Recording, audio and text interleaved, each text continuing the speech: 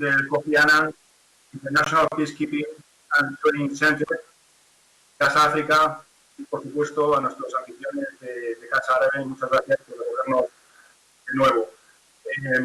Antes de dar paso a los vídeos de me gustaría decir. Before I hand over, I'd just like to say that this is a very innovative format that we are using today.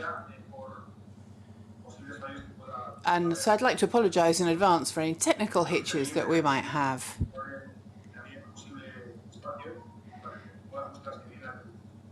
And I'd like to welcome you to this space. I'd like to ask the panelists, please, to stick to the time limits, and participants, please to bear with us in terms of the quality of the sound and the audio that you receive. So I'm just going to show a couple of videos that will give us an overview of the work that we do here in Casa Africa. And we'll subsequently hear from Major General Francis Ofori, who's the KAIPTC commander. Organized jointly by Casa Africa and the Kofi Annan International Peacekeeping Training Center from Ghana on security in West Africa. This is a matter of capital importance. It does so first and foremost to the people and the governments of West Africa, whose future lies with it. But it's also crucial to Spain, which has made it a priority of its foreign policy in West Africa, and it is increasingly important to the whole of Europe. As a close neighbor to West Africa, Spain has ever-growing social, political, cultural, economic, and even environmental ties with the country. We are invested in the prosperous and stable future of its peoples. We share the contagious excitement generated by its thriving, youthful, entrepreneurial societies. Perhaps because of this deep sense of a shared future, we are also particularly sensitive to the security threats West Africa currently faces. In this seminar, we will be looking into how and why conflict and violent extremism in the Sahel is widening. Fragile state structures, intercommunal conflicts, climate change, internal struggles for land, natural resources and power, and the steady inflow of weapons and fighters from conflict-ridden neighbors are all part of a trend that has already touched Mali, Niger, Chad, and Nigeria, and that is now hitting hard Burkina Faso and encroaching into Ivory Coast and Ghana. It is obvious to all countries in the region that these threats should not be understated. Spain will continue speaking up also within the European Union and drawing the attention into African efforts to stop the spread of violent extremism to ever-widening territories. Security challenges beyond new borders.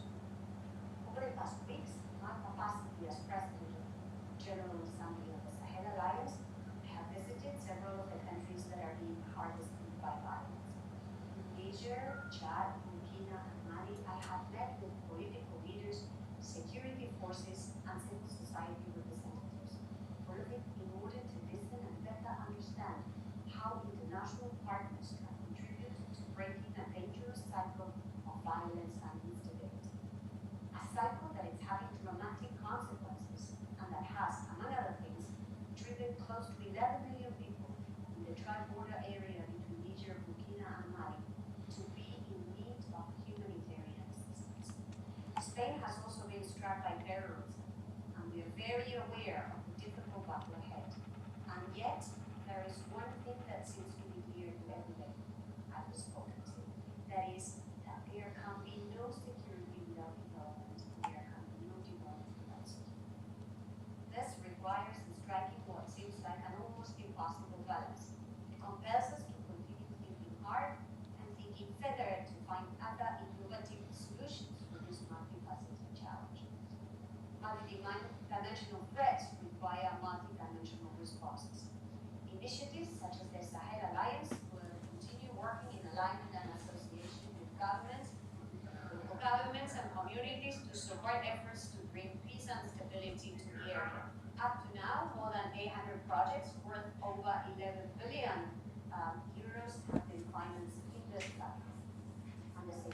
side, MINUSMA, EUCFP, Sahel, G5 Sahel Joint Force, the Garcia Initiative, are all examples of how the international community can ECOWAS countries must be the architects of their own stability, while international support is fundamental to push the peacekeeping agenda forward. I also want to draw attention to Spain's adoption of the feminist foreign policy. This foreign policy bears with women at the center of the agenda. On the 20th anniversary of UN Security Council Resolution 1345, Spain continues pushing forward the women, peace and security agenda. Only last month, we led an initiative at the UN Human Rights Council to bring these efforts back to the fore. In West Africa, we are convinced women must be also part of answering any threats to the region's stability. I'm therefore especially pleased to see that there will be a panel dedicated to furthering our understanding of how can West African women contribute to building a peaceful and stable societies in the region. The drive to unravel the complex nature and dynamics of violent conflict is at the heart of this seminar. This dialogue of experts is essential to start building a common, deeper understanding of how to put a stop to cycles of conflict and instability. I'm especially eager to see how Africa and Spanish visions will come together in those conflicts. The seminar has been born from a collaboration between African and Spanish institutions. Kofi Annan International Peacekeeping Training Center from Ghana, Casa Africa, and his foreign ministry have collaborated to bring a wide array of African and Spanish experts to exchange views and insights. We hope with this to contribute to build a network of practitioners, a growing ecosystem of knowledge, a tighter network that can produce fruitful exchanges and pave suggestions and ideas to address the scourge of violence in the region.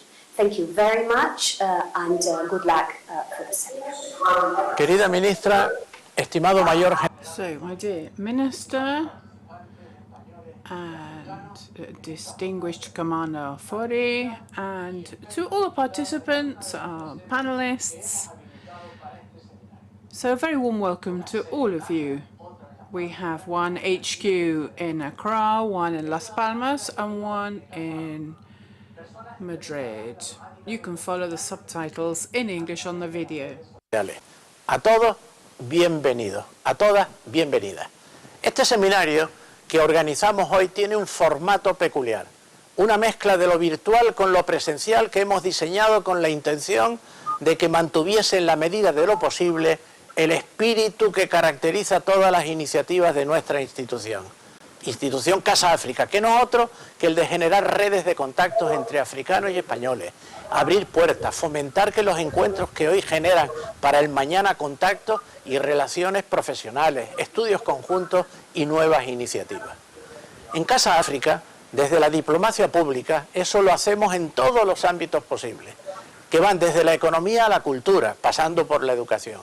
Lo hacemos con universidades, con bibliotecas, con escritores, músicos, think tanks, periodistas o hasta con profesores y profesoras de español por todo el continente africano.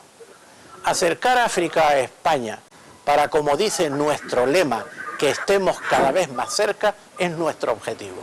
Hoy lo hacemos en un ámbito muy importante, el de la seguridad, en este seminario que hemos denominado África es noticia de seguridad en África Occidental, que lleva un añadido fundamental detrás, lecciones que se han extraído de la inestabilidad en el Sahel. En este seminario hemos querido reunir a expertos mayoritariamente africanos para que nos cuenten si, como esta inestabilidad que vivimos en la región del Sahel, tiene el potencial o la capacidad de expandirse hacia toda el África Occidental, especialmente hacia los países costeros como la propia Ghana, Costa de Marfil, Benín y Togo. Nunca me canso de decir que el futuro del Sahel está ligado al nuestro.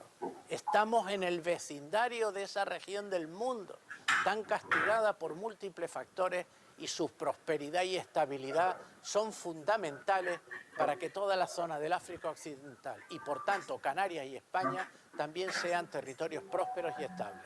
El Sahel siempre es parte de las noticias que aparecen en los medios internacionales sobre África y casi siempre se vincula a noticias sobre violencia y terrorismo. Los grupos yihadistas y criminales se han asentado con firmeza en la zona, conocida por ser un punto de confluencia para tráficos ilegales de todo tipo, armas, drogas o personas. En nuestro imaginario, el Sahel aparece como peligro y problema, pero sin embargo, creo que es nuestro trabajo ponernos en la piel de las personas que viven allí y cambiar ligeramente nuestra perspectiva. El Sahel es una región inmensamente rica en todos los sentidos. Sus habitantes son personas que se han adaptado a circunstancias extremas y que han heredado el legado de imperios, culturas y civilizaciones únicas. El Sahel es un territorio habitado por gentes resilientes, pero que se enfrentan a múltiples desafíos. Ya incluso antes de la pandemia del COVID-19 que estamos sufriendo, África en su conjunto precisaba de una mejora de un sistema alimentario con una perenne escasez de alimentos. El Sahel en absoluto es ajeno a esta situación. Cientos de millones de personas padecen una grave inseguridad alimentaria. Los ingresos de los agricultores son inferiores a los de cualquier otra parte del planeta y más de un 30% de los niños sufren retraso en el crecimiento debido, entre otras cuestiones, a una dieta deficiente. Las dificultades en las comunicaciones, además de los problemas para sacar adelante cosechas y rebaños, han acentuado la espiral de pobreza cuando las cadenas de suministros de alimentos se rompen y los precios se incrementan.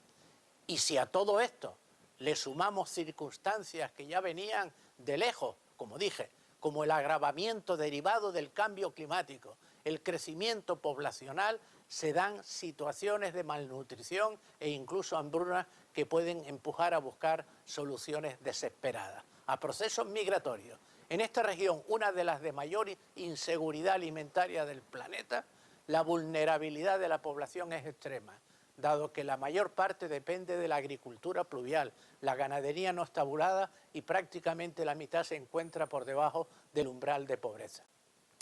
Cada cambio en el ritmo climatológico natural o cada desastre meteorológico no previsto, que puede ir de sequías a inundaciones, trae consigo además nuevos problemas. Como bien es sabido, el Sahel es una de las regiones del mundo que más está sufriendo el impacto del cambio climático. La COVID-19 además ha impactado y acentuado las vulnerabilidades ya existentes, no solo del Sahel, sino en el conjunto del África Occidental y de todo el continente. En muchos casos, países frágiles y con ingresos débiles han de afrontar no solo una emergencia sanitaria, sino también otra económica y alimentaria. La percepción creciente es que se está comprometiendo tanto el presente como el futuro de la región. En los jóvenes, el cierre de escuelas, además, limita las posibilidades de formación y educación y, por tanto, limita un futuro mejor que se podría obtener y de unas condiciones más adecuadas para acceder al mercado laboral. Las mujeres también son otro de los sectores más damnificados en el contexto de esta pandemia.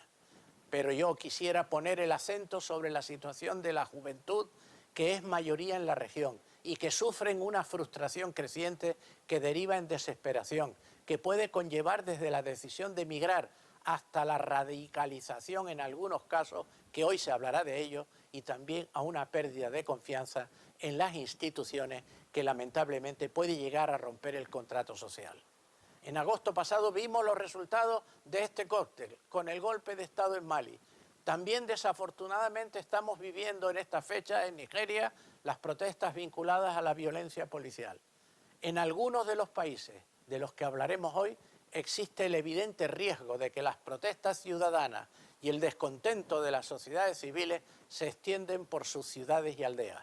La inseguridad, el terrorismo, sin duda son factores que generan un impacto enorme en la región y cuya pervivencia y afección constituyen el principal impedimento para el desarrollo de los países que lo sufren. Los desafíos, pues, son múltiples para los ciudadanos del África Occidental, para sus gobiernos, para sus instituciones, pero también opino que debemos confiar en las capacidades, apoyándonos nosotros cuando fuera necesario, en el caso de que se requiriese nuestra solidaridad. Nuestra labor como Casa África es la de dar a conocer lo que hacen, piensan y sienten y generar conocimiento, crear redes y contribuir de toda la mejor manera posible a compartir el camino hacia un futuro mejor. Porque no tengan duda de que en nuestro país el interés por África y concretamente por el Sahel crece de forma intensa. Por un lado académicos, por otro lado analistas, desde nuestras universidades o think tanks han elaborado estudios, han escrito una gran cantidad de artículos de estos 2 últimos años sobre una región de la que se escribía y estudiaba poquísimo desde nuestro país. El propio Instituto Español de Estudios Estratégicos es un ejemplo de ello, dedicando monografías a la región y artículos desde todas las ópticas posibles, la securitaria, pero también la del desarrollo desde la importantísima perspectiva de género. Permítanme, en último lugar, explicarles brevemente el porqué del modelo de conferencia que estamos inaugurando. Nuestra intención inicial, desde hace casi un año, era reunir en 2 días en nuestra sede de Las Palmas de Gran Canaria a un amplio grupo de panelistas y expertos para profundizar en todos los aspectos relacionados con la seguridad del África Occidental. Concretamente, sobre esta visión de una potencial expansión hacia los países hacia el sur. La pandemia nos forzó a retrasar este seminario y a convertirlo en un encuentro virtual con menos mesas y panelistas, pero con el objetivo de que el evento pudiera ser igualmente útil para los expertos y expertas españolas que dedican su tiempo y energía a estudiar qué ocurre en el Sahel y en África en general. Por ello, hoy dividiremos el tiempo de cada panel para escuchar las ponencias y poder asegurar un fructífero intercambio entre expertos españoles y africanos. No quisiera, pues, despedirme sin expresar nuestro reconocimiento desde Casa África. En primer lugar, a nuestros compañeros de esta aventura, el Ministerio de Asuntos Exteriores en su conjunto, con el excepcional equipo de la Dirección General de África. También a todo el Kofi Annan International Peacekeeping Training Center de Ghana, un think tank imprescindible en la región para el que solo tenemos palabras de agradecimiento por su labor, por su profesionalidad, la de todo su equipo. Agradecer también a nuestra hermana y colega Casa Árabe por acoger en Madrid la parte semipresencial. Y por último, al Ministerio de Defensa, ya que la propuesta de este seminario consiguió una subvención y el compromiso de la Secretaría General de Política de Defensa del Gobierno de España. A todos ellos les agradecemos su colaboración, su paciencia, que en este año tan complicado ha sido muy difícil concretarlo y convertirlo en la realidad que estamos poniendo en marcha en el día de hoy. A todos ustedes, muchas gracias. The Minister of Foreign Affairs and Cooperation, González Laya, the Director General of Casa Africa, José Segura Clavel, representatives from ECOWAS, representatives from regional institutions across Europe and Africa, distinguished participants from academia, civil society organizations, and the media, ladies and gentlemen. Good morning to you all. I am delighted to be part of this virtual gathering today. This event is the outcome of a collaboration between KIPTC, the Spanish Ministry of Foreign Affairs and Cooperation, the European Union, and Casa Africa, which was initiated last year by the Spanish Embassy in Ghana. Spain has been a partner of the KIPTC since its inception, and it's our fervent hope that this collaboration will go a long way to rekindle our once warm relationship. The KIPTC is one of the 3 regional peacekeeping training centers of excellence designated by ECOWAS. This conference is in line with the strategic objective of the center to enhance the capacity of African regional institutions such as ECOWAS, African Union, and their relevant structures to perform their mandates in ensuring peace and security in Africa. The mission of KIPTC is to provide globally recognized capacity for all actors on African peace and security through training, education, research, and policy dialogues to foster peace and stability in Africa. Ladies and gentlemen, the changing security environment, the multiplicity of actors, the complex mandates, funding, and the challenges that confront Africa today are symptomatic of the transformation that has taken place over the past 6 decades. Despite the existence of regional security mechanisms and the increasing roles of regional training centers of excellence such as KIPTC in building capacity and research, West Africa is still faced with old and new security challenges. These challenges include governance and development deficits, democratic reversals, transnational organized crime, terrorism, radicalization, demographic change, the youth bulge, advancing women peace and security agenda, the impact of climate change on human security, as well as diseases and pandemics. Importantly, COVID-19 has had a devastating effect on the global order, impacting our social, economic, and political efforts. This pandemic equally has far-reaching implications for the security of West Africa, Africa, and the world at large. This development poses the critical question on Africa's ability to absorb the socioeconomic and political consequences of COVID-19. Security in West Africa is in constant flux, and thus the ascription. An arc of instability was based on assertions of the region becoming a safe haven for transnational criminals and terrorists whose main targets were Western. However, the targets have increasingly extended beyond Western targets to include churches, hotels, marketplaces, peacekeeping missions, and military establishments. We have seen a change in narratives from terrorism to violent extremism and their countermeasures. Violent extremism in West Africa has taken deep roots in the Lake Chad Basin and the Sahel region as extremist groups emerged out of local grievances in the region. These groups are taking advantage of the large ungoverned spaces to perpetuate their political, economic, and criminal agenda. Mali, Burkina Faso, and Niger are the epicenters. It is our conviction that the fight against terrorism and violent extremism will continue as frontline personnel and peacekeepers adhere to necessary precautionary measures. The situation in West Africa, and especially the Sahel region, is rather deteriorating.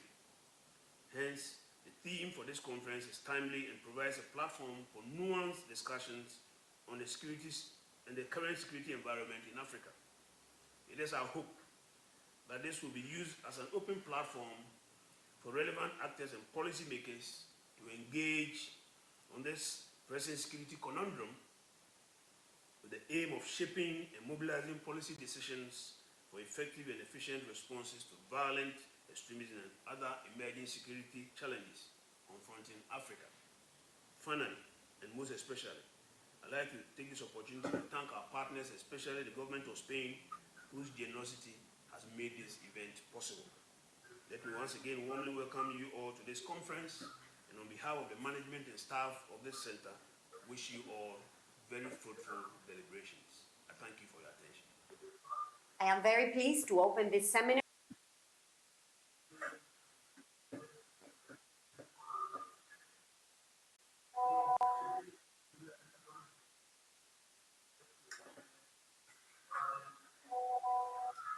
Buenos días. Perdón. Good morning.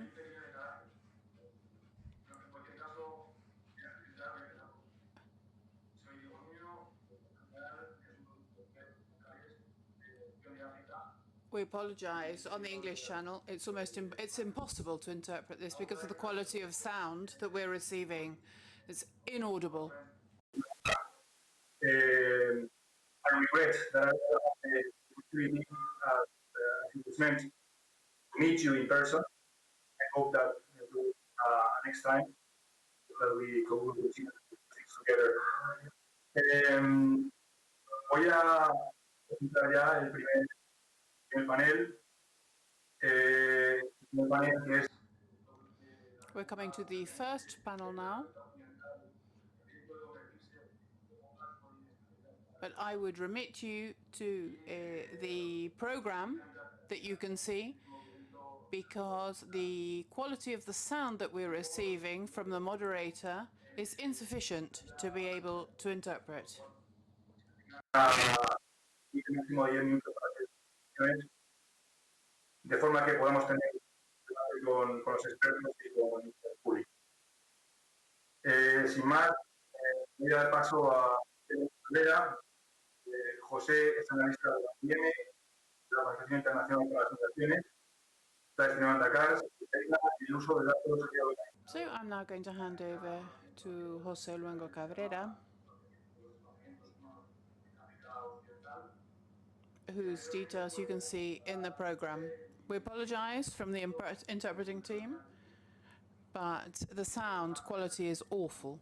En la ronda hubo afectaciones. José está en Las Palmas y bueno, sin más, por favor, estamos esperando. Gracias.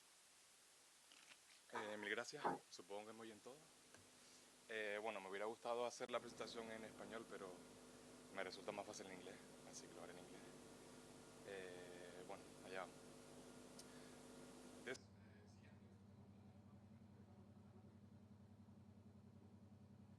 So, can we move on now, please? Thank you. So, this presentation will use publicly available data. No, la anterior, por favor.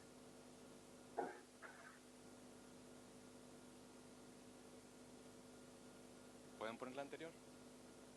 Si es posible. Ay, gracias. So this presentation will use publicly available data on what we can call political disruption, which I will get to now shortly. But quite basically what we're going to do is try to assess the degree to which armed violence in the West African Sahel countries might have a spillover effect on the coastal West African countries. And so through these series of slides, I'm going to try to present to you what the data sort of says. And then at the end, we can sort of assess the degree to which this so-called spillover has the potential to materialize. Siguiente.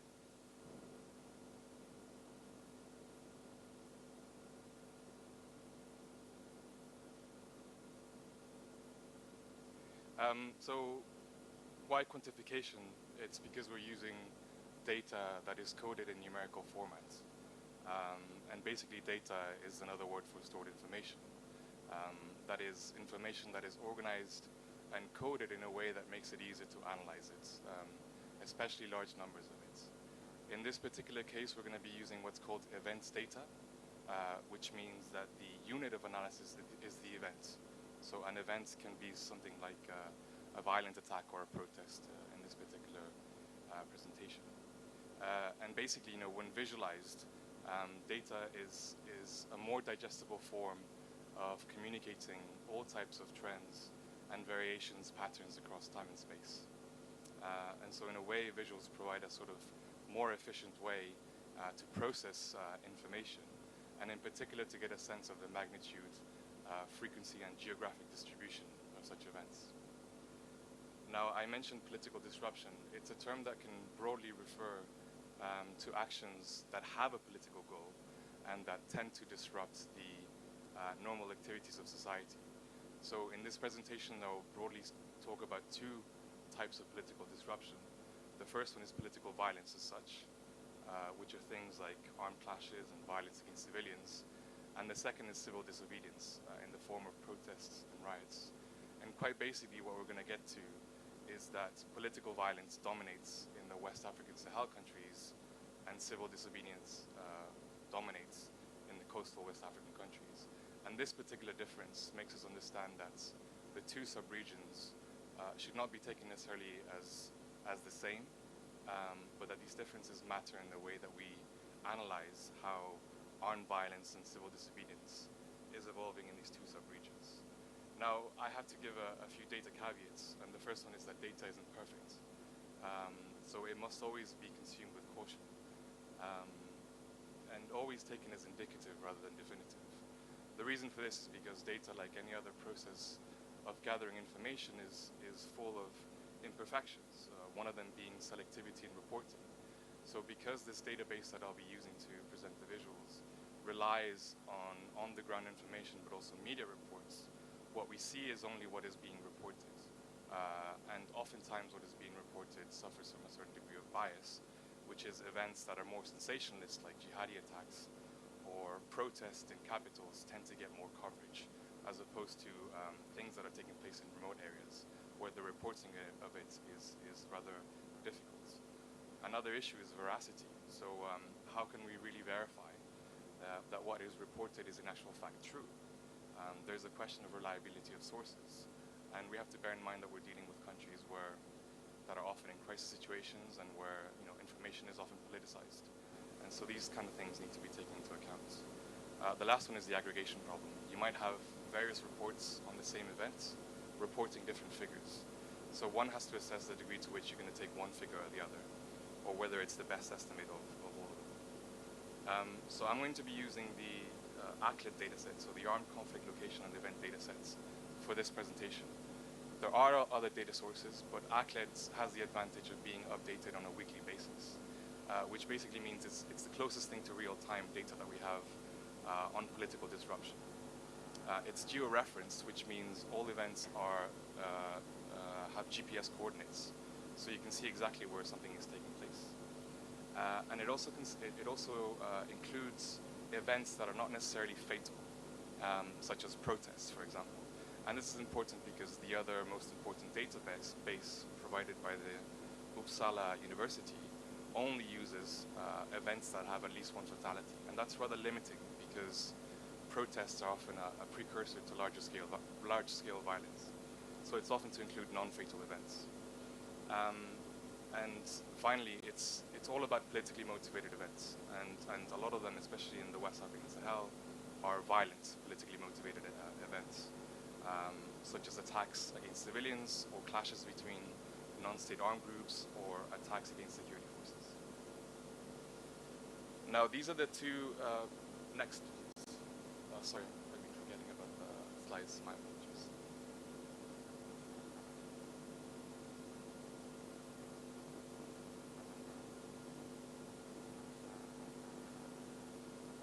Siguiente, a las 6.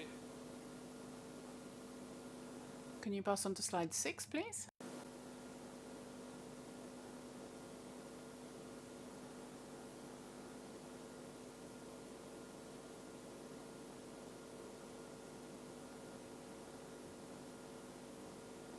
Siguiente, las 6. 6, please. Perfecto, gracias. So these are the two sub-regions that we're going to look at today. So the West African Sahel is the darker colors, which is basically the grouping of Mali, Burkina Faso, Niger. And the other countries are coastal West African countries that share a border with these three countries above. And what you see here in orange are basically all the reported events by ACLED in 2020. And immediately what you can see is for the West African Sahel, you have a high concentration of events in the central region called the Liptako-Goma region, the tri-border area between Mali, Burkina, and Niger, and the region of Difa in eastern Niger, bordering with Nigeria, Chad, and Cameroon, which is also known as the Lake Chad Basin. And when you look at the coastal countries, you see a more sort of even distribution of events. Siguiente. Here you have these. Siguiente. Perdón, here you have the same points, but now the size of the circles. Anterior, perdón, anterior. The size of the circles measure the number of fatalities per event, and here, as you can see, is rather striking because it stands out for the West African Sahel, especially in the tri-border area, where fatalities are dominating, so to speak. And in coastal West Africa, what you see is that fatalities compared to the West African Sahel are rather much lower. Siguiente. So when we look across time, what you see is that for the countries of the West African Sahel, both fatalities and events are much, much higher than in coastal West Africa. So if you just look at West African Sahel, for every event, there is a disproportionate amount of fatalities, and this has been increasing. So what it tells us is that armed fatal violence is the most important issue to look at for the West African Sahel.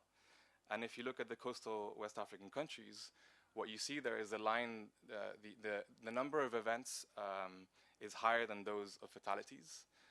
Even though both of them have been going up recently, what you actually see is that the number of events reported in 2020 for coastal West Africa is the highest in a whole decade.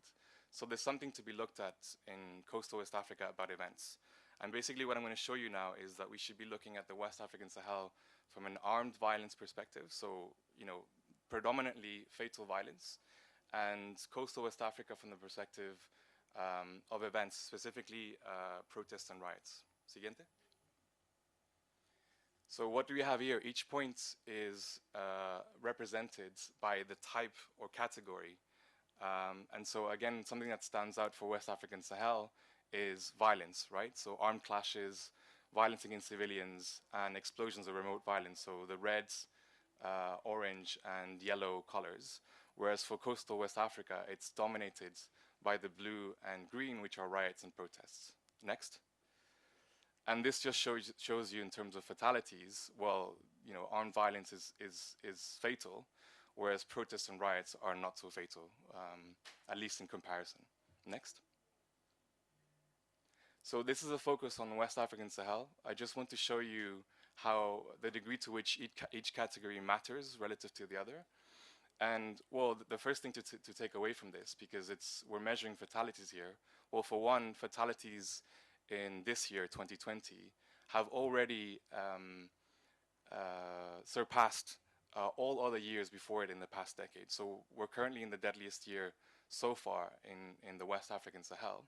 And what you can see that the two categories that dominate is basically armed clashes and violence against civilians. So the proportion you can see on the panel to the right has been the biggest share across all categories and constitute about 80% of the total this year. Next. For coastal West Africa, here we're looking at events because as we saw before, fatalities is almost not a negligible, but something that comparatively is very low. And what you see immediately here is, well, for one, in terms of events, 2020 is the year where most events have been reported. And in particular, there's a record number of protests and riots this year. It's to no surprise because of everything that's been going on, whether in Guinea-Conakry, in Ivory Coast, for example. So it's times of political elections when a lot of protests tend to be organized. But this year in particular, it's been higher than any previous year in the past decades. So it's definitely something to place some focus on. Next. Here we have political violence in the West African Sahel by type of perpetrator. So these in particular are civilian fatalities in the past 10 years. And what it shows you is, well, how many civilians have been killed by which perpetrator? And one of the outstanding things that we see here is the sort of light green color are state security forces. So state security forces have been killing civilians increasingly in the past 3 years. And actually this year so far, they are the perpetrator that has killed more civilians than any other perpetrator. So even more so than jihadi groups, which begs the question of having to ask, when we use the term terrorism, it's often assigned almost automatically to jihadi groups. We have to bear in mind that it's not jihadi groups. Jihadi groups are not the only ones that are sort of, so to speak, causing terror. You have state security forces that are carrying out extrajudicial killings. And this has gotten quite a big magnitude, as you can see. Next. Here you have a breakdown by country. And what you see is state security forces in the past 10 years has been the biggest killer of civilians in Burkina Faso, the second in Mali, and the second in Niger as well. Jihadi groups have been the second most killer of civilians in Burkina Faso in the past 10 years. And one thing to look at in particular because of what's going on in Mali is that communal militias have been the sort of grouping that have killed most civilians in the past decade. This just gives us a breakdown of which actors are killing how many civilians. And it sort of gives you a sense on the dynamics of how different perpetrators are targeting civilians. Next. What I want to show you here is I just showed you across time, and this is the evolution across time and across space. So this is 2013. What you have is civilian fatalities by perpetrator. And as you can see in 2013, it's mainly in Mali, and there's not many points. Next. Next slide. This is 2015. What you see now is the appearance of civilian fatalities by jihadi groups, specifically Boko Haram or Islamic State affiliates, we're going to call them afterwards. But basically you see a sort of rise in civilian fatalities taking place in eastern Niger. Next. And this is in 2019 where you really have this explosion, so to speak, of civilian fatalities that are along the tri-border area, but also going down southeast to Burkina Faso and bordering with Benin and Togo. Next. And this is this year. So basically what you've seen is that it's a completely different picture than in 2013 or even 2015, where you have the number of civilians just has shot up, and it's at record levels in 2020 as well as 2019. Next. Now, the question of this seminar is often focused on this idea of spillover and the idea that jihadi groups are starting to operate closer and closer to coastal West African borders, and indeed have carried out a few attacks there, although they're not many. And we all remember the Grand Bassam attack in Ivory Coast in 2016, which sort of launched this idea of the possibility that that there's sort of a movement of jihadi groups towards coastal West African countries. What you see here is the number of attacks attributed to the two main jihadi groups in the region. So Al-Qaeda affiliates and Islamic State affiliates, and what you see is a growing trend. Next. I'm going to skip through this because I'm running out of time, but so next. Next.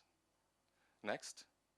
Basically what I want to show you is that you have, the number of attacks carried out by the two affiliates. The affiliates of these two different jihadi groups is rather in an expanding form, and it's true it's reaching the borders of Burkina with Ivory Coast and with Benin, Togo, and Ghana. So there is this idea that they are getting closer to areas of operation that are considered in coastal West African countries. Next. Now I'm turning on to violence in coastal West Africa, and I'm going to go a little bit faster because I'm running out of time.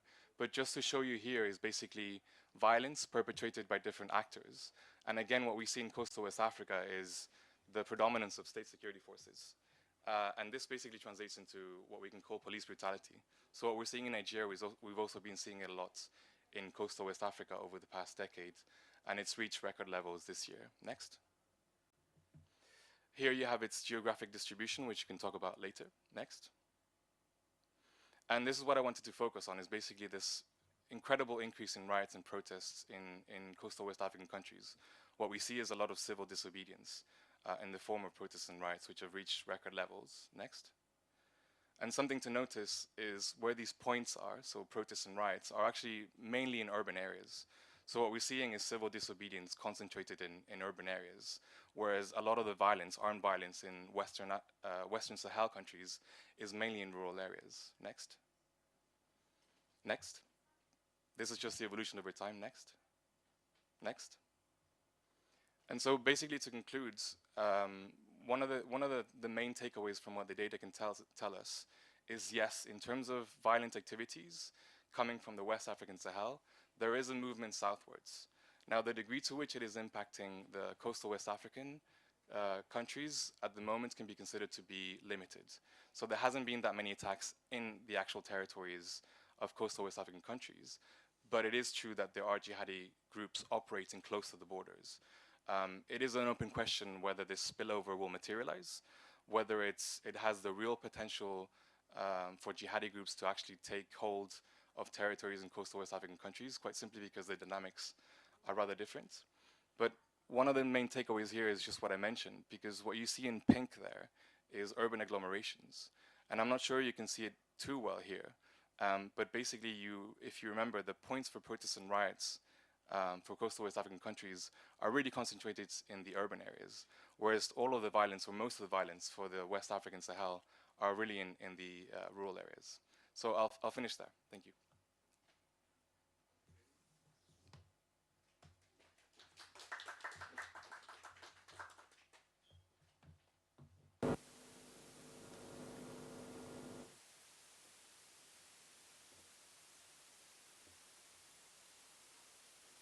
un conflicto y cómo incluso nos dotar de herramientas para interpretar la naturaleza de como me llama mucho la atención, por ejemplo, el slide donde se veía que For those of you who are listening to this in English, I hope you'll understand that it's almost impossible to interpret what the speaker is saying because of the quality of the audio.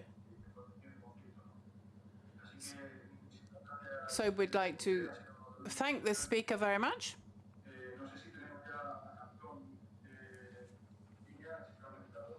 And I don't know if we can make our next connection.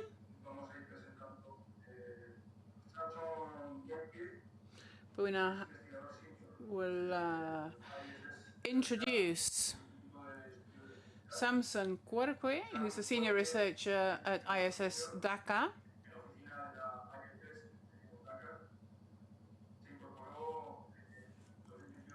He's been working there since 2018.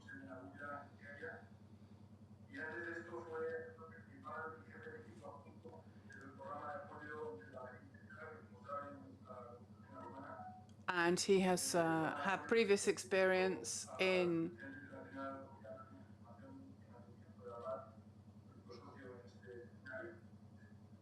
the area.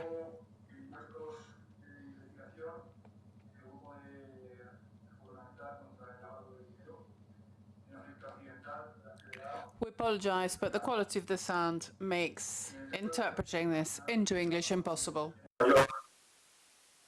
Sam tiene una maestría o máster en Desarrollo Internacional de la Universidad de Kent, del Reino Unido, y una licenciatura en Formación Financiera de la Universidad de Clarkson, en Nueva York, en Estados Unidos.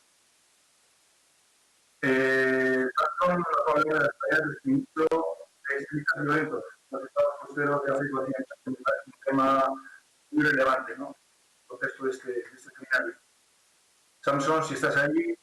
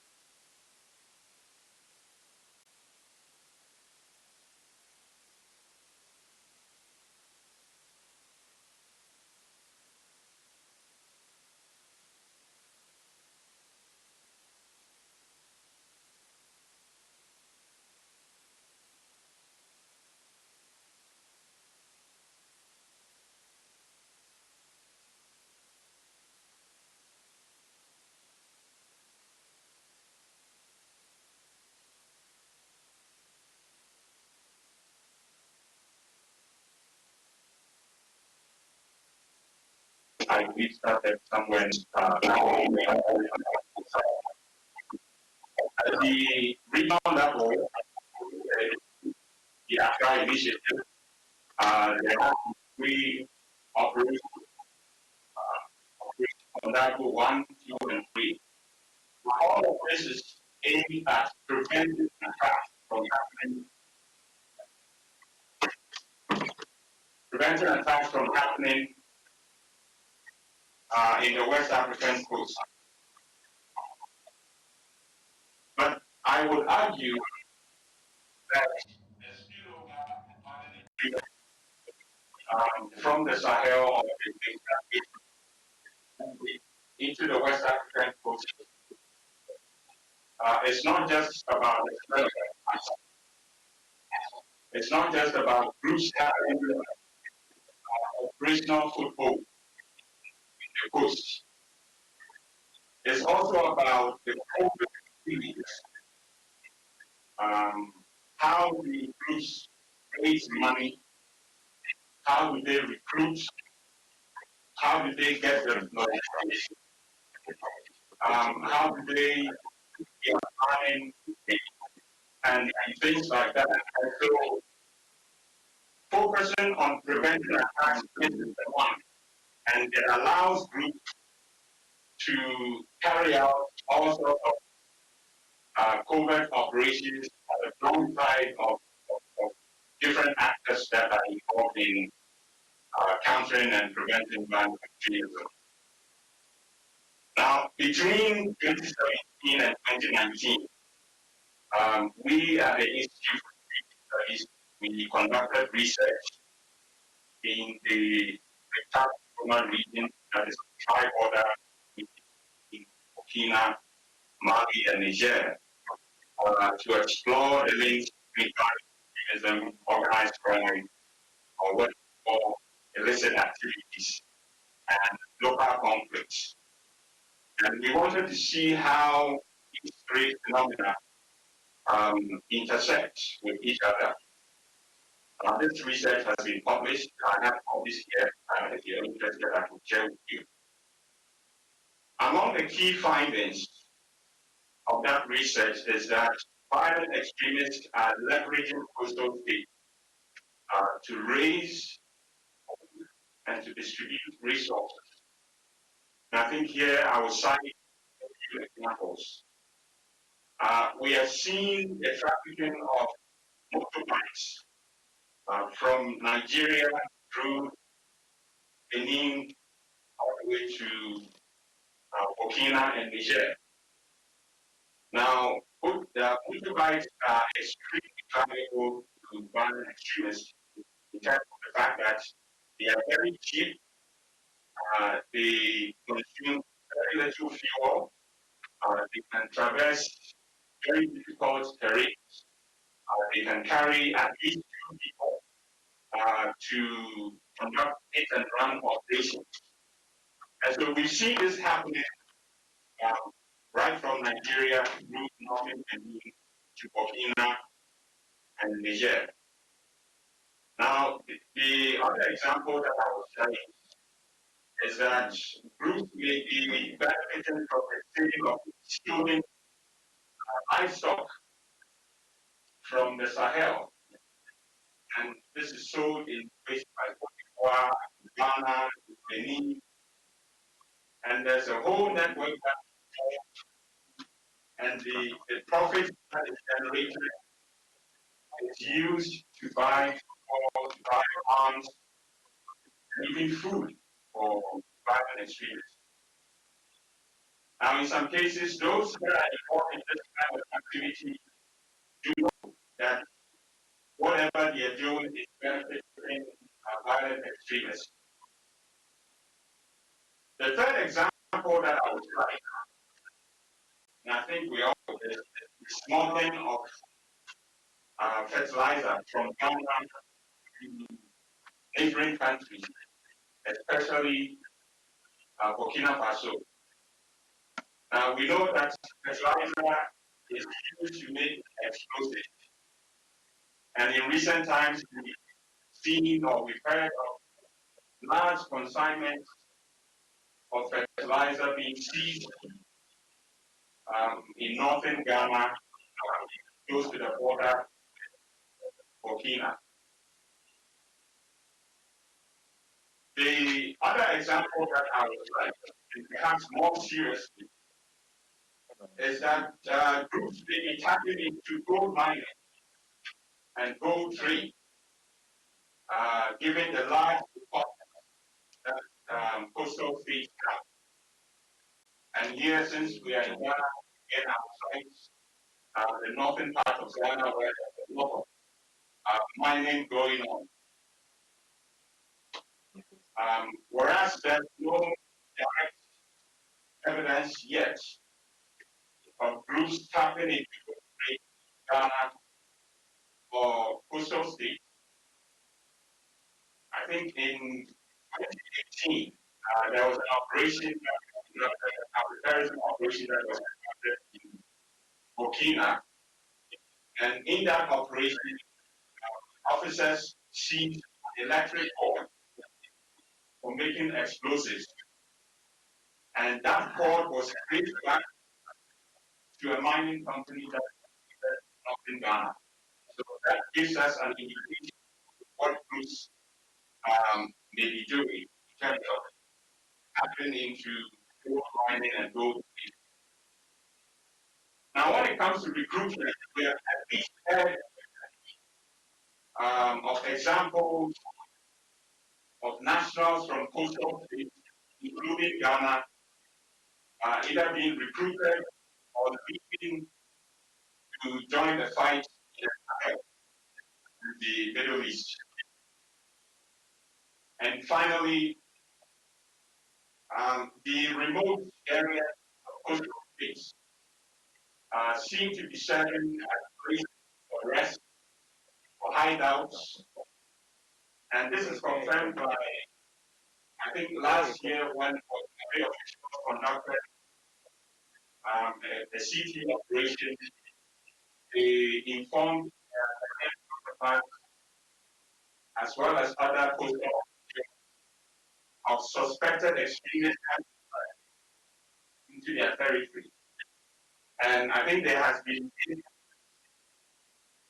where suspected have been arrested in the coast and handed back to the officials or officials or officials.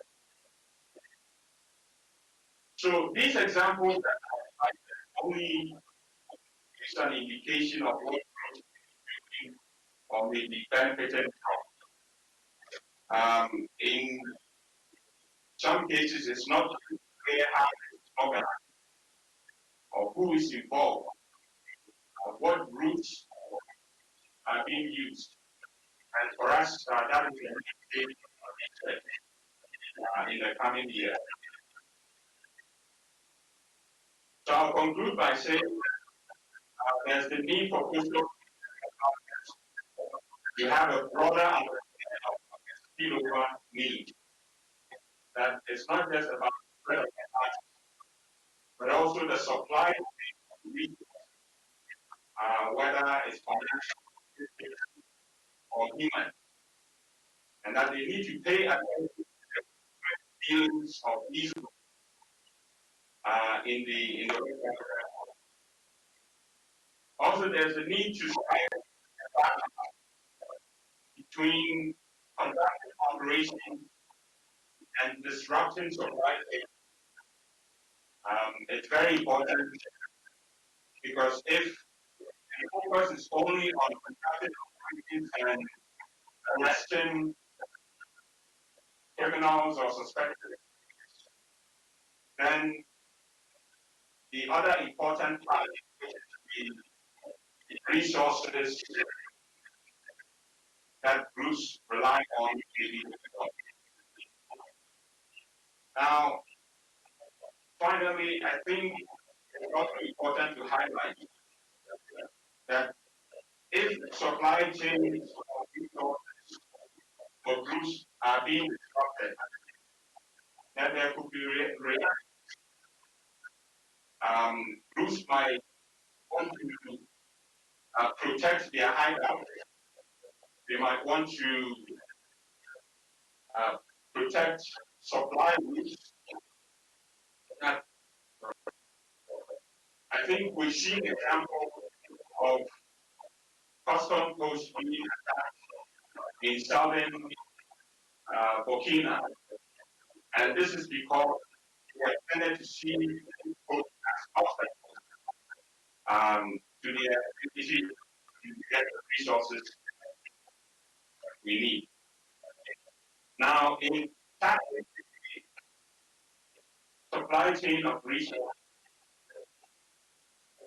we need to be careful of because there are communities that relying on these activities. And to the extent that that becomes likely for them, if they are disrupted, there could also be at a community level against the states or the partners that are involved in dealing with this issue. So thank you very much. Time is up, and I'm happy to answer any. Thank you. Unfortunately, I must say that we have had a sound problem. So many of us have been able to hear clearly your intervention. So I'm afraid I won't be able to comment on your presentation. I hope that the people in Accra and all our friends connected in Africa might be able to make the relevant questions on your presentations. In any case, I hope that you can send us over your presentation so we can have it and listen to it properly. I'm going to pass the floor over to General Alfonso García Vaquero, who is present here in Madrid, in Casa Árabe. Muchas gracias, General, por estar aquí. Bienvenido. Muchísimas gracias. So I'm now going to hand over.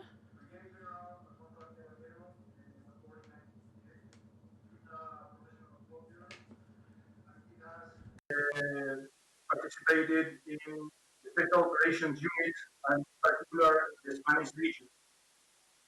As a brigade general, has been in command of the Canary Islands Brigade, which is based in Las Palmas de Gran Canaria, the siege of South Africa, and he went on reserve on 2015. He has been in operations in Sarajevo, Bosnia, in Kosovo, in Lebanon. Was in particular the chief of the UTM, the mission of the European Union in Mali, between October 2014 and August 2018. Right now, he's a counselor of the Secretary General of the Defense Policy in the Ministry of Defense. The title of his presentation is the Sahel region, an answer to challenges.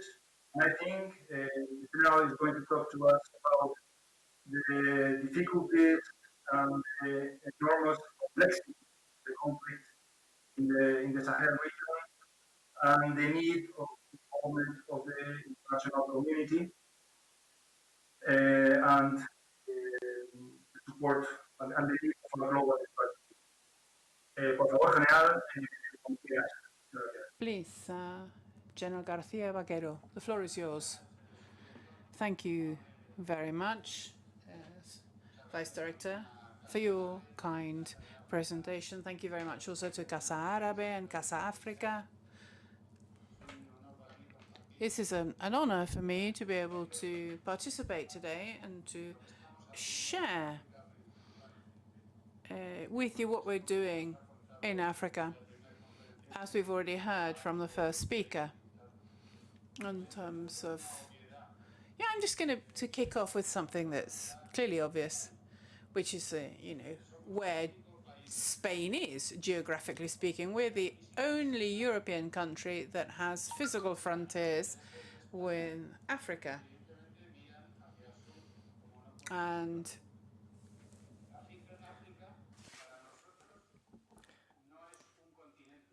Africa, for us, is not a continent. It's more than that.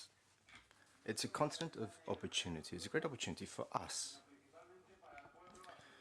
Opportunity for Europe, but also opportunities for the people of Africa, the people, the men and women that live on this continent. We have to work in close cooperation with civil and military authorities from these countries so that we can get Africans to cooperate on African problems. We are always at their side, but they are and should be responsible for resolving their own problems. So Spain is fully committed to aiding with the global resolution of problems in Africa. And the respect of values, the values like the respect for human rights, the role of women, and the respect for international legislation, these must all prevail. And I'd like to quote Kofi Annan from 2005. He said that in an interconnected world, advances in development, security, and human rights must go hand in hand. There will be no development without security. There will be no security without development. And of course, security and development will depend on the respect for human rights and the rule of law. Naturally, if we want to be able to achieve this, we must attain minimal levels of stability. We have to be able to face up to the risks and threats to security that come not only from the activity of terrorist groups, from arms traffickers, drugs traffickers, criminal gangs, but we also have to be able to look and deal with the socioeconomic effects, explosion of populations, youth unemployment, the exploitation of natural resources, distribution of wealth, improvement in governance, and the effects of climate change, particularly food and water resources, and sea level rise. Now, these factors all causing huge humanitarian catastrophes, particularly in Africa. And to boot, we now have the COVID-19 global pandemic. So, for all of these reasons, the Ministry of Defense believes firmly that the best of contributions that Spain can give to this region is to strengthen military capacities of the countries in this region. In this way, they will be able to defend their own sovereignty and they'll be able to protect their own societies. Spain applies the concept of advanced border. We call this the advanced border. And I refer both to North of Africa and to the Sahel Strip. If we want security in our society, if we want to have security in the Euro-Atlantic region, we need this concept. We must not forget that the security of Spain depends on the security of the entire Mediterranean arc. It's all interconnected. And this security will only be achieved if the countries of Northern Africa and Sahel region all move in the same direction together. Now, in the Sahel region, there are many diverse ethnicities. Some are nomads, some are sedentary, and they have very low socioeconomic levels, and this exacerbates the conflicts between these different groups. There's also a significant presence of natural resources that are not very accessible, and this is also bringing about a great increase in competitiveness between regions and outside interests. The porosity of the borders also are conducive to the free movement of all kinds of trafficking in people.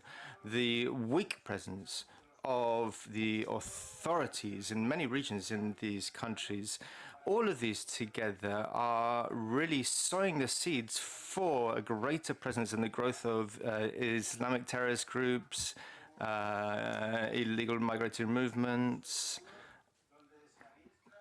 and therefore in these regions, these groups, these terrorist groups, are able to train up and form their new groups. And this is also aided and abetted by all the illegal activities that they are committing. And the worst thing is it's now spreading to the neighboring countries. In fact, our first speaker spoke about this, and the Gulf of Guinea is now becoming a new region for piracy. In our efforts, we are trying to train the armies on the coastal countries so that they will be able to combat piracy themselves, and that they can also combat the growing threat of terrorism. We have a Spanish military vessel that travels between the countries of the coastal regions and carries out training activities there in coordination with other countries, the European Union and units of the United States African Military Command, all working together in conjunction. But it's not only the rise of piracy in the Gulf of Guinea that is a concern to us. We're also worried by the displacement southwards of the terrorist threat in the Sahel. The state is weak in countries such as Cote d'Ivoire, Mali, Togo, Niger, Chad. And because of the changing situation, the times are changing. There have been new networks of piracy and illegal groups that have been set up. And really, in this new scenario, everything seems possible. So Spain is looking at this advanced border, and we are really paying close attention to what's happening there.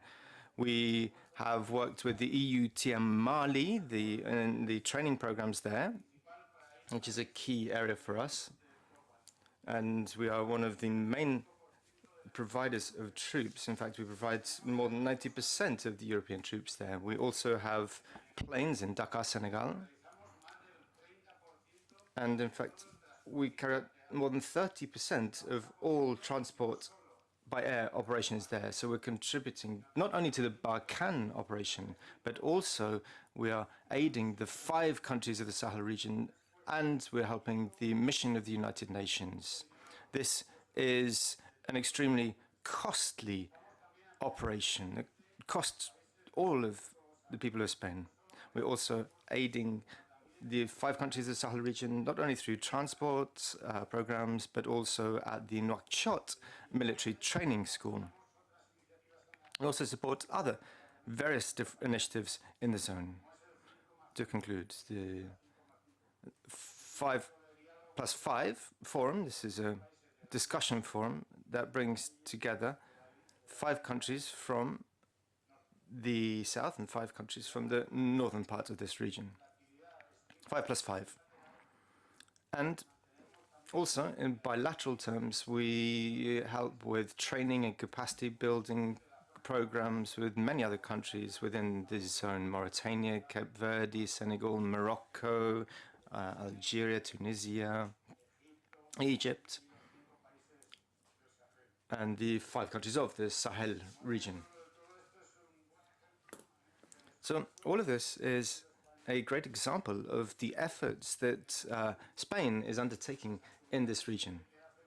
To conclude, then, the Spanish military forces are doing all that they can to contribute to bringing back stability to the Sahel region, to transform this arc of instability, and to transform it into a circle of friends. Thank you. Keeping short presentation, this will enable us to catch up a little bit on the delay that we already are having. I will underline the need to take into account the root causes of the conflict in the Sahel, also the nexus between development and security. And I also want to set out the relevant questions that you have posed. Is there any links between the networks, the piracy networks, the illegal immigration networks, and the jihadists? we will see in the debate. Thank you very much. Now I pass on the floor to Michael, who is director of Lead Africa International. He is one of the co-founders of Lead Africa International and the partner of Synergies for Security and Intelligence Group Ghana. He is one outstanding entrepreneur and he's a consultant for international development. His work has in more than 3,000 people in Africa, the whole of Africa, and to more than 500 employees. Michael has 20 years of experience in the private sector, diplomacy, and international development. The title of this presentation is Understanding the Dynamics of Violent Extremism in Western Africa. And I think he's going to first point out, to stand out the different dynamics that are operating in order to spread this extremism in the Sahel, in Western Africa region. So thank you very much for being here, Michael, and the floor is yours.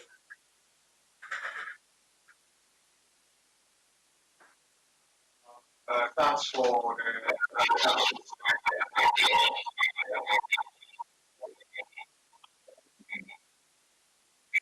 good morning, everyone. I am a government watcher, and so I'll be taking from what I am telling to share cultural dynamics and I think what we are seeing in Sahel. So I'll be not my presentation getting because social economic dynamics involve our situation and features across So let's start with the solution. I want you to look at what is happening through the eyes of the countries that are funding money. Trade ratio in Mali is 1 to 1.5 students. The average age of school in Mali is 2.4 years. Literacy rate is 50.1%. Youth unemployment is 4.3%. And 300,000 young people are ready for jobs every year. Only 50,000 get employed for months. Now, so what you see is about 3.1 million work for negative. And this is just one. This has been rise to social content where people feel municipal services are here absent in large parts of the country. And so when other people come to Nigeria, people bring them to the site, they become raw material for it. Now, so what has this manifested in? We see permanent that are working for this one. And these are people who are we also see temporary who are mobilized for specific, and then when they are done, they do work. Violent extremism is where the social contribution is nearly non-existent, and therefore they are able to people come and for there's also the issue of criminal with Yeah, criminal capital already. We also see young ownership around pastoral community, especially between the people and the people from and those are the social dynamics in the conflict. I will now look at there are a lot of military aspects about how we need groups. Also know that in our first presentation showed to the to also have different groups, what we call it of the Latin groups. They are also very active. So, all right, so from available the use of this, we've seen armed rape, we've seen kidnapping for us, we've seen increase in that help them to be able to have funding operations. We've seen opportunistic tell them, and then we've also seen individuals that in Nigeria, for instance, Islamic learning, like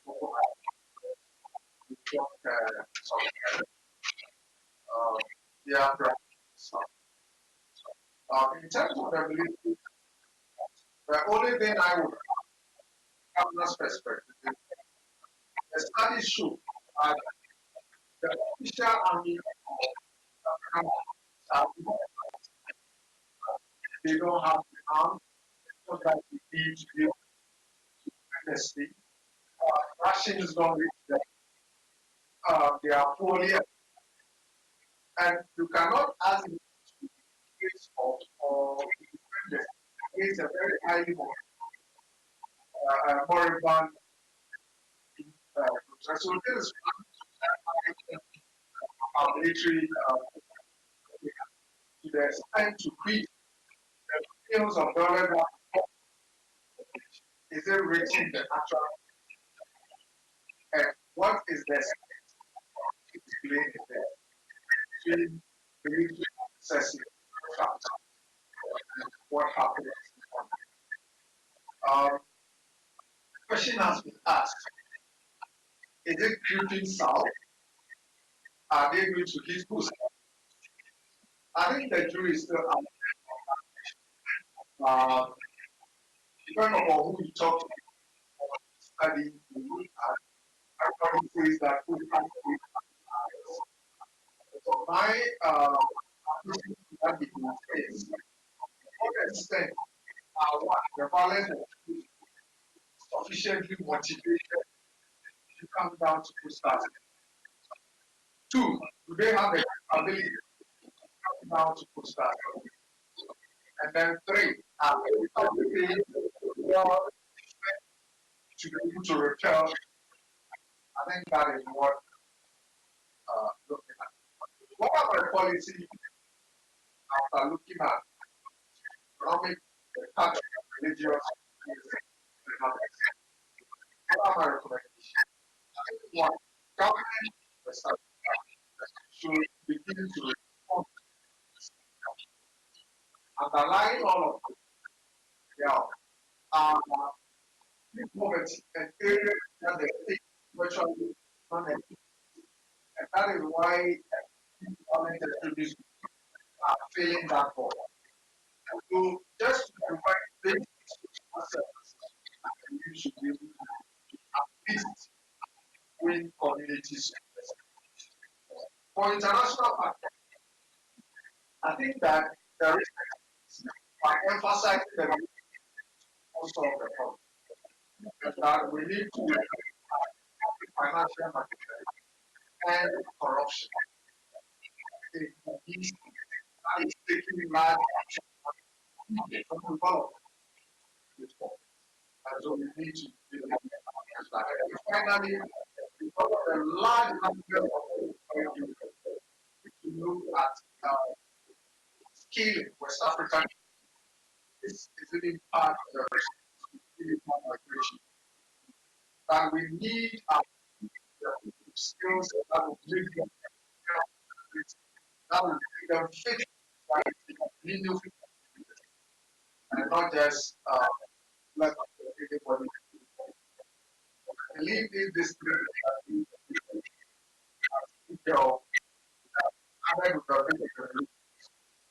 we should be able to thank you very much. I realize that it's terrible, but I hope you get it. Thank you.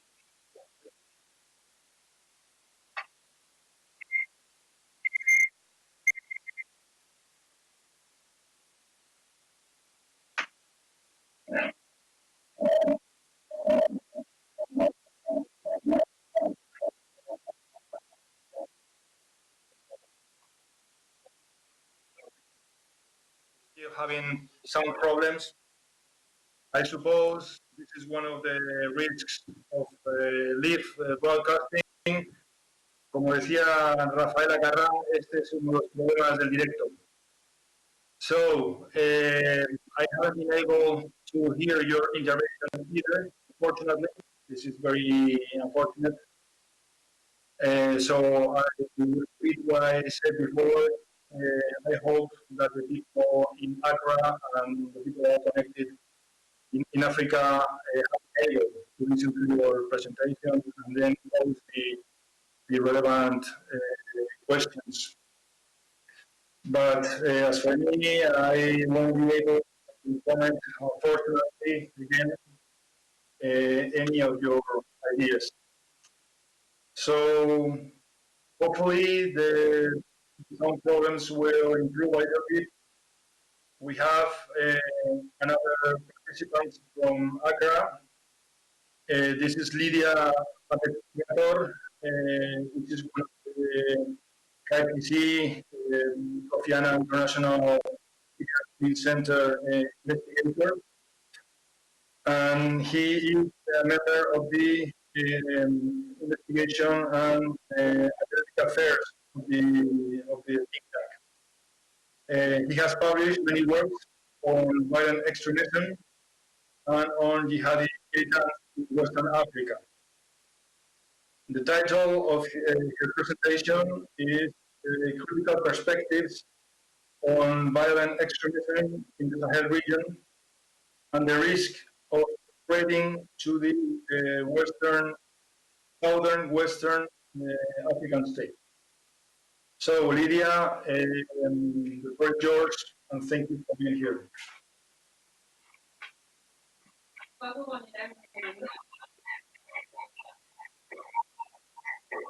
going to talk about how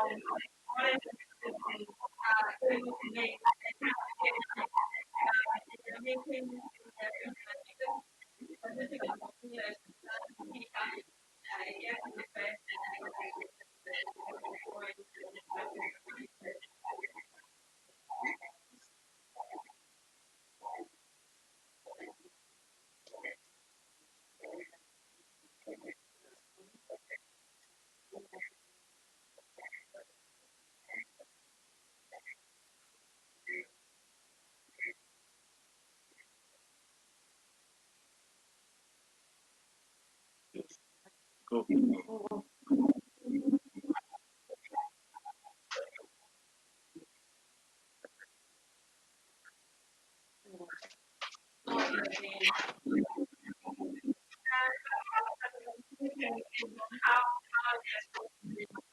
I will make the kind of that we can. So, like I said, depends and I want to dwell on the intricate connection, the partner between violent activities and networks in the region. Are you studying, for example, and market? This has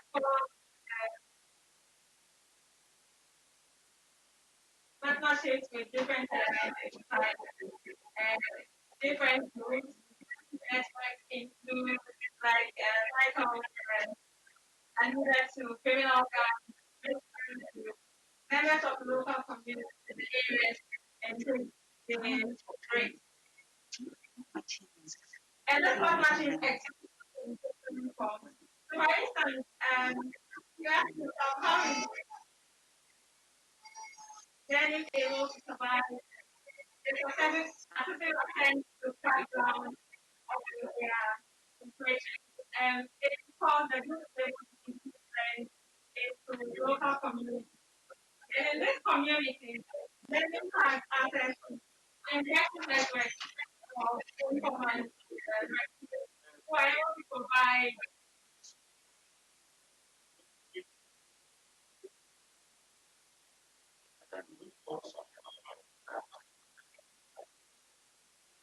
It's about it that the possible production was for a while, we try to resolve the impact.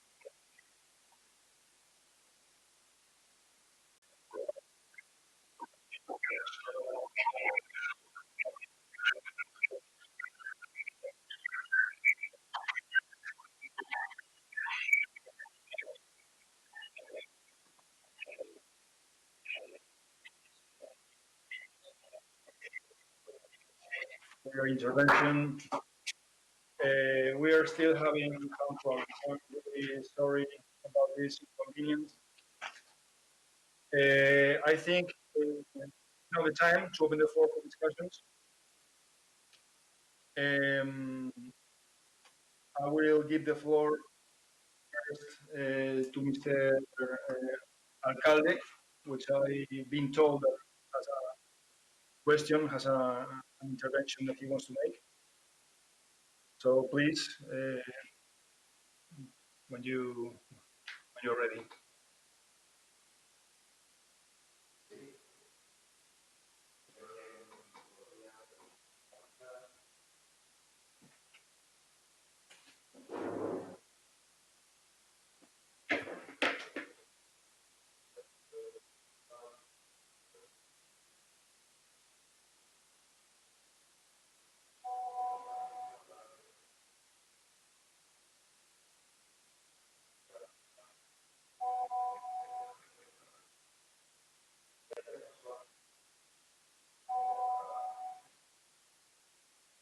Obviamente.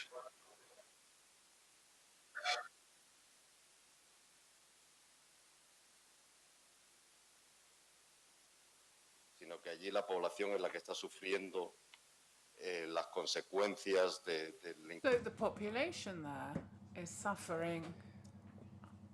The population here is suffering what's going there, and I really want to express our solidarity to all people who are out there on the ground. And here in Spain, we're much more worried about the population of the Sahel region,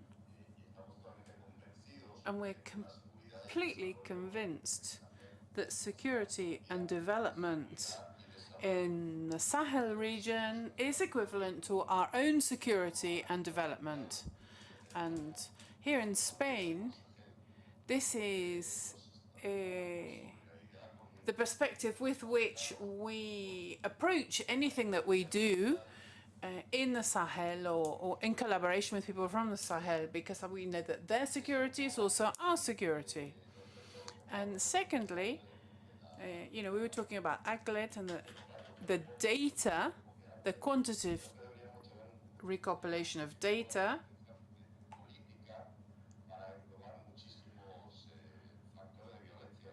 And, I think this could be a good way of approaching all different types of political issues, but we've never heard of it really as applied to terrorism before. And so I use ACLED a lot. And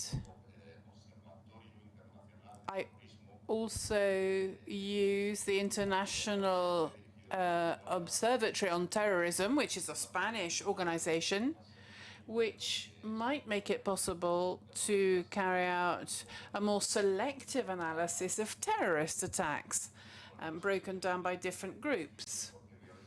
And I know, this is difficult because I think that political violence is a kind of euphemism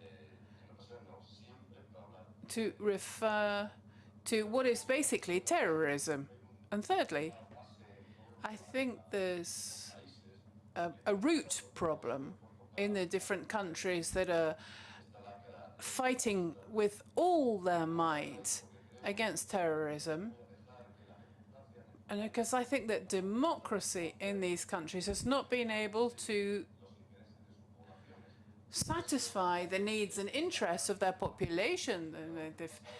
In the past, they have developed maybe corrupt systems, and very often they are involved in trying to meet people's expectations, but they don't fulfill the criteria to be able to do so. So obviously we know that these groups are driven by extreme ideology, but we know that also it's the ordinary man and woman on the street is very often driven by the desperation of not having a decent life. So thank you, Jesus, if you want to come in on there. I don't know if the general would like to come in on this as well.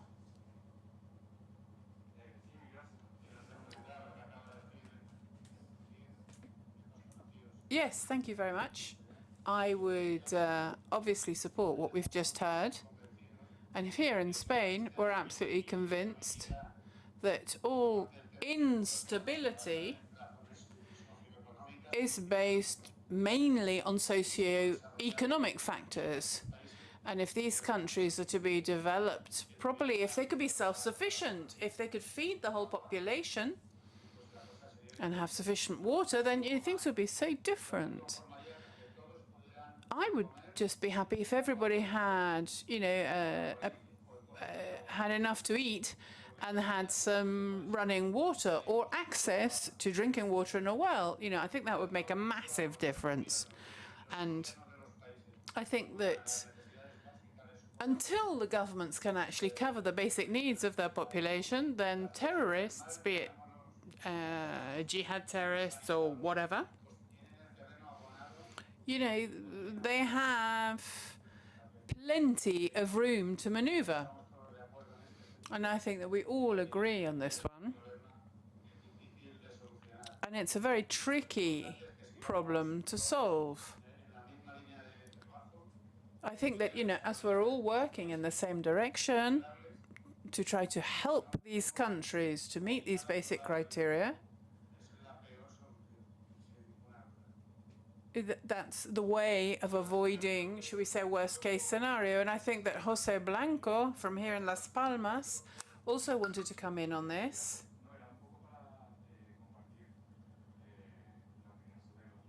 Yes, I just wanted to share my thoughts on the limitations of the Atlas database.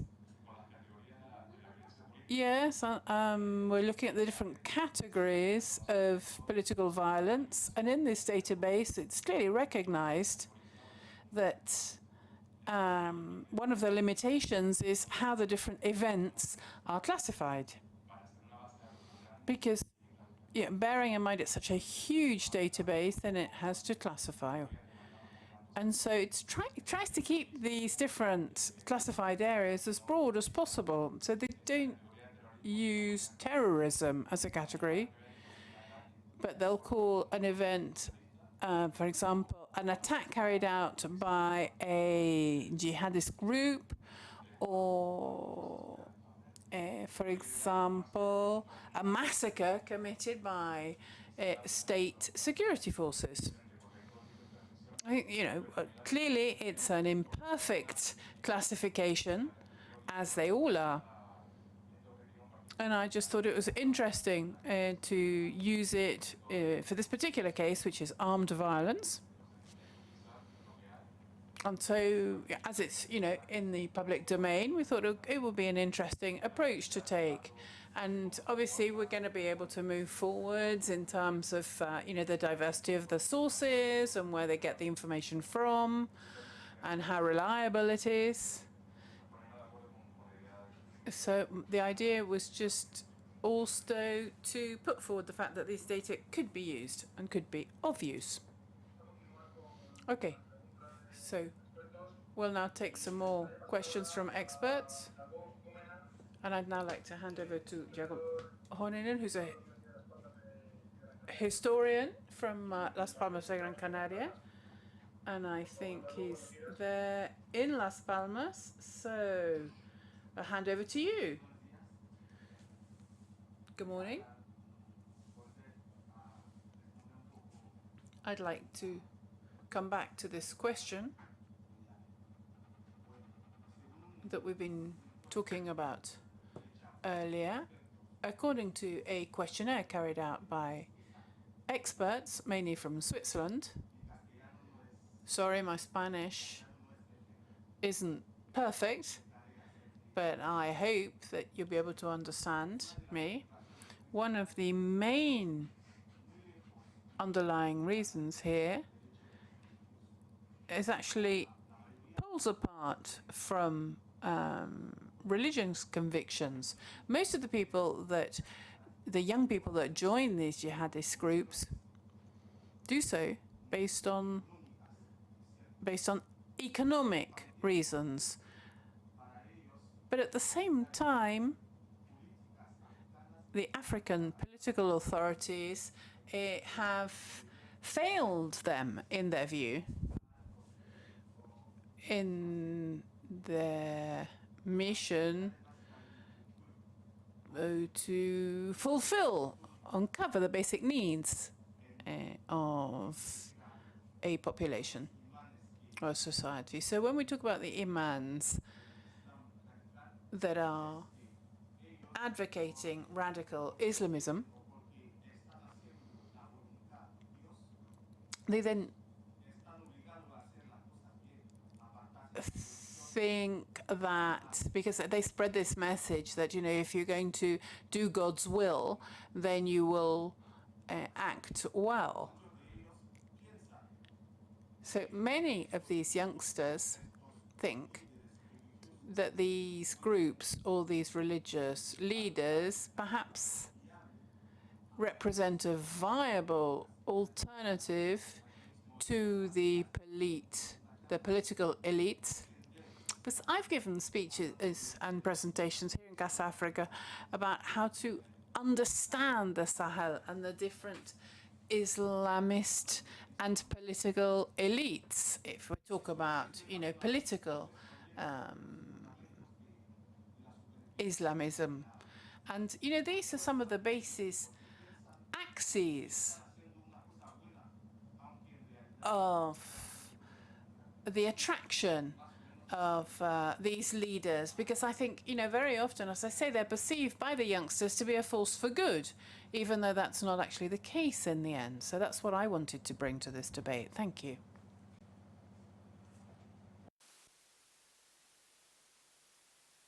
I'm sorry, we are not receiving the signal of the moderator. José, ¿queréis comentar algo?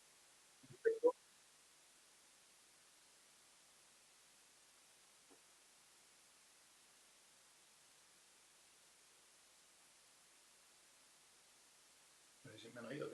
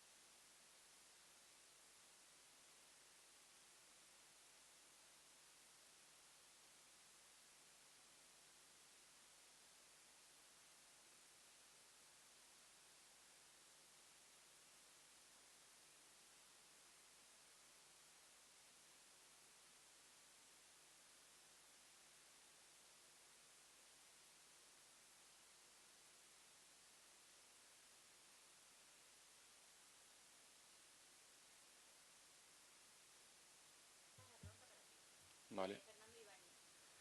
A Fernando, para tu pregunta, bueno, era la pregunta. A question has just been asked off mic.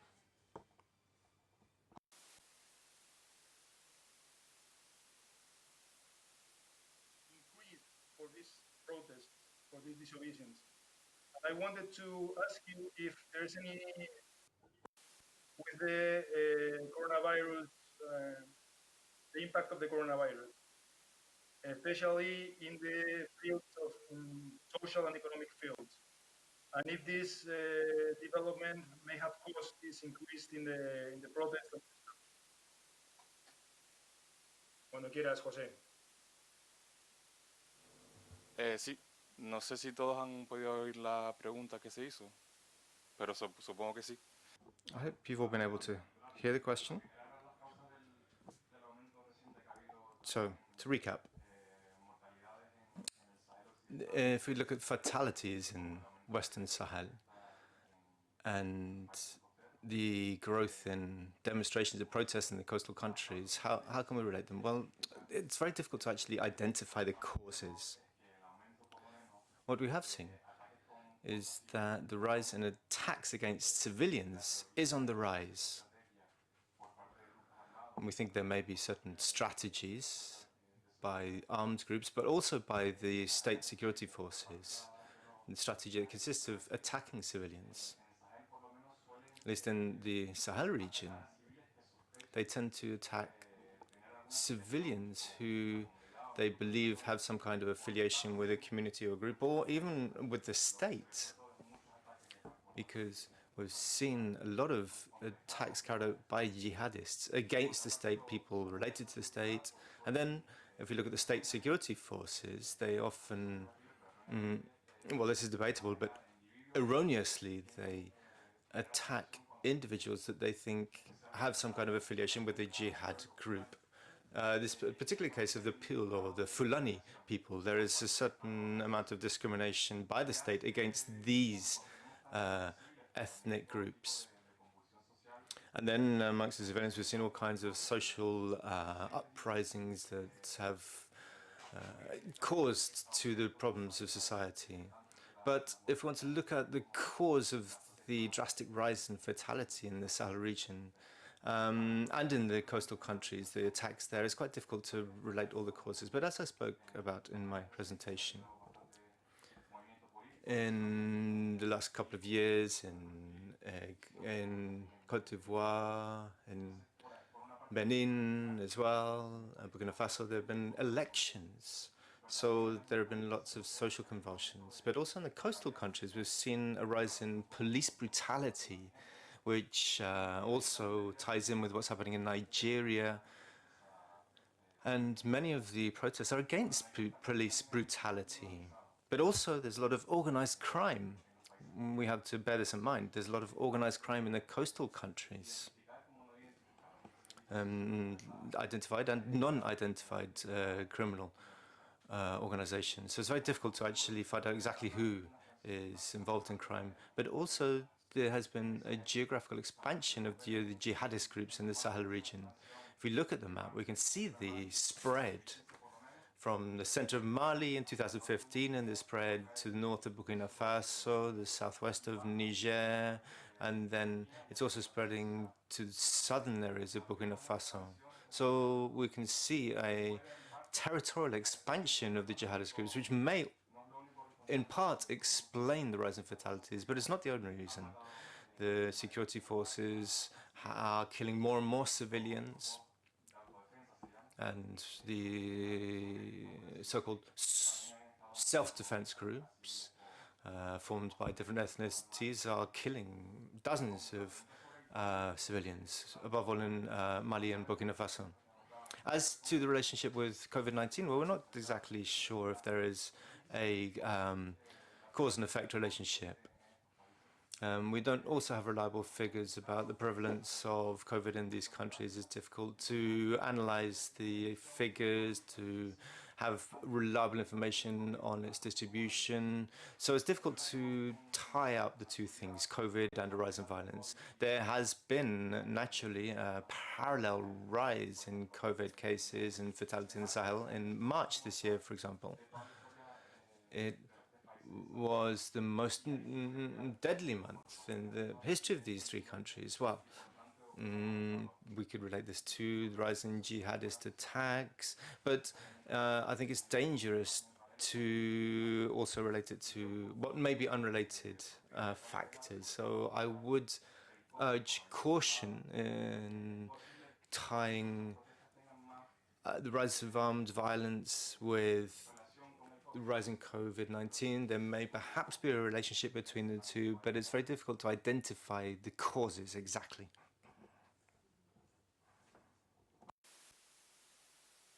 Again, I think we have a connection again.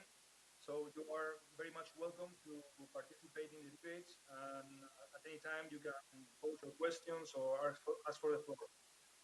But let me give the floor to Jesus Manuel Pérez Diana, which is in Las Palmas, which wants to make a question, some comments.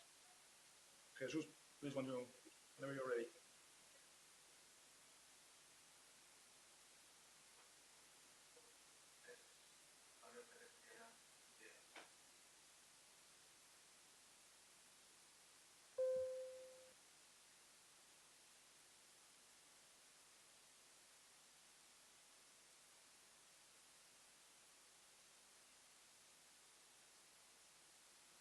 The microphone is off.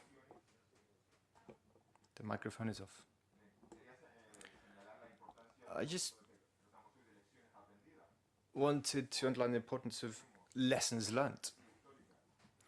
We have a historical perspective, the Operation Barkhane in 2013, and then the intervention of the EU through the operation in Mali. And I think we can take stock now, 7 years later.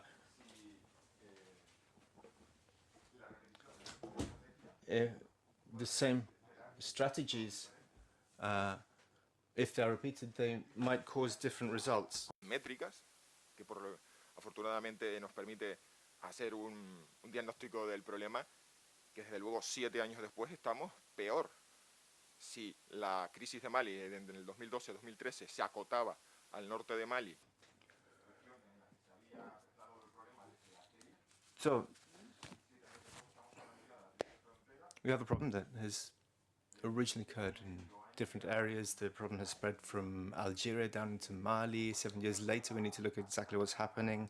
We've seen this expansion, the spread to the Atlantic seafront of southwest some part of Western Africa. So I think that if we want to talk about lessons learned, we need to really begin to rethink our strategy. In the European Union, a military training mission has been deployed. But I think that we need to re-examine what we're doing. Obviously, we need to look at this in a cross-cutting way. We need to understand whether conflicts are macro conflicts, but we also need to look at the demands of local populations. Whether the jihadist recruitment is caused by the social situation. Obviously, there are ideological aspects here, but we often talk over and over again about incapacity of local governments to meet the needs of local populations, the role of the state in exacerbating problems. We've seen the analysis.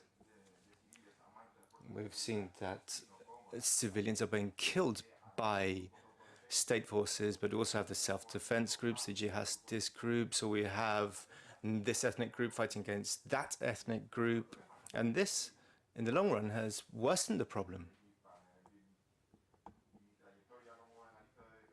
Now, I am a defense analyst, and I have looked closely at the lessons that should be drawn, and I think that in the European Union, from 2001 to the present day, we have not really been that successful in our efforts. I think that really our legacy has not been that brilliant. We have fought against the insurgents of jihadists in the region of Northern Africa, but I think that we now need to sit down and rethink what we've been doing. Lessons learned. This is the title of today. We need to look at the data. It's great that we have all this data. And I think we really need to think about whether we need to change our strategy. We need to look at the military strategies, the security strategies, and we need to understand that it's not enough. We need to come up with more imaginative solutions related to the capacity of the countries involved to overcome impacts to their society, to their politics. And in Europe, we perhaps need to think about taking a backward step and rethink what we're doing, working from the ground up.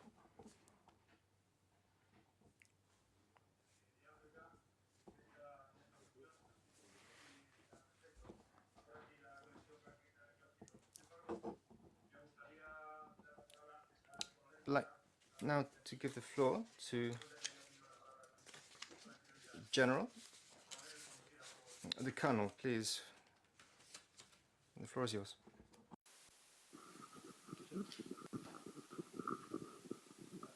Sí, hola, buenos días. Bueno, agradecer a Casa. I would like to thank Casafrica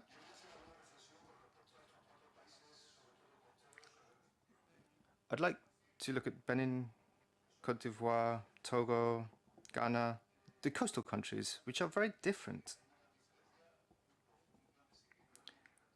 But if we look at them closely, if we look at the per capita income for Ghana, 2,000 euros, and Togo, which is much less. So in per capita terms and income terms, there are huge socioeconomic differences between these countries, but also in the countries in the Sahel region. And these countries on the coast of the Gulf of Guinea. And also from the European point of view, we often don't understand the ethnic issues. In Ghana, there's 70-odd ethnic groups, 60 in Cote d'Ivoire, 26 in Togo, and 40-odd in Benin.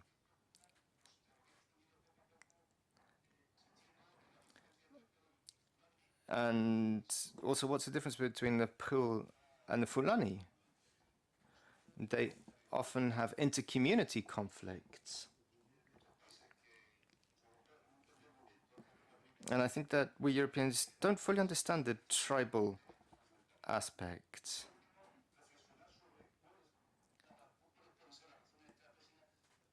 And we also need to rethink the approach. They're spreading so quickly towards the south. We need to think about funding. We need to monitor ports to stop the spread of drugs trafficking across the Atlantic seaboard. And then we also need to look at the illegal gold mines in Burkina, Mali, but also in Cote d'Ivoire and in Ghana. These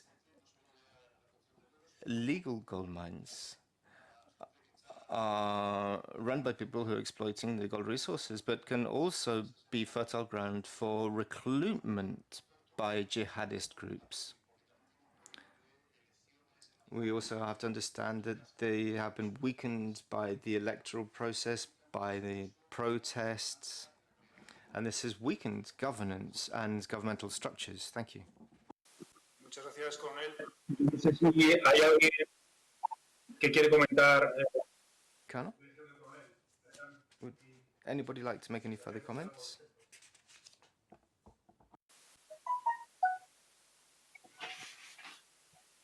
Bueno, yo comentar lo del coronel, que estamos de acuerdo totalmente, pero sí el concepto de África, Jesús Pérez Triana, parece que era Jesús, sí que lo he visto un poco pesimista, por decirlo de...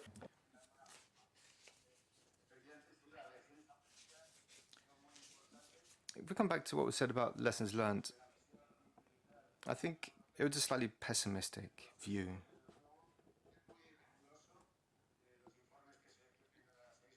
there has been great rigor, and there's a process over the last 6 months of adaptation of our mission, particularly in Mali, in terms of capacity building for the armed forces.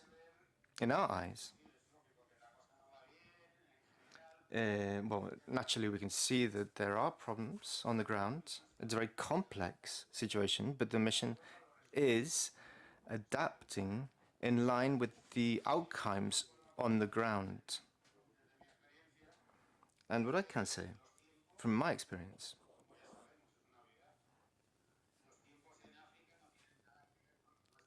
is that time spans are very different in Africa and in Europe. In Brussels, for example, we have unanimous adoption of regulation, and it's implemented very quickly. But in Africa, the reality is that things move much more slowly. So there is a gap here in time terms. And I think that in Western societies, we can act so much more quickly and flexibly than in African countries.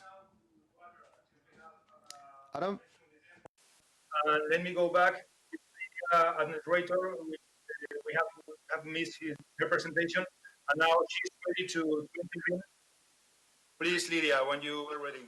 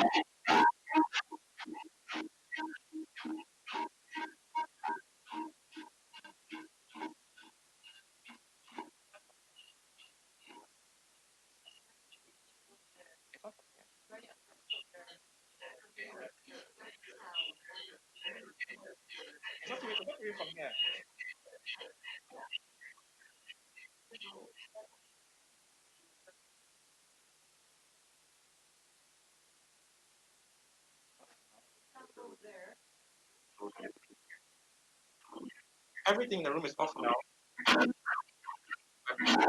The main microphone.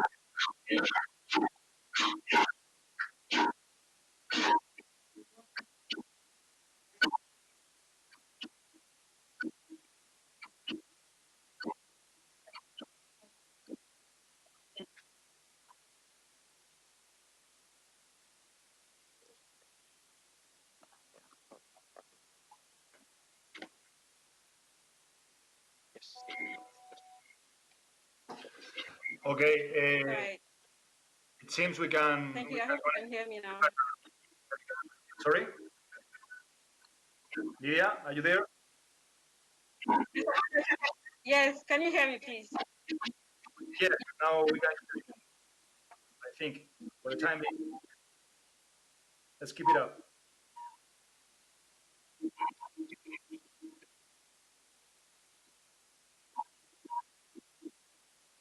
No.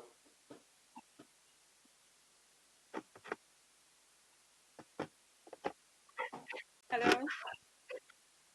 Yes, hello? Okay. I guess you can hear me now. I can hear you.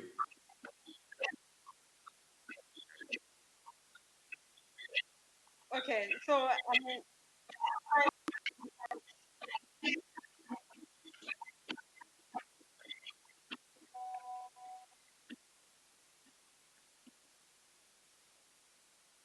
hello. Lydia, you are in the air. Yes. Yes. Yes. Okay. So I left off already. So I'm going to touch on 2 points briefly.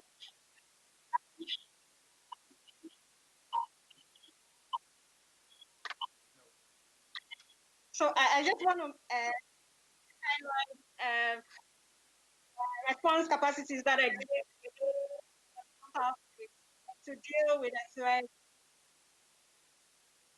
from violent extremist groups.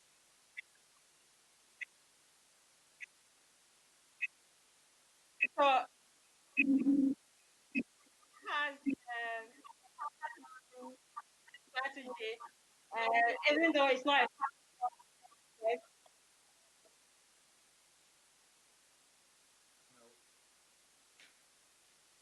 I think it's not working.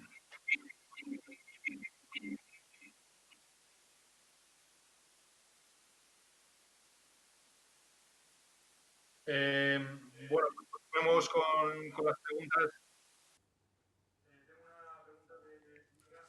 I have a question. After the lessons learned of these years combating terrorism, and seeing that military efforts is not the only solution, because we haven't curbed terrorism. In fact, terrorism has been strengthened. So what steps can we take? Can we take legal steps? Can we empower women in African society? These could be good solutions to the problems that we see. Does anybody want to answer this question? Any of the experts that have not yet spoken?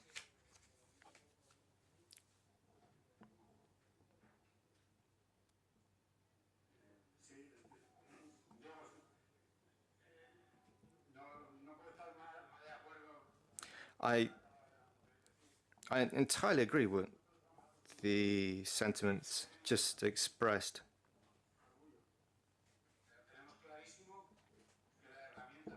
I think we can be proud of what we have done, but it's also clear that military solution as the only solution in this country is not the way to go.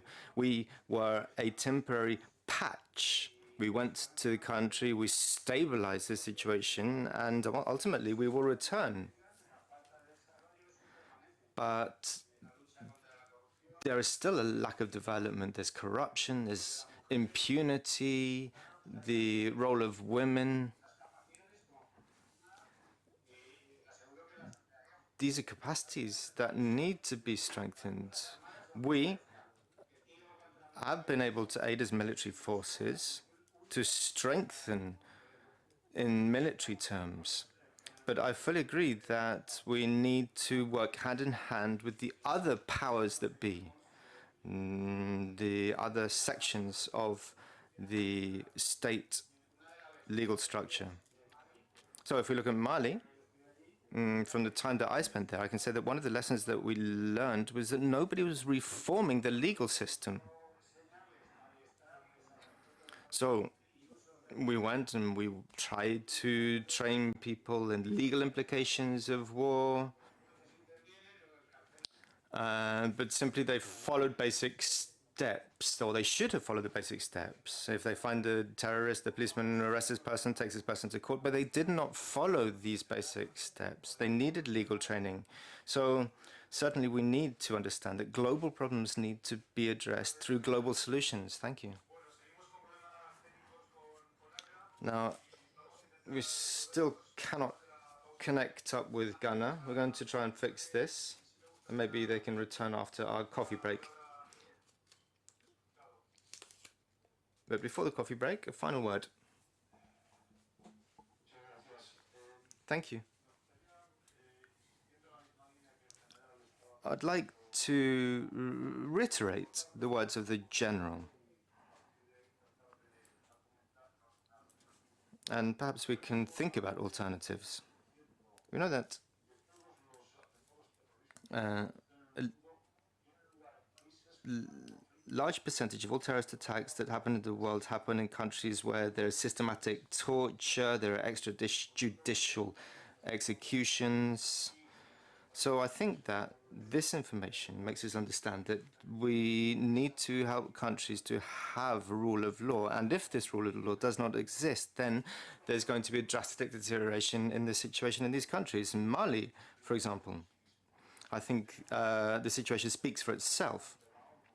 We have a UN operation, MINUSMA, with more than 15,000 troops in Mali. We have the Barkhane operation with more than 6,000 troops. The armed forces of the country, these 5+5 Sahel, the G5 Sahel organization. We also have presence of the European Union and the different countries of this region. But at the same time, Mali's just had its fourth coup d'etat. And really, I think this ties in with what was said before, the fact that military intervention is not going to solve the problems of this region. Terrorism, first and foremost.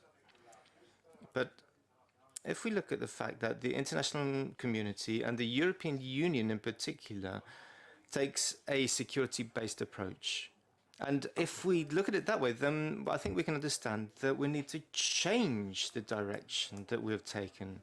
There's certainly added value given on the ground, but we have to ask, where's the co-responsibility in meeting the social, economic, and political problems that are seen in these countries? We are co-responsible for many of the crises that have actually occurred in these countries, not only because of colonization, which had its pros and cons naturally, but since the independence of these countries and the division of labor, for example, we have laid down a situation where multinationals exploit their natural resources, but they benefit very little from this. And in political terms, we continue to support this.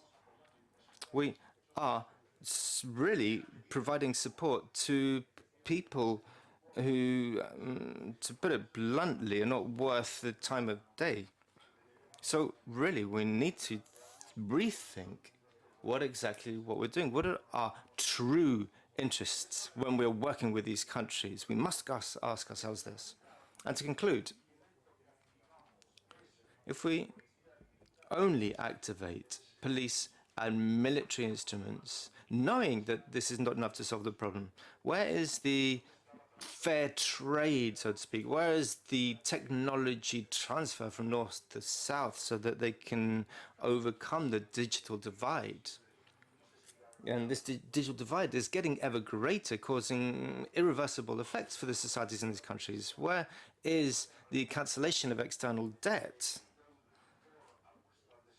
Or the substitution of external debt for the economic reform of these countries? Where's the reform by the FMI so that they can enter the international markets without having to apply to these narrow one-stop shops that impose rules and regulations on them so they can do trade with other countries? So really, I really need to say that I'm not saying that we should reduce the amount of security assistance we provide to these countries, but I do think we need to ask, where are the other components of a global strategy that brings about social collaboration, economic cooperation, and political cooperation? Because we have identified the fact that there are structural weaknesses, and we need to look at the fault lines in society and in the economy. And if we don't actually do anything in this area, then we're going to end up in failure if we only supply military solutions. So I think that we need to look at the fault lines, we need to look at the wider reaching repercussions of what we're doing, we need to look at the operations in Mali and other countries, which have been successful in their way, but the deeper problems continue to be exacerbated. Thank you. Now we're going to have a coffee break. With all this military presence, we shall therefore file out of the room, and hopefully when we return we'll have solved all the technical problems. See you back after the coffee break.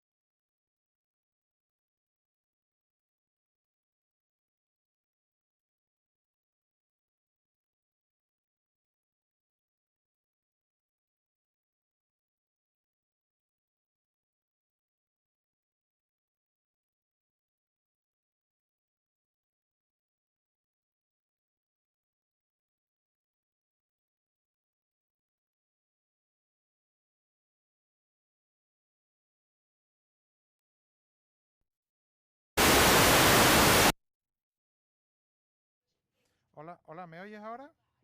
Hola, te estoy enviando inglés. Hola, ¿me oyes?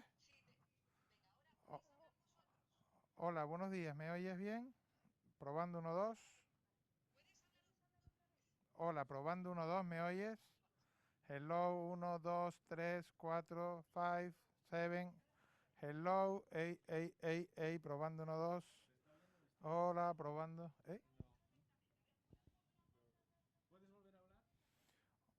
Hola, seguridad en África Occidental. Lecciones extraídas en la inestabilidad de Sahel.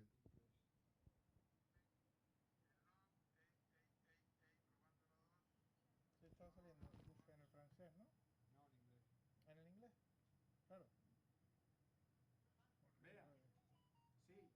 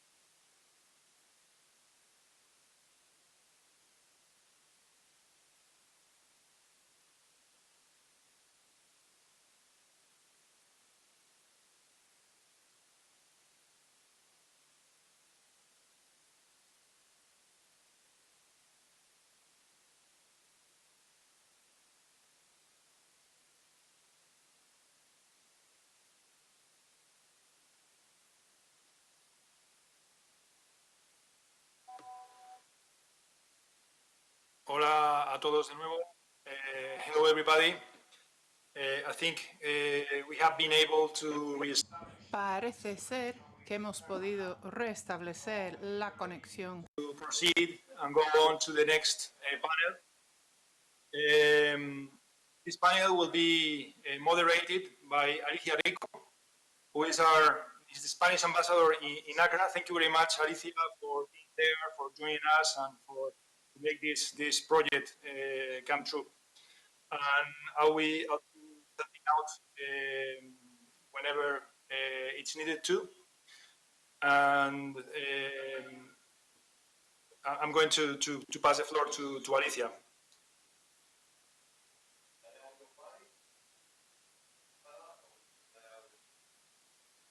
Director de Casa África, compañero.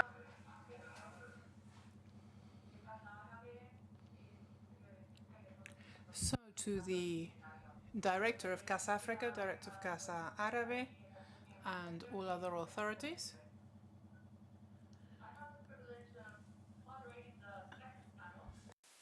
The fight against radicalization, military and security cooperation. I think from the previous intervention,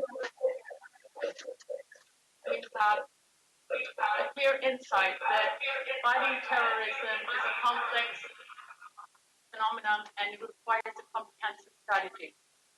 Obviously, it is not only an issue of military and security operational activities, but also of addressing the root causes of terrorism. What is feeding into radicalization? Many issues have been brought up: poverty, social exclusion, the use of the internet among the youth nowadays, also the lack of prosperity, the lack of future for many of the young Muslims in Western Africa.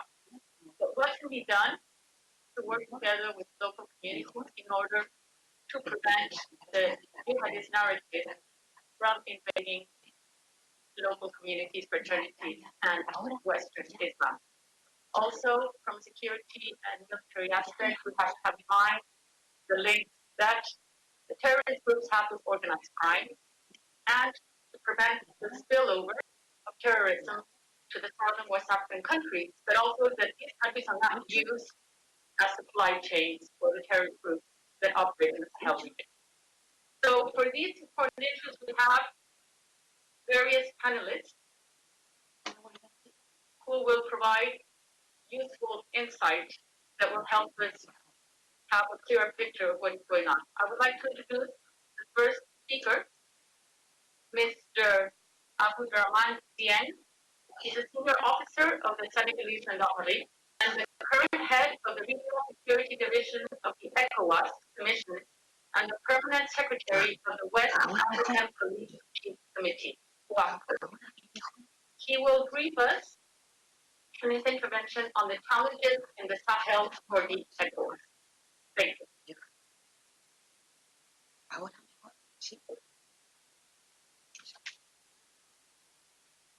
Thank you very much, Excellency. I will ask to talk about the fight against radicalization, military and security cooperation. I will try to complete the time that has been allocated to me. The Sahel region is home to over 100 million of inhabitants living mainly in about 10 countries, of which 7 are member states of ECOWAS. This region is faced with a combination of multiple factors of instability ranging from serious threat, illicit trafficking, environmental challenges, violence between herders and farmers, and the spread of violent extremism from radical armed groups.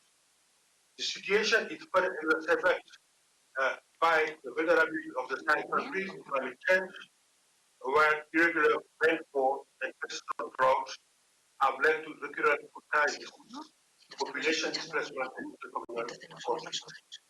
Since 2011, with the military intervention of OTAN in Syria, the Sahel region has become the center of activities intended by some groups.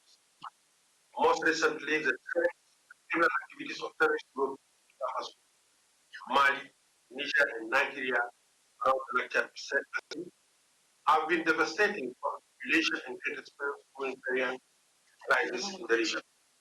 In light of the above, the ECOWAS Sahel strategy was developed in July 2013, collaboration with WAMO and SIL around the following pillars: need to develop connectivity, resilience, and security, and education.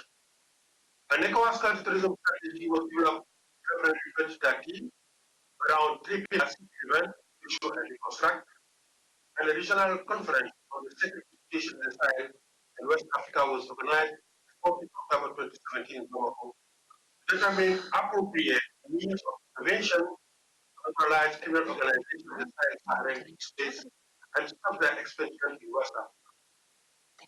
The conclusion of the conference referred to as Bamako Declaration highlighted the economic of complementary initiatives, especially at combating the approach of terrorism, violent extremism, and cross-border organized crime in particular the notch-up process, the establishment and deployment of the multinational joint task force of the Light Shared Task Commission, the creation of operationalization of the G5 joint force, and the implementation of the West African Police Information System WAPIS, the technical participation of Interpol, and the establishment of regional police data sharing platform. In the area of justice, ECOWAS encourages the establishment of a platform for judicial cooperation among ECOWAS member states and other regions for the creation of specialized judicial centers to fight against terrorism, violent extremism, and transport organized crime. We can also mention the ACRA initiative between Benin, Burkina Faso, the Republic of Cote d'Ivoire, Ghana, Niger, Mali, and Togo.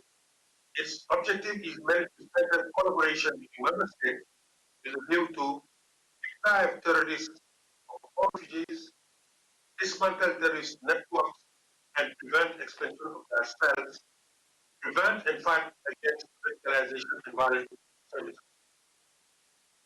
Since 2015, it was observed a kind of proliferation strategies, initiatives, and stakeholders in the Sahel region. There are many strategies in the region, namely MINUSMA, a special envoy Sahel, UNOM, AFISMA, ECOWAS Mediator in Mali, ECOWAS Special Rep in Mali, UCAP Sahel Mali, EUTM, AU Special Envoy for Burkina Faso, ECOWAS Special Envoy for Burkina Faso, Miss Sahel, OIC Special Envoy in Mali, and the Sahel, Operation Serval, UCAP, UCAP Sahel Niger, EUSR for the Sahel, AU Laser Office Operation Bankam, FMM, MGTF, the like chat. Because you have around 16 to 18 of this initiative in the direction. At the same time, we have also the same number of stakeholders in presence of the Sahel region, namely Development Bank, the Development African Bank, Islamic Bank for Development, World Bank, Economic Community of West African States ECOWAS, the Community of Sahel-Sahara States and Chad, the Community of Central African States ECAS, Islamic Conference Organization ALCO, United Nations Organization UNO, the African Union, the European Union, the Maghreb Arab Union, Israel, France, USA, and Denmark. This multiplicity of initiatives and strategies in the Sahel region has created serious constraints of coordination, funding, and implementation. Each of them is coming with a different, very different agenda, and they don't want to be coordinated among themselves. That is the issue since 2015. And finally, in 2019, ECOWAS resolved itself to set up an ECOWAS Emergency Action Plan 2020-2024 against terrorism, and it is expected that that our community will be able to play a full role in terms of coordination and political leadership to fight against terrorism and transnational crime side, as well as promoting synergy between initiatives from relevant stakeholders. I prefer to go through this abstract and to take too much time by going through the PowerPoint presentation I read before. But I'm at your disposal if there's any question. Thank you very much for your attention. Thank you very much, Abdul. I think that you have highlighted very well this multiplicity of strategies, both from a security point of view and from a development point of view. And multi-security strategies for military operations and coalitions, which our European Union is an active part in that, as we will see in a short while. But particularly important is that you have really highlighted that ECOWAS is determined to take leadership and to coordinate all these different strategies, and this is actually embodied in the action plan adopted in the summit in Abuja 2020. I would like to introduce our second speaker, if you allow me. Diego, I will, since I think the communication is okay for the moment, I will try to concentrate interventions on all the countries here present in the Kofi Annan Center, and the two speakers from Africa and Madrid, which will, if there is no inconvenience, our next speaker will then be Mr.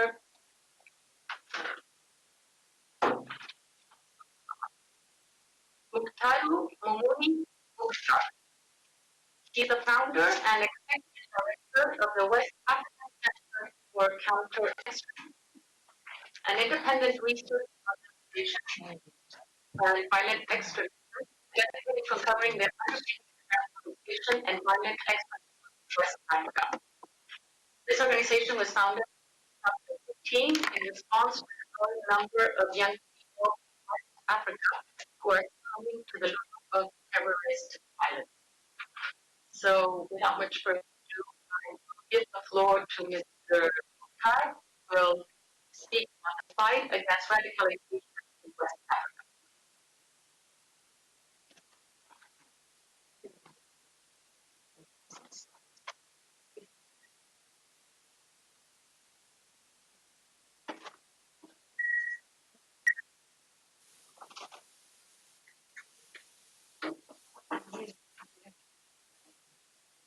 No sé si me has dado paso.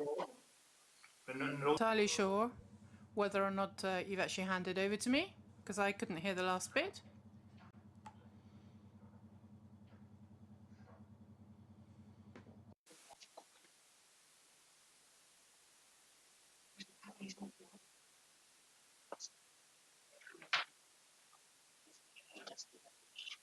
You can talk from there.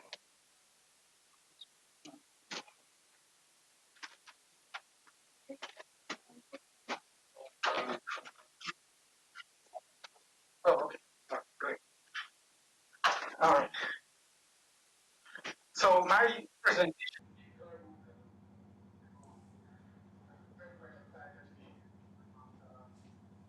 The challenge of radicalization. So I'm very, very brief about 19.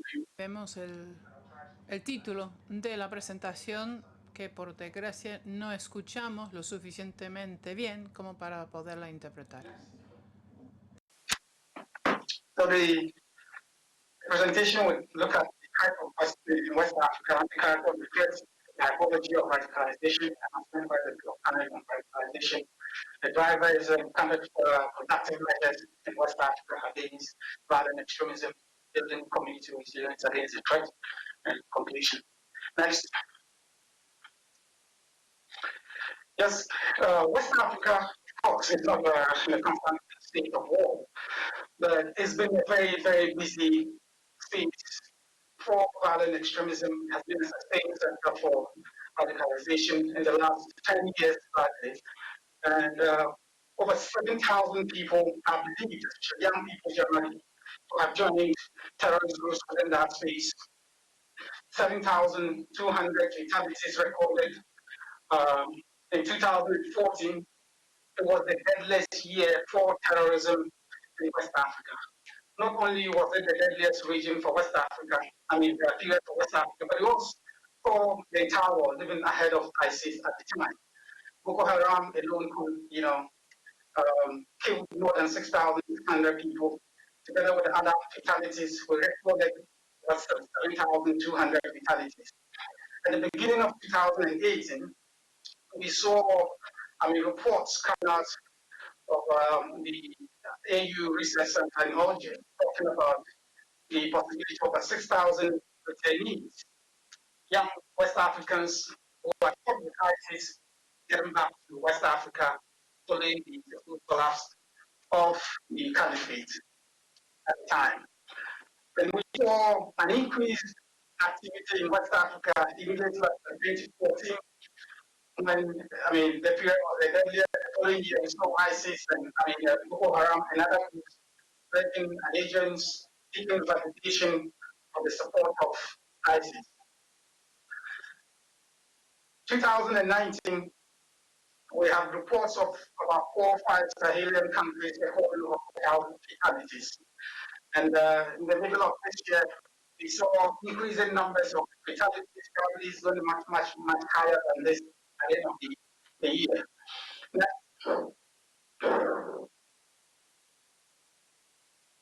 So we look at the profile of West Africa, the demographic, it's very beautiful, 400 million population, median age of 18, and 57% of the population is under 25 years.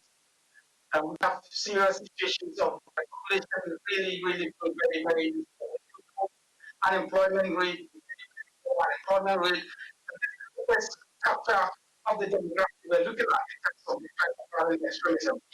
Very high mobile, very youth, especially the very exaggerated expectations and aspirations they have, and are very dysfunctional states with limited economic opportunities.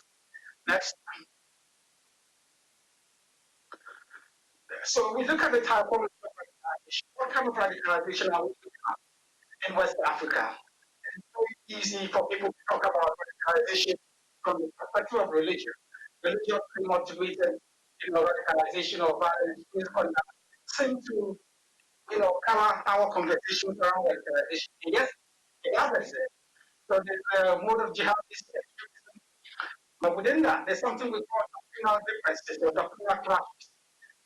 Extremism characterized, from within one particular religion.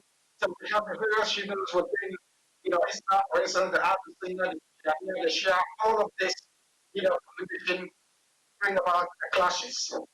When Kama-Header conflicts, 3 years ago became a pervasive form of violence characterizing the church in Africa. It's also largely characterized by communal conflicts within the region, sometimes even formulating the threats where we can. And there's also state impunity and human rights activities that on its own elicit radicalization and support of local communities for terrorist acts. Next.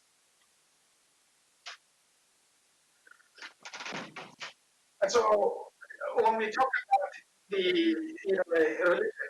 religion as a state of in terms of this threat, you will find terminologies like jihad, jihadism, jihadization, jihad, terminology like that. But whilst for some researchers, this purpose is very counterproductive of the population we have, the population. Maybe during question time, I will have to talk about this detail. Next. So what does it mean to say radicalized? And I'll speak a bit about this a couple of minutes ago. Radicalization is a factor that leads individuals to engage in terror.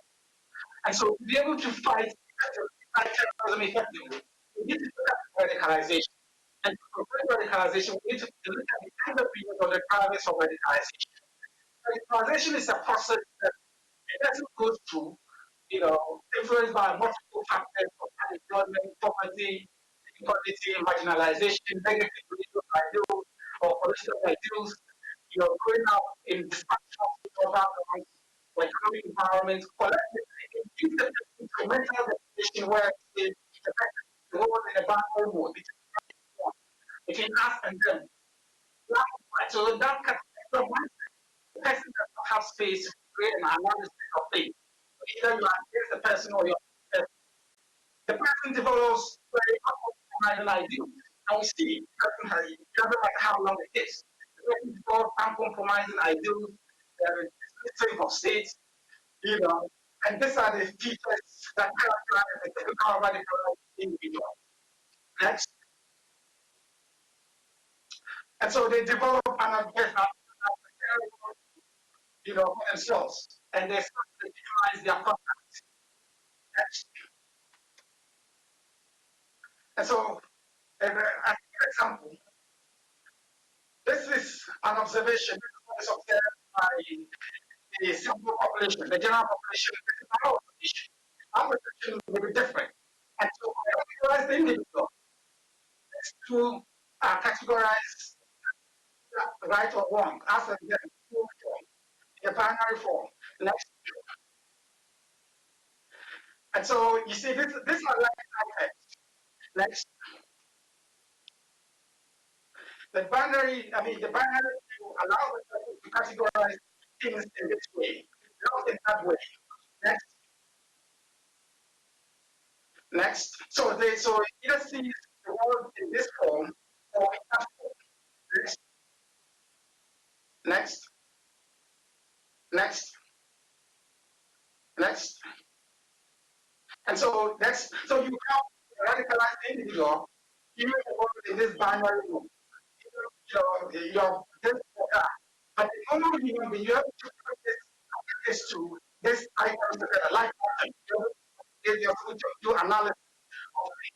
But for a radicalized individual, that's what you are against that. Next. Yes, so radicalization is complex. We acknowledge that.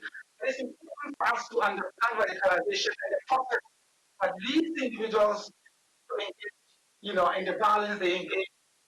Our understanding can help us, prevent destruction of property. What is known about radicalization is that leads individuals to engage in terrorism. And whilst we prefer military actions, measures, and non-security measures, it's important to have this in mind. And because understanding this, we can prescribe the right measures and to counter the threat. Next. So we're looking at the enablers. These are very, very often recited, factors that drive radicalization. These are employment, poverty, inequality, the social family or social background, existence of government. We're talking about groups that engage in violence because they simply participation from groups and societies, and they're very, very good-looking groups. Intercommunal conflicts drive radicalization in the communities. We talk about state impunity, human rights violations, in many parts of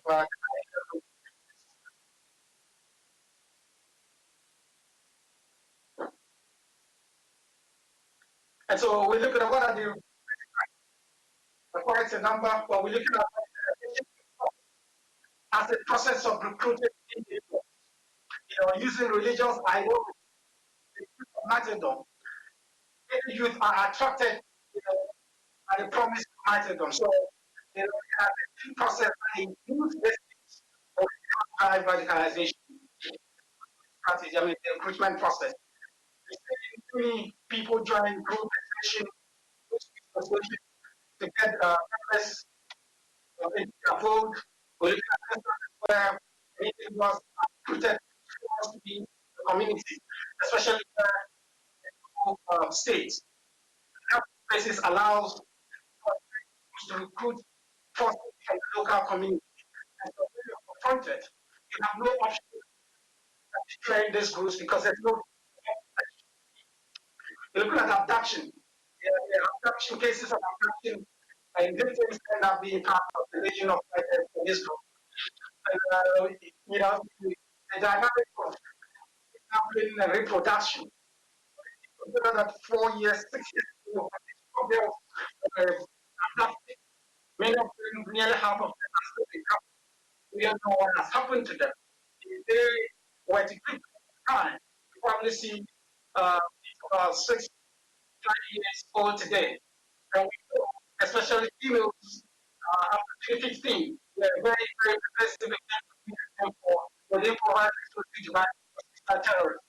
And so these two kids that probably will come out of this kidnap, unfortunately, kidnap kids, could also serve as a reflection for the dwindling numbers of in particular. But yes, social media is individuals. Next. And so I try to link response measures. What we're talking about security cooperation.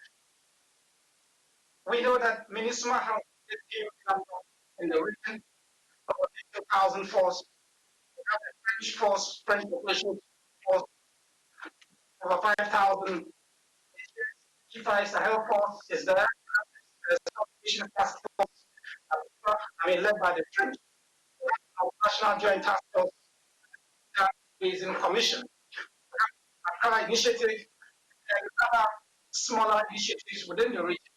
This, in our opinion, creates a congested security operation. Of course, we all know the great work this security arrangement has done in terms of stabilizing many parts of the Sahel region, the leading role they played in terms of stability, the 2012, destabilization situation. We know the role they played in Chad and Niger. But over time, it seems to be fatigue within the local population, congestion of security.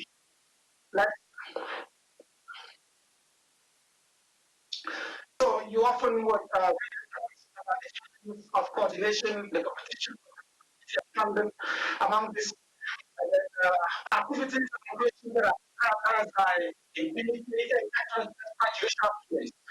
Reports from Chad, the military involved in extrajudicial killings. We haven't had any investigations. No very, very regular reports.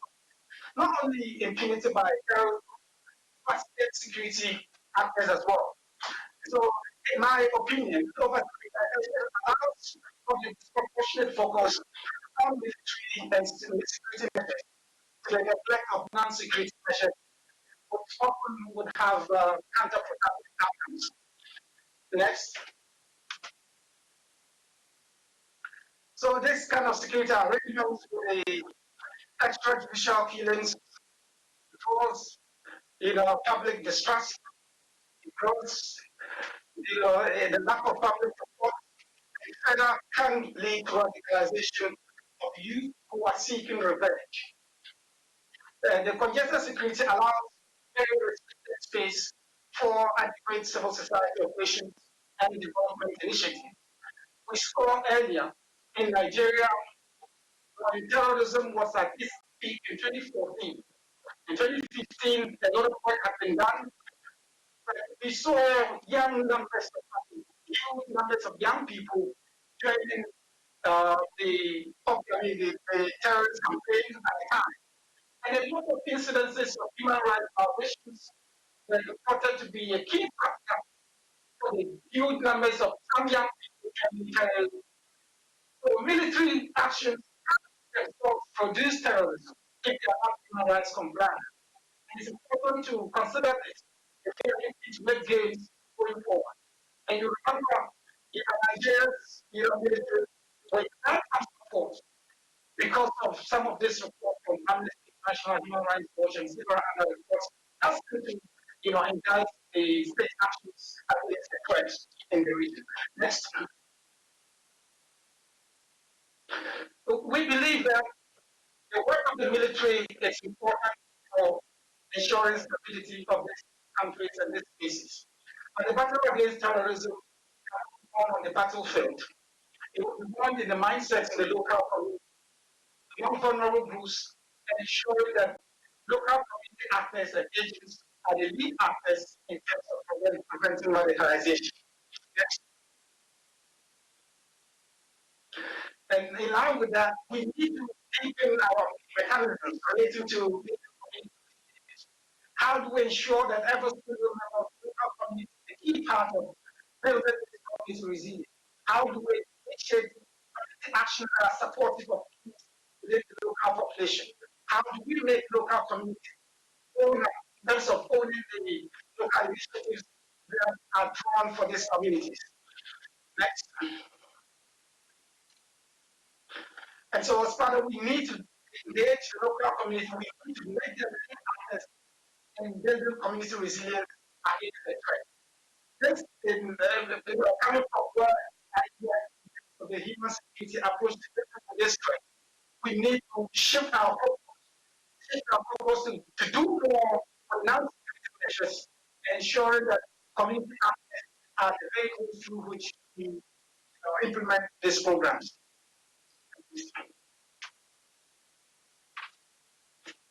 Next. And so as part of that, we need legitimate voice, religious leaders, traditional leaders who would, frontally engage in legitimizing narratives that are supportive of violence, terrorist narratives, radicalized narratives. So these agents command higher legitimacy in the local population, even more than state actors. If we have them in the lead role, they're more effective at building narratives that can help dissuade young people from joining terrorist groups. And so you cannot ensure successful gains with congested security operations if it's not, supported with economic measures, ensure livelihoods are built and supported and sustained. We need to engage more on that in addition to the security measures. Next. So in conclusion, I say that more security does not imply better results. Security measures can undermine efforts if they are not human rights compliant. And we need to take this as serious as we need to ensure we do not make the mistakes of the past. While military measures can help stabilize nations, but the regions involved, sustainable success against radicalization, violence, extremism, will come from within the. So we need to make the civilian population the target of programs. So winning the battle requires programs, these leaders, and the success requires designing programs and implementing programs that are development linked in terms of security. Thank you.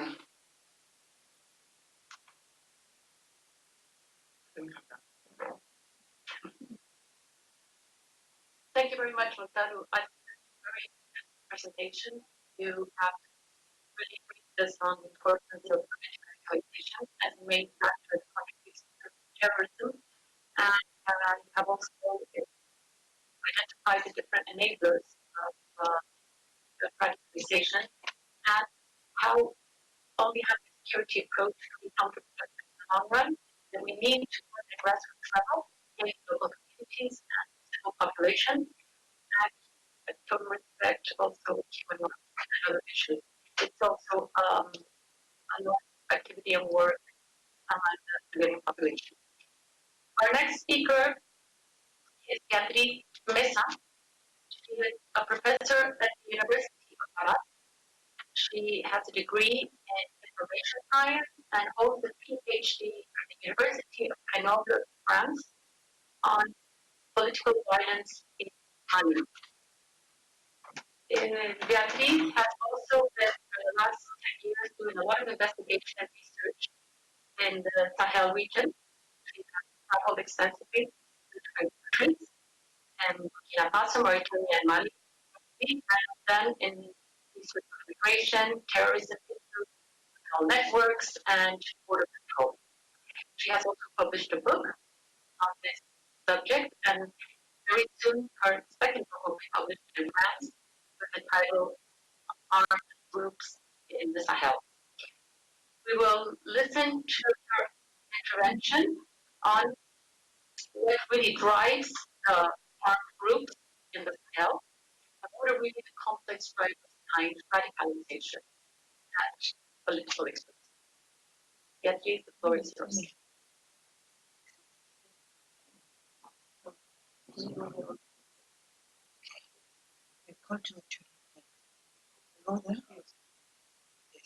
We have to change the place.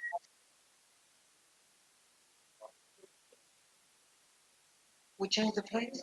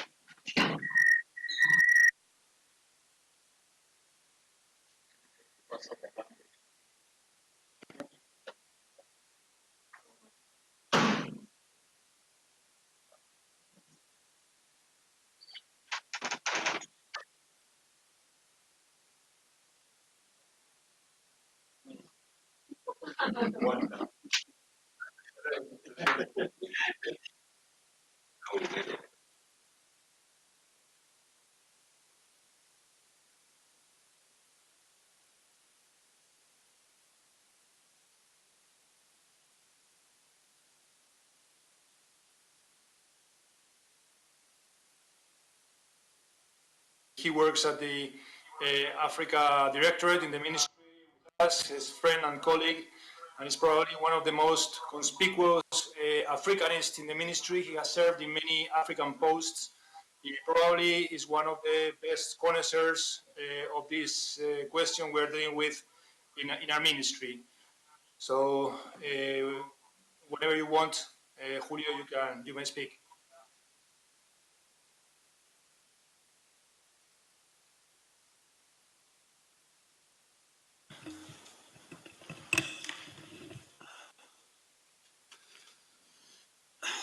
Muy bien, con su permiso, voy a quitarme la mascarilla porque me han dicho que con esta distancia estamos... I think I can take my face mask off because at this distance we are respecting the rules. Thank you for the warm and kind words of welcome. But I'm here really to talk about the issues that we're always asking ourselves about. It's a region that is of such great interest to all of us. How are we going to resolve all these problems? Easier for our friends in Ghana to follow this conversation, which has been so difficult due to technical problems. Well, we're going to talk about a very practical, applied question, the so-called Pearl or Fulani question and conflict in the area, proposing elements for a debate rather than sharp responses or clear-cut solutions for things that are very difficult to tackle. I'm going to improvise my intervention in English. I'm quite off my comfort zone because I have prepared this in Spanish, so please, I'm very sorry for my clumsiness and maybe the slow discourse that I will have during my real-time translation. I was telling that this issue is to be tackled confusingly and with certain shock, because I remember when I was traveling around Mali and Burkina not so long ago, that I was just doing fantastic pictures of Pearl nomads, and I was having a good time seeing how diverse and colorful and beautiful was the duties, because I had an intermezzo in my professional life dealing with other issues. Back into African issues, I see that now I have to read dramatic news on Jirgu and Ogosagu massacres in Mali, the Jibo massacres in a Pearl question, a Fulani question. And what I haven't seen in the last few months that I haven't really studied the area once that my nomination as ambassador for the Sahel took place this summer, is that there is a wealth of accusations, news, press, informations, denunciations of all kinds concerning the people dealing with intercommunitary conflicts, the so-called pastoralists or herders versus agriculturalists. And I see that there is a whole list of intercommunitary conflicts with the Dogons, the Bambaras, the Dosso hunters, even with some Tuareg groups, the self-defense groups in Burkina Faso. So there is a whole bunch of intercommunitary conflicts in which the Pearl are indeed involved. And then we see that at the same time, and creating this complex, multidimensional situation, the Pearl are involved in torture and extrajudicial killings, missing people on supposedly attacks by the security forces and armed forces of some countries of the region. I'm not making any formal accusation, I'm just reading, as I told you, the wealth of news and common knowledge that is in front of us. But the problem is very complex because now we're dealing with the so-called Sahel area. We are dealing with this G5 or the 5 countries of the Sahel. But the question is that we are addressing a wider problem,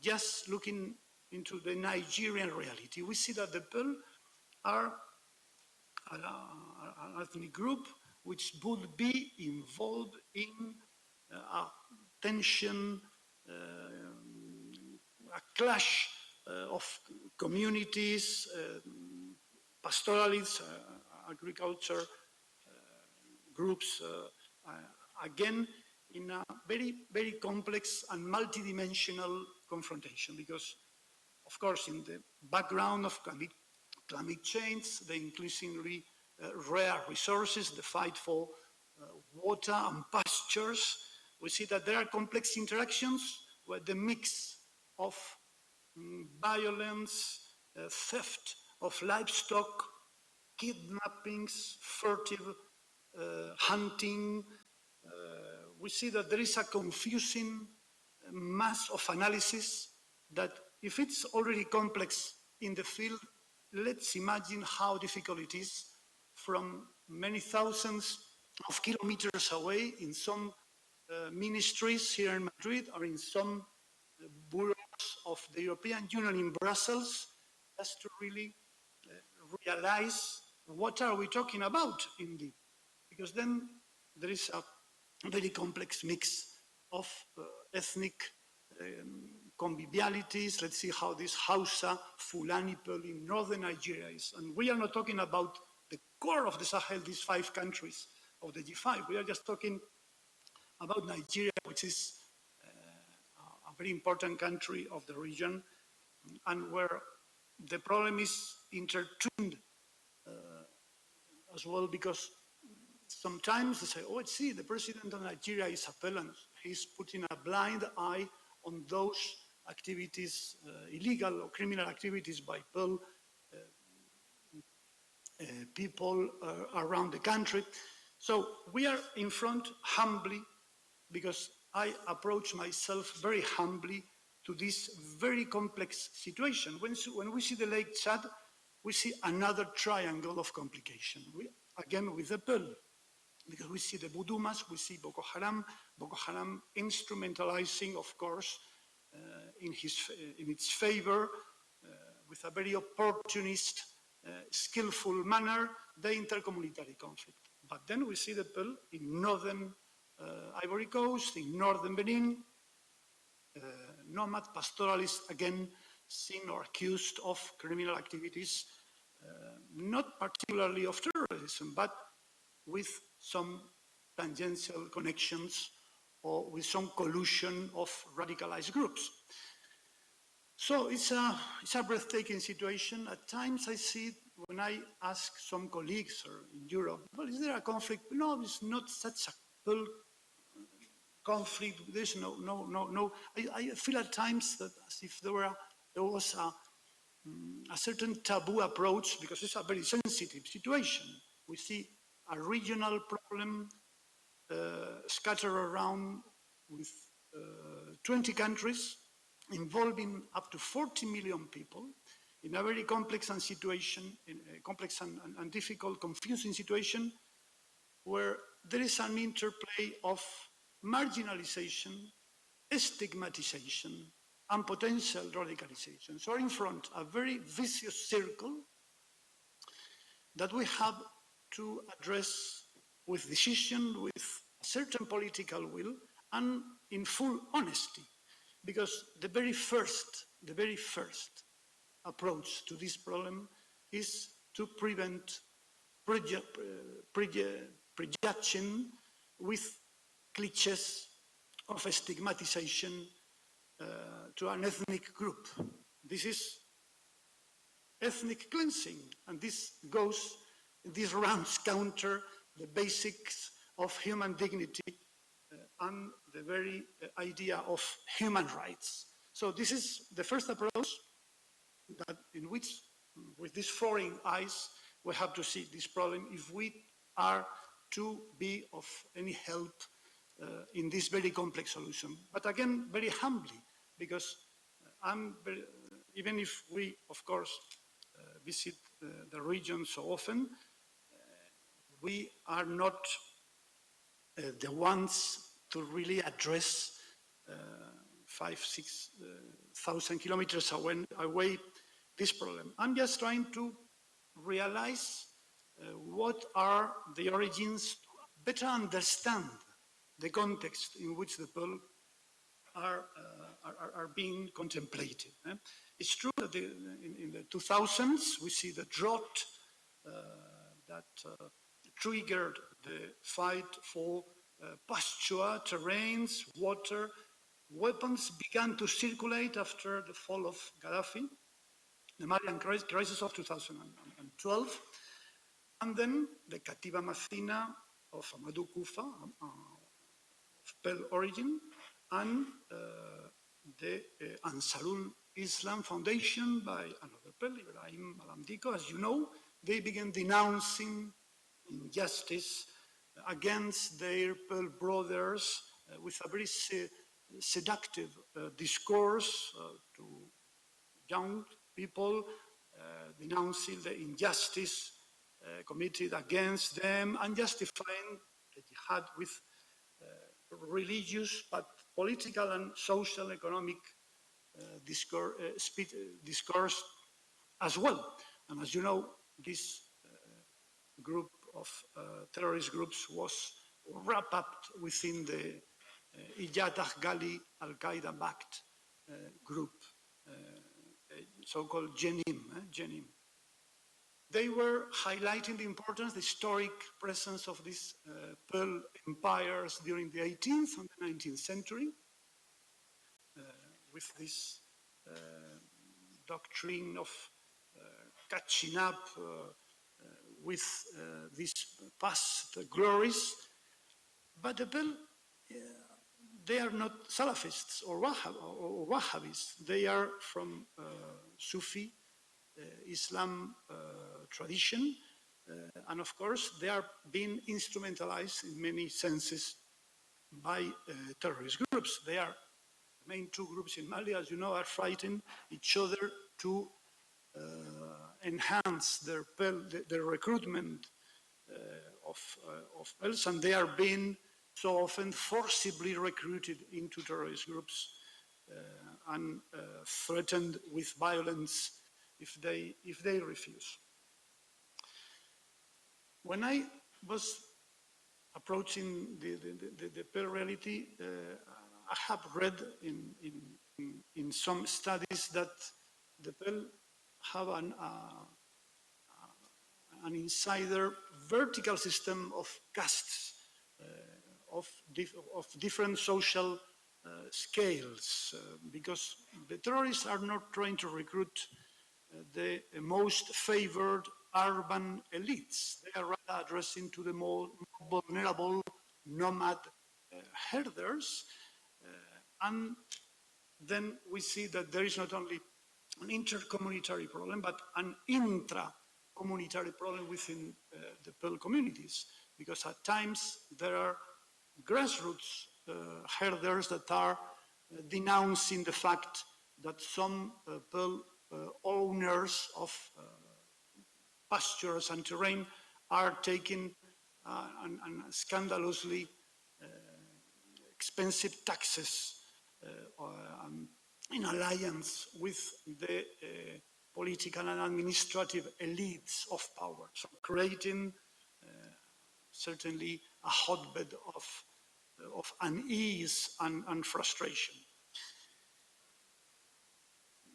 We have been told now brilliantly by our President speaker of general terms of countering violent extremism. Of course, there are many work streams to be addressed in the region.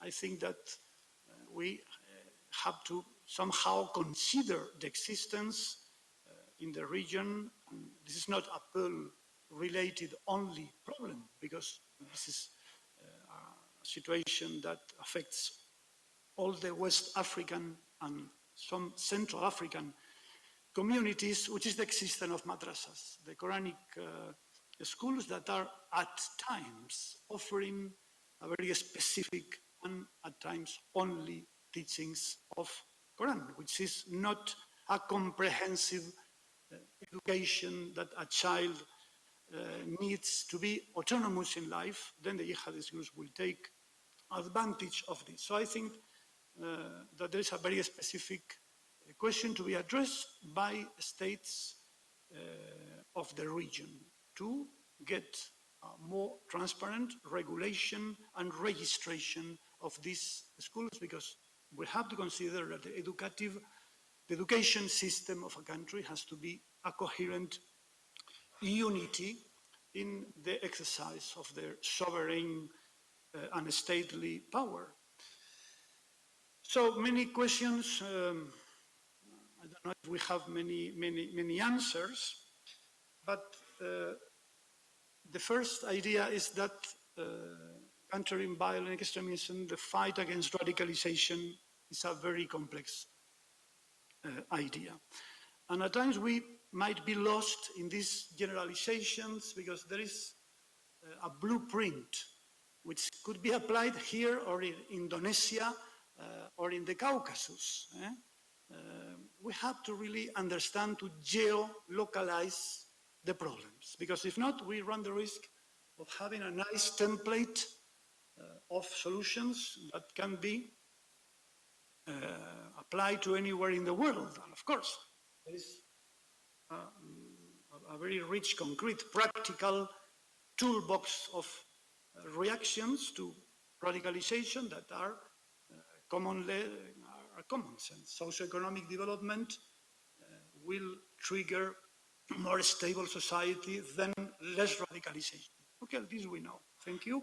But now then, let's go on the spot and let's know really how to be more chirurgically effective.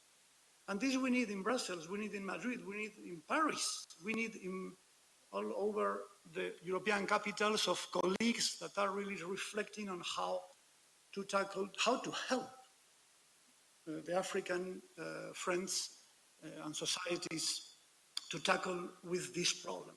And we need an insightful study of concrete situations to really know what is the real mix of techniques in every single situation. Because as I told you, just look at Nigeria. So common criminality, radicalization. It's a very complex situation and we need a more insightful approach. Are we ready to really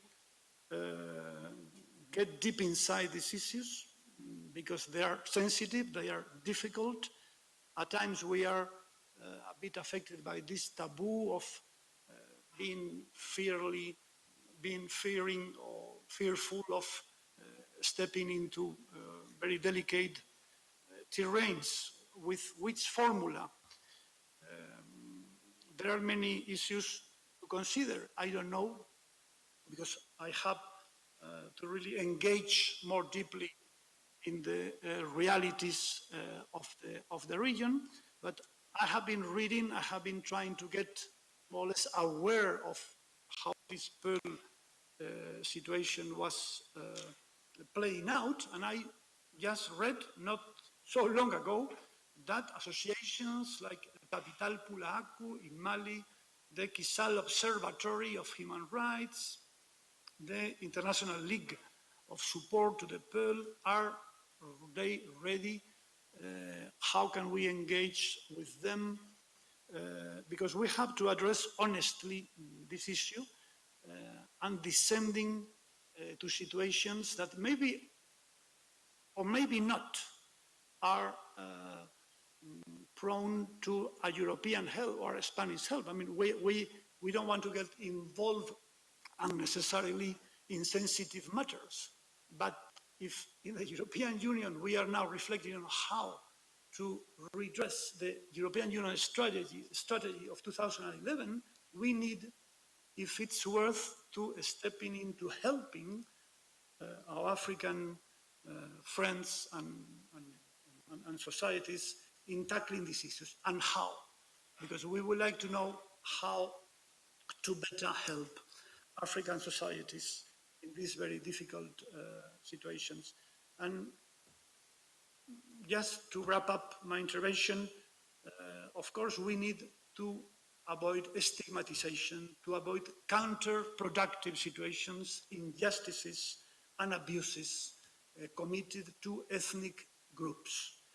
There is a need, of course, to reinforce, to enhance training of armed forces in dealing with the rule of law. The penal, judicial, policial chain has to be respected. And of course, knowing very carefully when we are in front of a terrorist situation or in an armed conflict or not. We have to be very attentive in this respect of human rights and international humanitarian law. Thank you.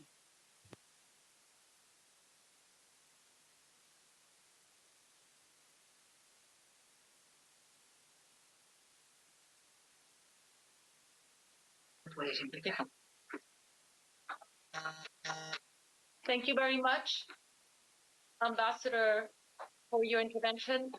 Before we have more technical problems, and I would really like to appreciate your patience, I would quickly introduce our next speaker, Beatriz Mesa. Beatriz is a professor at the International University of Rabat. She holds a degree in information science and a PhD from the University of Grenoble with a thesis on political violence in Mali. For more than a decade, she has been doing research in the Sahel countries, mostly, on security, terrorism, criminal networks, and border issues.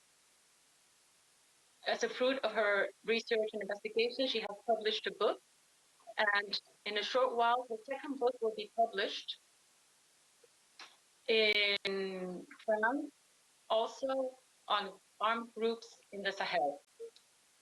So I will quickly give the floor to Beatriz. Thank you.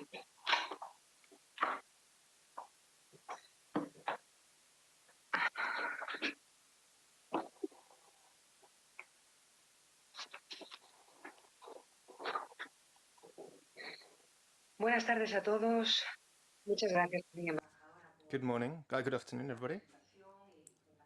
Thanks for the introduction, and thanks to our listeners for being so patient. I'd like first to thank Gas Africa for making it possible for me to be here And thanks also to the Spanish embassy. I would like to thank the Casa African for all efforts made to come here and to permit me you all to share some reflections about radicalization or political violence in Sahel.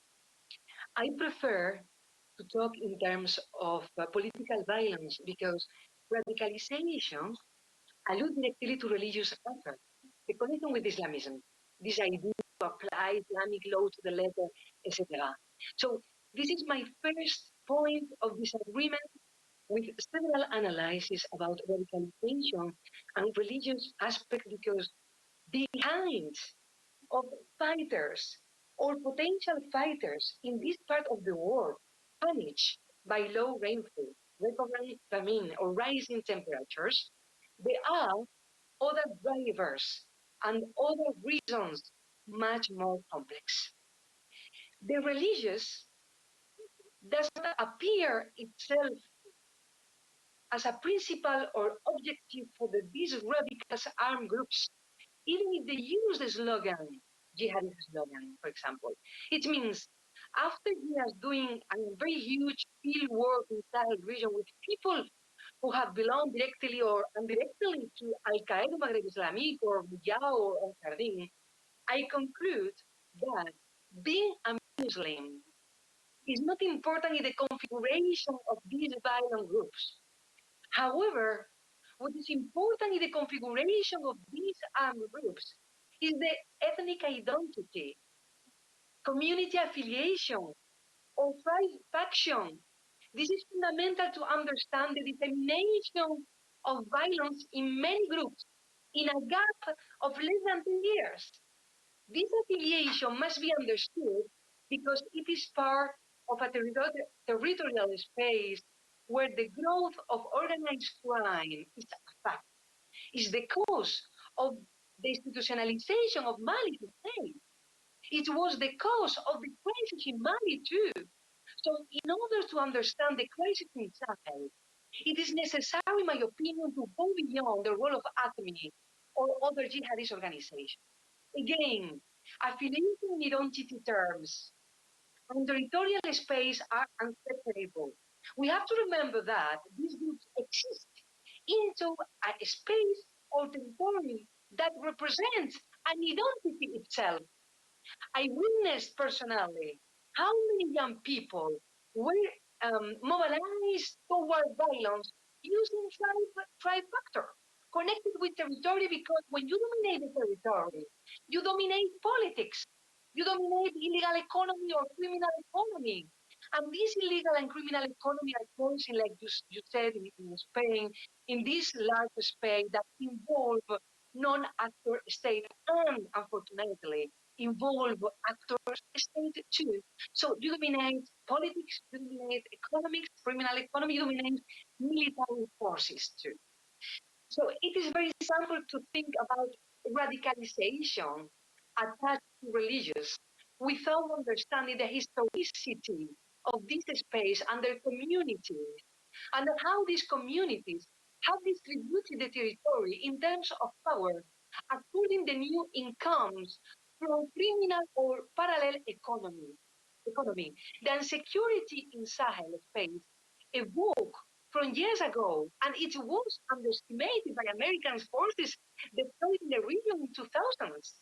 So evoke cocaine trafficking trails, evoke logistics supply points, evoke aircraft landing zones, cannabis trafficking trails, armed trafficking trails. It means a really whole network of a criminal economy, including the hostage industry. We saw recently the liberation of Sophie Petronin, who was kidnapped by one of the Sahel most known violent extremism group, Ansardin. It is led by Jad Ghani. A very high price implied her freedom, a part of the liberation of many jihadists.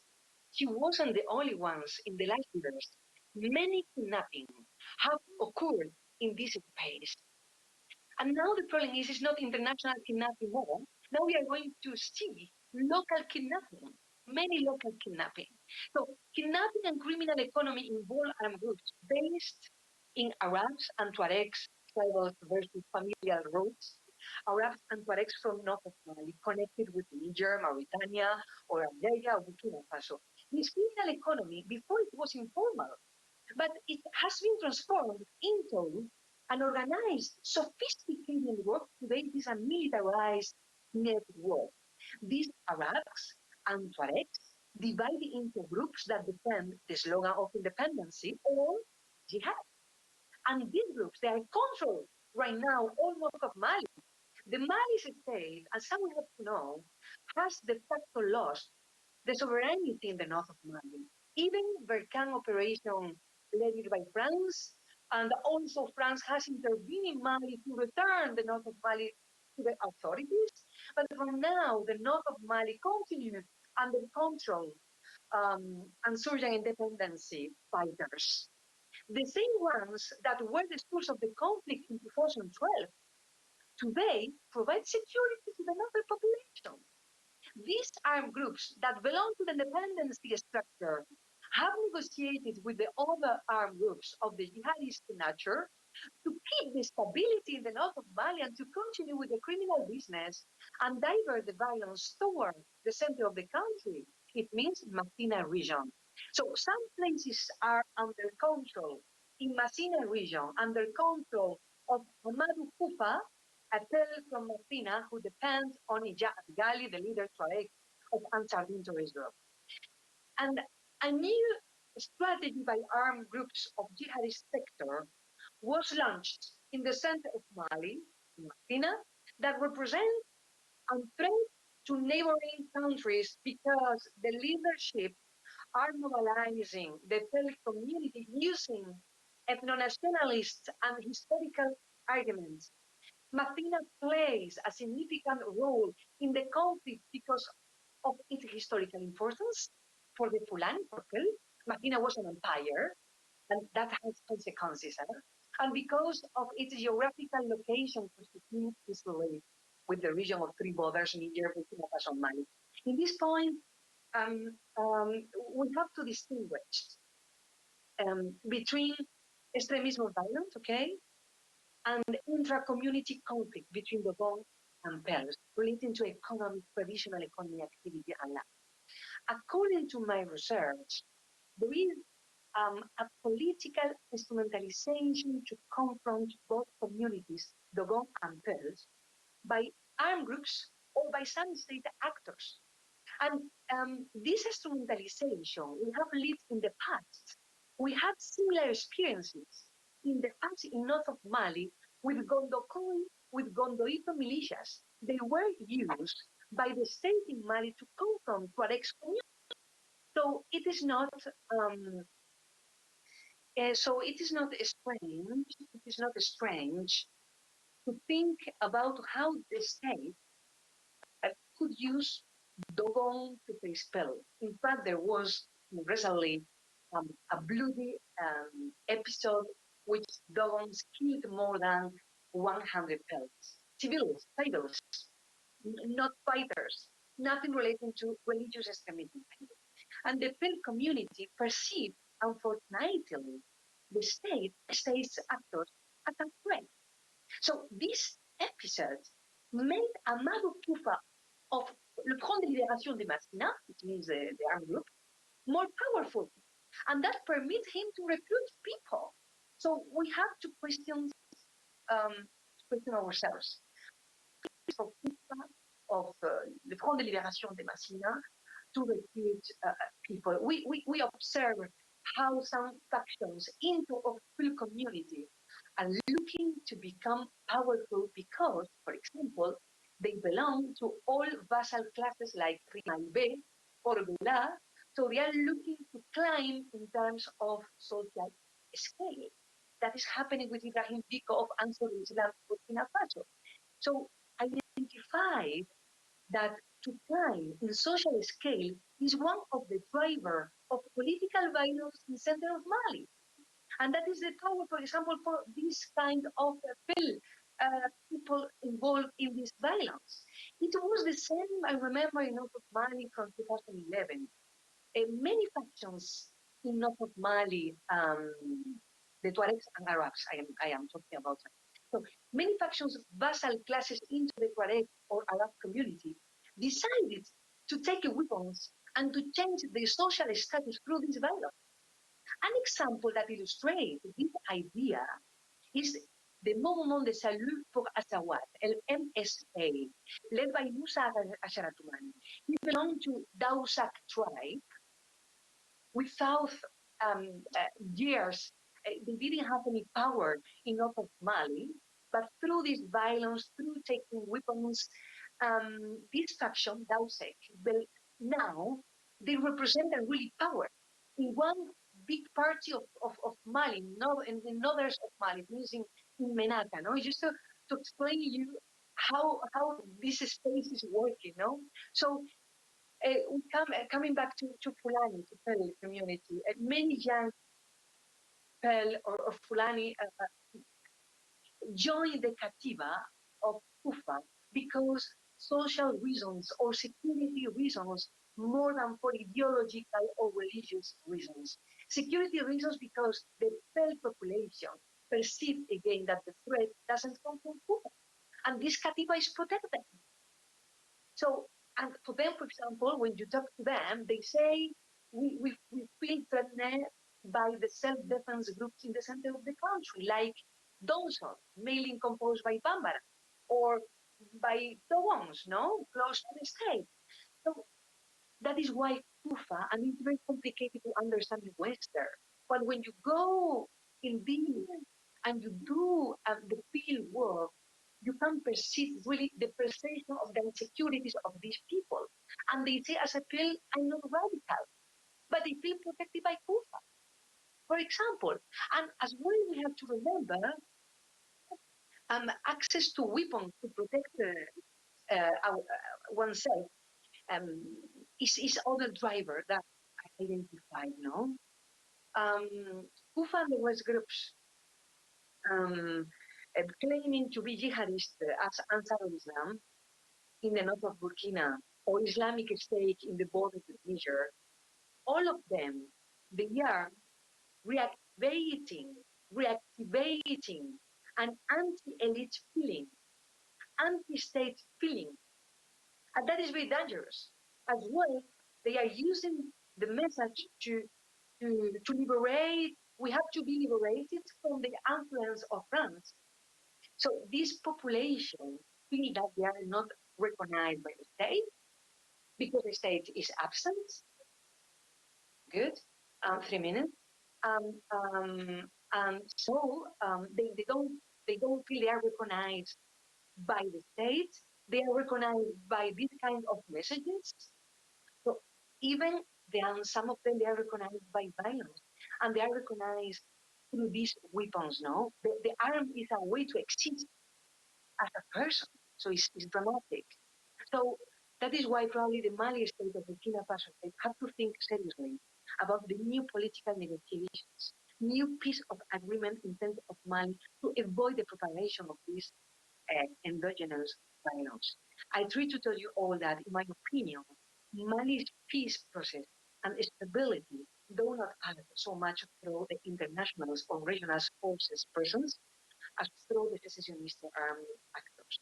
Because the production of the violence in Mali today and in neighboring borders is local, with a local narrative.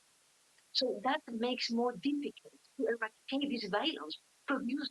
I think I explained well, and that is why probably we have to think when we try to produce security, we don't produce all the time security. We can produce the insecurity. So to avoid producing insecurity, probably even if it's not very correct to say that, we have to think to negotiate, and that is the message I would like to share with you. With this kind of violence, we have to pass by negotiations and peace of agreements. Thank you very much.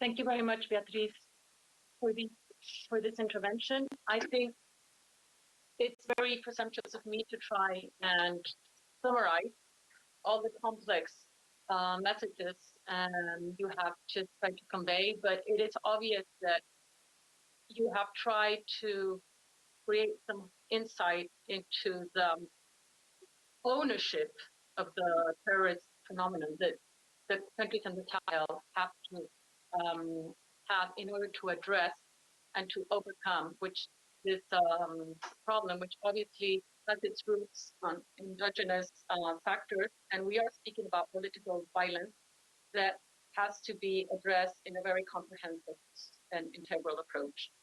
I would like to introduce our next panelist now, who should have spoken before, but because of technical problems, I will give him the floor after Beatriz. Mr. General Espinosa Nava. He's a general from the Spanish Guardia Civil. He entered the General Military Academy in 1973 and has had significant assignments both in Spain as commander of Algeciras, also of Las Palmas de Gran Canaria, as in post abroad in our embassy in France. He has also served in different missions in Romania, in Sarajevo, Herzegovina, and most particularly, he was the first head of the EU mission UCAP Sahel Niger from 2012 to 2013. He is currently director of the Garci Sahel project since 2017. So the floor is yours, General Espinosa. Thank you very much for your presentation. Good morning, everybody.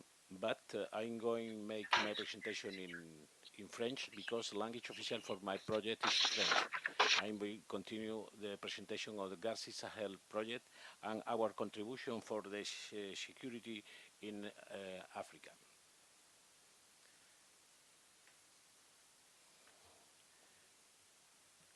I have a presentation, but I don't know if it's okay. You can see the presentation. This is the first slide. I don't know if do have some problem. D'accord. Je vais parler de la contribution. I'm going to speak about the contribution of Garci to the security of Western Africa.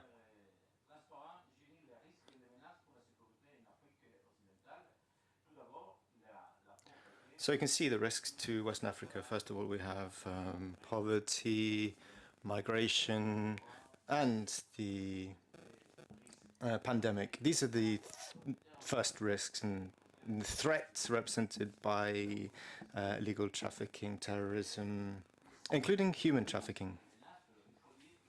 If we look at the risks and threats, we have to say that they are similar across all of Western Africa. And through our Garci operation, we are doing all that we can to eliminate these risks and threats. Next slide, please.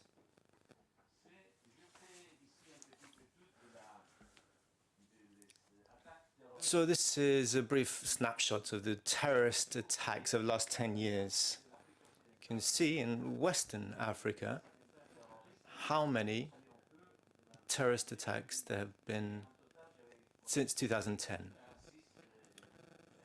Approximately 46 terrorist attacks. Next slide, please. 2015, you can see the number of attacks has risen. 142 in the same zone of Western Africa. The first slide was 2010, that is 2015. Now in 2019, 208 terrorist attacks in the same area. And you can see the various different terrorist groups that have been committing these attacks here. And then 2020. Now, we don't have the final number for 2020, but you can see that far from diminishing, these terrorist attacks are increasing. Mali, Burkina Faso, and in Niger, but also on the border between Niger and Chad, where we have seen Boko Haram committing terrorist attacks. I'd like to talk about the Garci Sahel project. This is a European project financed to the tune of 72 million euros. It's a project led by the Spanish Civil Guard in partnership with the French Gendarmerie, the National Guard of Portugal, and the Italian Carabinieri. It's a specialized force helping on Mauritania, Mali, Chad, Burkina Faso, and Senegal, which are the G5 Sahel countries, helping them with training of their gendarmerie forces. We created this unit, you can see. You can see 132, about 100 or so troops in Burkina, Mali, we have a unit of 120, 105, and 104 in. These are the troop numbers that we have already operational on the ground in the countries of Sahel. And they carry many different missions as well.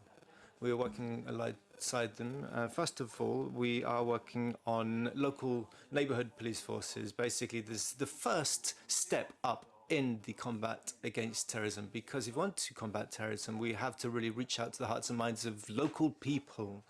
We want people to feel safe and feel more attracted to police forces than by terrorism. This is going to help us to combat illegal trafficking, terrorism, and so on and so forth. We also are trying to strengthen the borders and monitoring of illegal immigration across the borders, the strengthened presence of the state on the ground, because we need to have mobile forces. We're also working on what we call nomadization. So essentially, we need to have these nomadic forces leaving their bases and heading across the countries and working alongside people. And also, they can make the presence of the Garci police more visible. So this is why I say that it is a multitask force. So we're helping security in general. So we have them operative on the ground. You can see the map on the slide. You see the first unit in Nouakchott, 132 gendarmes there. That was set up. And the date, in fact, that you can see is when this force became operative. We've already trained 810 gendarmes, but not only trained them, but also equipped them, because the Garci Sahel also focuses on the provision of all kinds of equipment to them, apart from arms, munitions, and law-keeping equipment. And here you can see, I'm going to try and simplify this as much as I possibly can.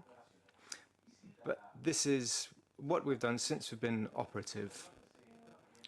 You can see the first line here. This is the first area. These are the bladed weapons, war weapons, explosives. We have also worked on explosives.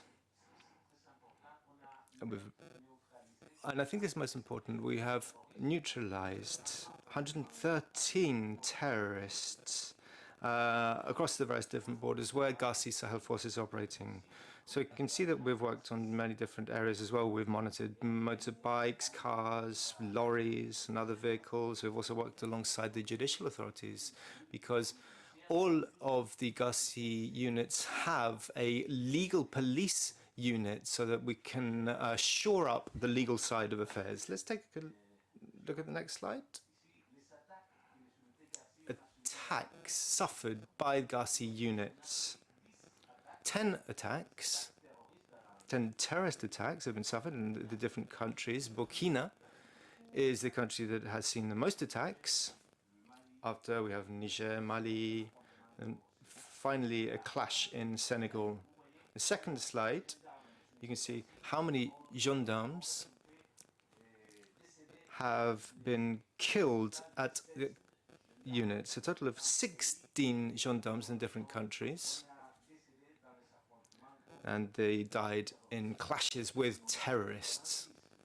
26 have been wounded in operations against terrorist groups. Second phase of the project, you can now see on the slide. We're going to double the number of units. So in the first phase, we had 7 units. Now we're going to create another 7 units, but not in every country. Countries to be strengthened are Mali, where there will be 4 Garci units in total, and then 4 Burkina, and then we're going to strengthen in all the other countries as well.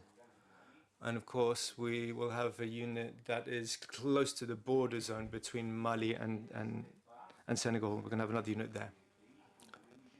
Now, there are countries like Niger and Senegal who have asked for another unit. Niger asked for another unit, the 3rd unit, and Senegal asked for a 2nd Garci unit.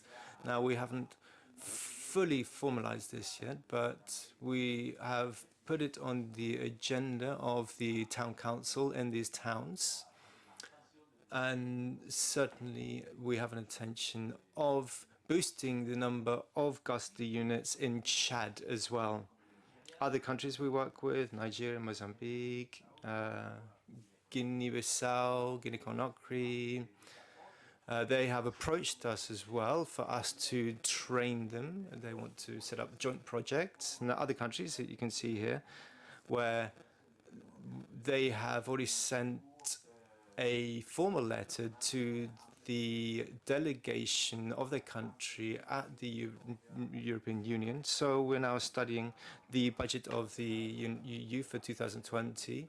This will be the budget for the period 2020 to 2026, and we'll see what will result from that. So I think I can draw some final conclusions by saying that the risks and threats in Western Africa are similar in all the constituent countries. The European Union has made huge efforts to work with all of the African countries to find solutions, and it's part of this EU strategy for the Sahel. But at the same time, it's the countries themselves that need to work together on a region-wide level to find solutions to their problems. The European Union will contribute as much as it possibly can to help them solve their problems. So the Sahel problem is a regional problem, and we have tailored solutions for each of the beneficiary countries, and we are very proud to be part of this project. The Garci Sahel unit works alongside other security forces within those countries, the police forces, the National Guard, the armed forces, and they all work together on various different operations to strengthen their security. Again, I spoke earlier about the fact that Niger and Senegal and Chad are also going to boost the number of Garci Sahel units. But other countries in the region also want to join up and train up Garci units, because we have been able to train up Garci policing units that have been very effective on the ground, and also we've had the legal units helping them in the intelligence services. And we've also sent them out for 10 days or 2 weeks so that they can move from their general bases, and they can therefore strengthen the state security instruments across the regions. And this also has a knock-on effect in that local populations approach these officers. They become more accessible to them. So the Garci and the Garci Sahel is certainly a very useful security instrument for peace in the Sahel region. Thank you, and I hope that I haven't gone on for too long.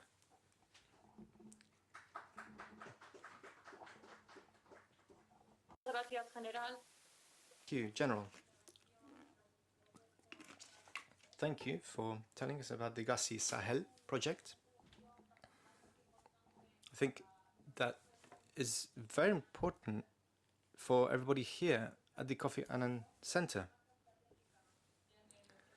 It's interesting to hear about the strategic importance of this project, particularly for the European Union, and also here in Spain. I'd like now to give the floor to who is a researcher from the Timbuktu Institute. Ouseyo Gay graduated in political science in Paris, and he joined the global network of social entrepreneurs, Ashoka, where he works on the Change Makers Program, an initiative to support young social innovators in Africa. He has also been project manager at Google Atelier Numérique, a Google France initiative to train young people in key skills in a digital world, and has participated as ambassador in UNESCO's advocacy activities on issues related to education, engagement, and cultural speech. He will brief us on a very important issue now, since we're in the middle of the fourth industrial revolution, also in Africa and in the Sahel, which is youth in the Sahel and online radicalization, solutions and alternative use of the internet for peace education. Please, Mr. Gray.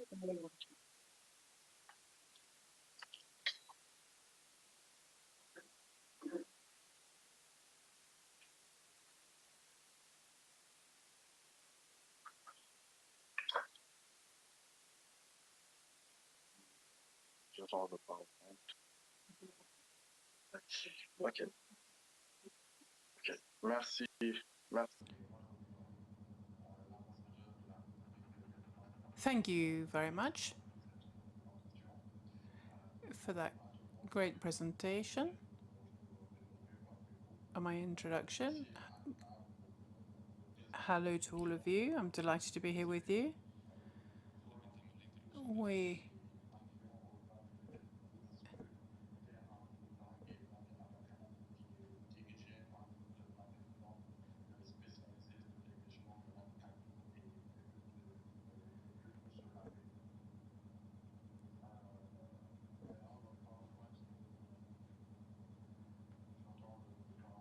Okay, we're just waiting for the PowerPoint, which hopefully will make it easier to be able to interpret, as the sound quality is not that great.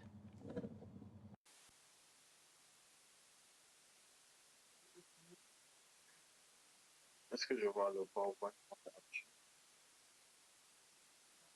Can we please have the PowerPoint?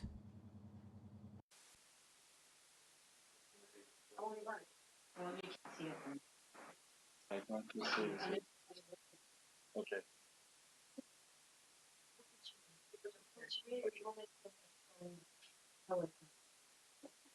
Okay.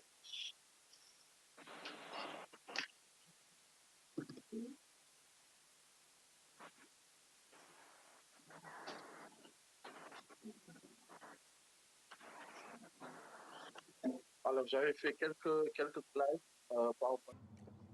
So I've put together some slides on my PowerPoint presentation.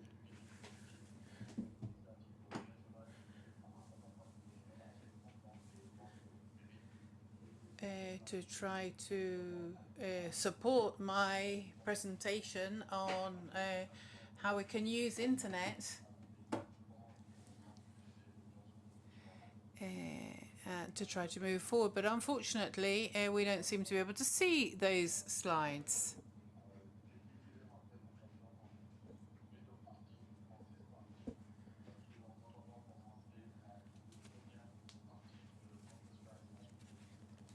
So firstly,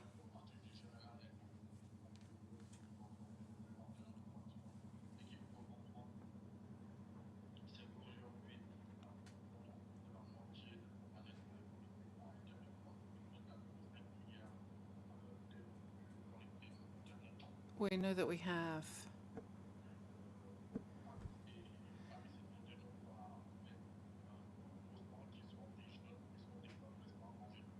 so many Africans, young Africans, connecting to the internet and posting. A very high percentage of which are under 25 years of age. I remember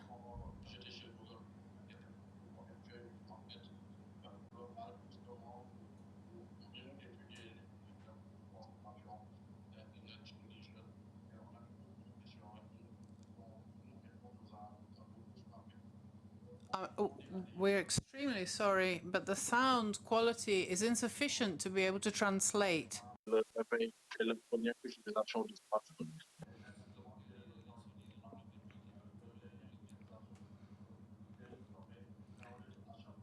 We will be sure to start translating into English once we get a signal that is sufficient to be able to understand clearly what the speaker is saying.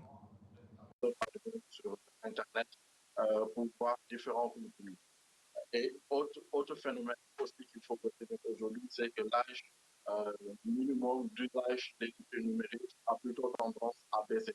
Entre 2016 et 2018, on est passé d'un âge minimum moyen d'usage des outils numériques de 16 à 14 ans. Donc, de plus en plus de jeunes utilisent très tôt les outils numériques et font face du coup à ce que les outils numériques peuvent présenter. And we know that people surfing the net are increasingly younger. Aujourd'hui, ce phénomène que nous pouvons observer à l'échelle mondiale, nous pouvons également voir cela au niveau du Sahel. Le Timbuktu Institute avait organisé à mener une... This phenomenon also in the Sahel.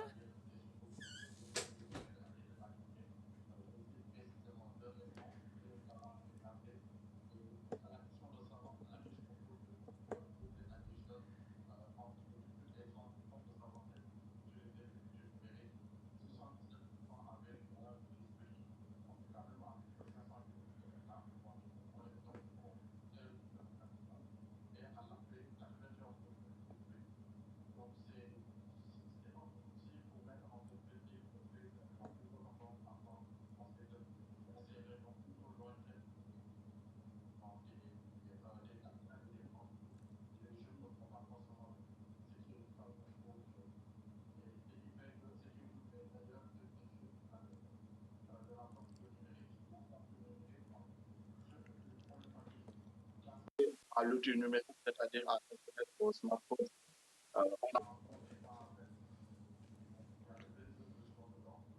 So we can see the first part of our solution is now on the slide.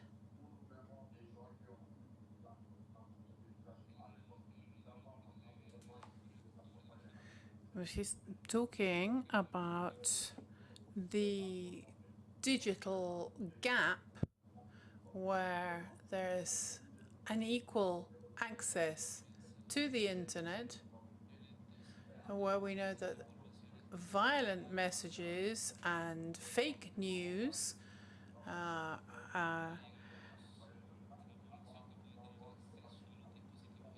on the internet and obviously will reach each and every person that has access through some kind of device.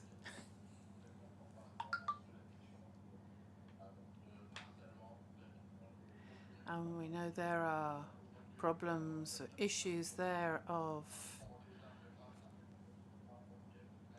bullying sometimes, online bullying.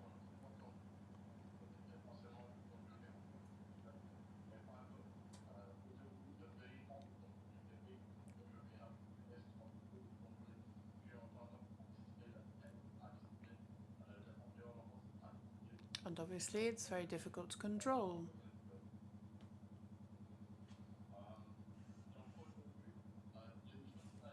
Connectés, mais ce qu'il faut remarquer, c'est qu'ils ne sont pas forcément préparés à l'usage des outils numériques. Ils n'ont pas les infrastructures, ils n'ont pas les organisations nécessaires qui leur permettent de se préparer à ces problématiques-là, que ce soit à l'école, dans la zone sahélienne. So it's difficult to say categorically what the exact situation is.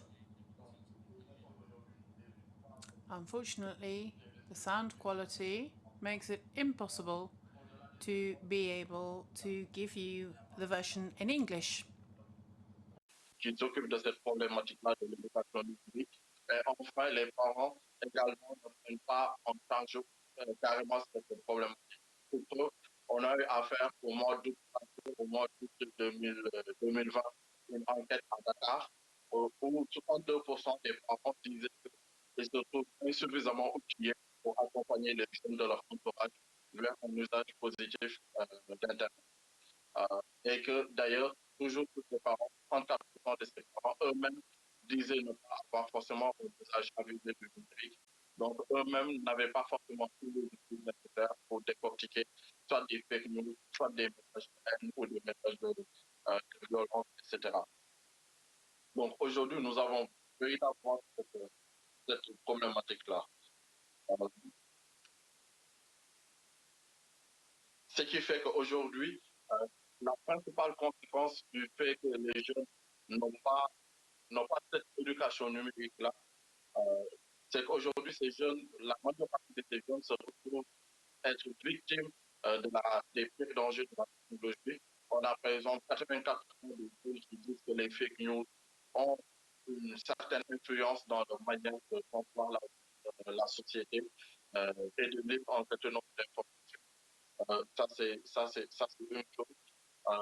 Et du coup, ces gens se retrouvent même souvent être des acteurs de duplication de ces fake news et de ces actions violentes.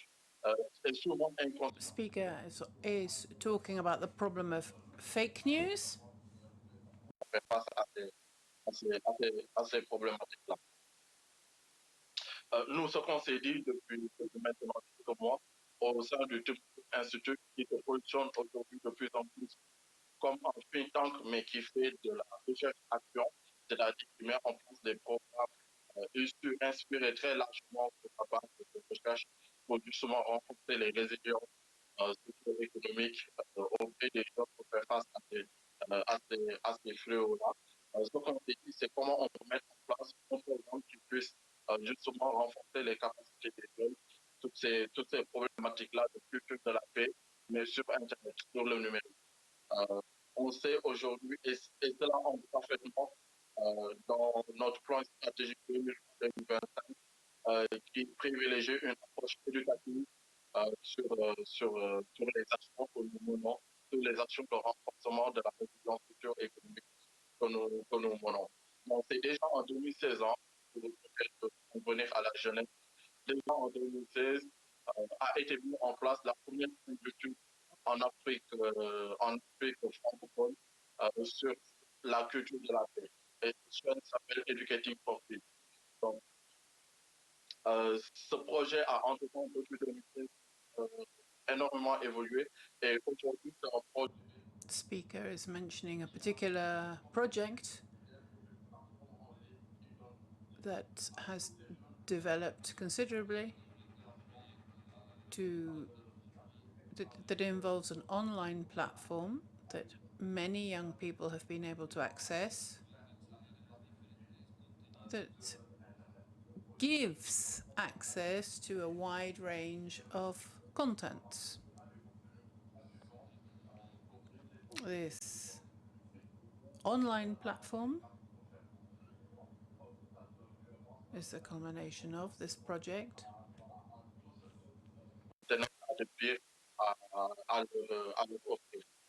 Donc aujourd'hui, ce sont principalement des vidéos qui sont mises en place, des vidéos qui sont produites par les jeunes, pour les jeunes et à destination des jeunes, qui nous ont permis d'avoir un certain résultat au bout de 6 mois. On a plus aujourd'hui, on a plus de 1 million de vues au niveau du Sahel sur à peu près 15 vidéos pour le moment qui sont produites. Et pour nous, c'est vraiment à travers ces vidéos d'encourager les jeunes vers des alternatives.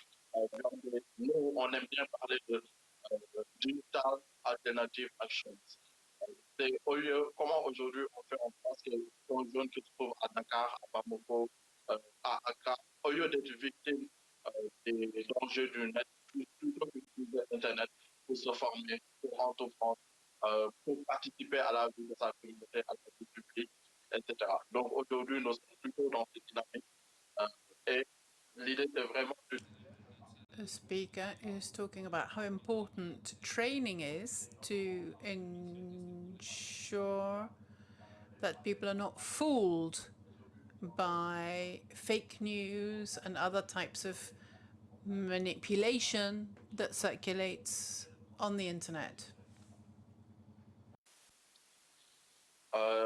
l'impact environnemental aujourd'hui, c'est que tous les jeunes, comme je l'ai dit tout à l'heure, sont plus en mesure de faire face aux dangers de la technologie numérique, avec notamment. As a consequence of what I've been saying, we can see how all young people are potentially victims of various different forms of problems online. Au lieu d'être des acteurs négatifs, c'est-à-dire des acteurs qui sont en mesure de distiller des messages positifs, responsables, éthiques sur Internet, au lieu de distiller des fake news, ou bien au lieu de distiller des messages de haine, de violence ou de radicalisme. And are sometimes victims of different forms of violence. Aujourd'hui, qu'on est tous les jeunes du Sahel qui soient formés sur cette plateforme-là, sur cette problématique-là. Je vais peut-être m'en arrêter là. Je vous remercie pour. The speaker is going to close now, and thanks everybody for listening to him. The interpreters regret that they've not been able to translate his intervention because of the sound quality. We've tried to give you a summary of the information that we have received. Thank you. Thank you very much. I think with this last intervention, highlighting the dangers of the internet and new technologies, which I think is something that we're seeing in many spheres of life, together with the positive text, there's also a very negative effect, which we must not underestimate, particularly regarding recruitment of youngsters that can be radicalized. I think I would like to thank all the panelists for the very interesting intervention. I have been told by some of them that they would be willing to provide a written document because we have had a lot of technical problems here in Accra. And it's really a pity if you have not been able to listen properly in Madrid and in Spanish. I would also appreciate the knowledge also Coffee Center and the commander for cooperating with us and all the teams from Casa Africa and in the Ministry of Foreign Affairs, Casa Árabe. I give the floor back to Casa Africa, perhaps, so they can speak about the next point in the agenda, which I think that would be a nice break, and then we will have the third round. Thank you very much, and regards from Ghana.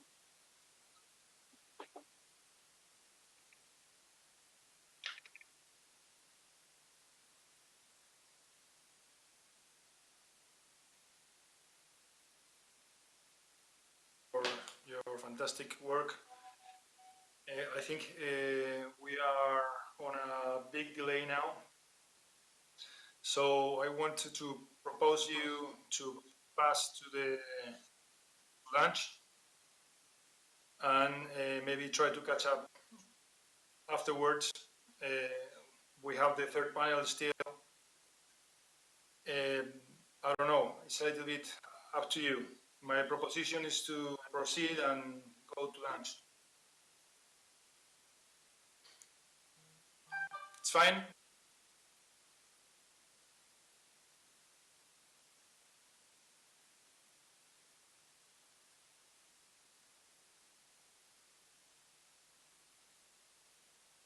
Reconvene after lunch with the third panel. So thank you very much.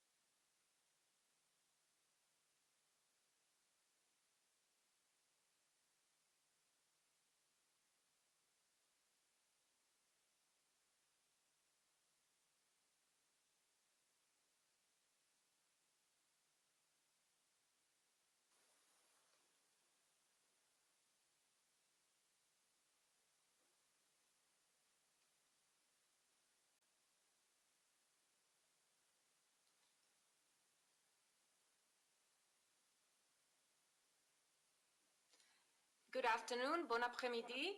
Welcome to the third roundtable on women, peace and security, and the role of women in the resolution of conflicts in Western Africa, in the context of the 20th anniversary of Resolution 1325. The 31st of October, we have celebrated the 20th anniversary of the adoption of the Resolution 1325. During this last month of October, a lot of things have been said, and we have listened to many voices, women peacekeepers, governments, and other actors, addressing the advances that we have achieved 20 years after. But we have also listened to the words of how we need to improve, how we need to make commitments real, and how we need to reduce the gap between these commitments and reality on the ground. In this context, today we are going to talk about how women must become agents of prevention in Western Africa, also catalyzers of change and of peace, and how the implementation of the Women, Peace and Security agenda is a very important factor in the resolution of conflict and construction of the peace in Sahel region. Before to remind all the panelists that due to time constraints, we would like them to speak for 10 minutes, please. I'm sure we are going to listen to a lot of interesting ideas and we're going to have a very fruitful discussion afterwards, so thank you for your understanding. I'm going to very briefly introduce the first panelist and the person who is going to open this table. This is Cristina Gallac, Secretary of State of Foreign Affairs, Ibero-America and Caribbean from the Ministry of Foreign Affairs and the European Union and Cooperation. As you all know, she has had very important and senior positions as spokesperson of the Secretary General of the NATO and then the High Representative for Foreign Policy of the European Union. Most recently, she was also High Commissioner of Spain for the 2030 Agenda and Sustainable Development Goals. And now, as we said, she's Secretary of State for Foreign Affairs in Ibero-America and Caribbean. But most of all, if I may, one of the most committed voices in the Women, Peace and Security agenda. So, Secretary, the floor is yours. Thank you very much, Clara, and thank you to the hosts of this wonderful space, which is the director of Casa Árabe, but as well the director of Casa Africa, who happens to have flown from the Canary Island to be with us physically in Madrid. This is a little bit of a strange round table because it's more like an hexagonal video, half hybrid table, but in any case is a space that we share among experts and wonderful colleagues that are decided to contribute to peace, stability and security to an important part of our neighborhood, which is the Sahel. And the panel discussion that I am very pleased and honored to introduce is on a topic which is women, peace and security, which for me is fundamental. I would even dare to say that all the discussions and exchanges that the previous roundtables have had with the aim of contributing to the peace and stability in the Sahel region and lessons learned will not be fruitful unless we incorporate women, peace and security agenda. The women, peace and security agenda is an indispensable angle that needs to be present in all our areas of action, whether it's diplomacy, whether it's sustainable development, whether it's security, whether it's the fight against terrorism.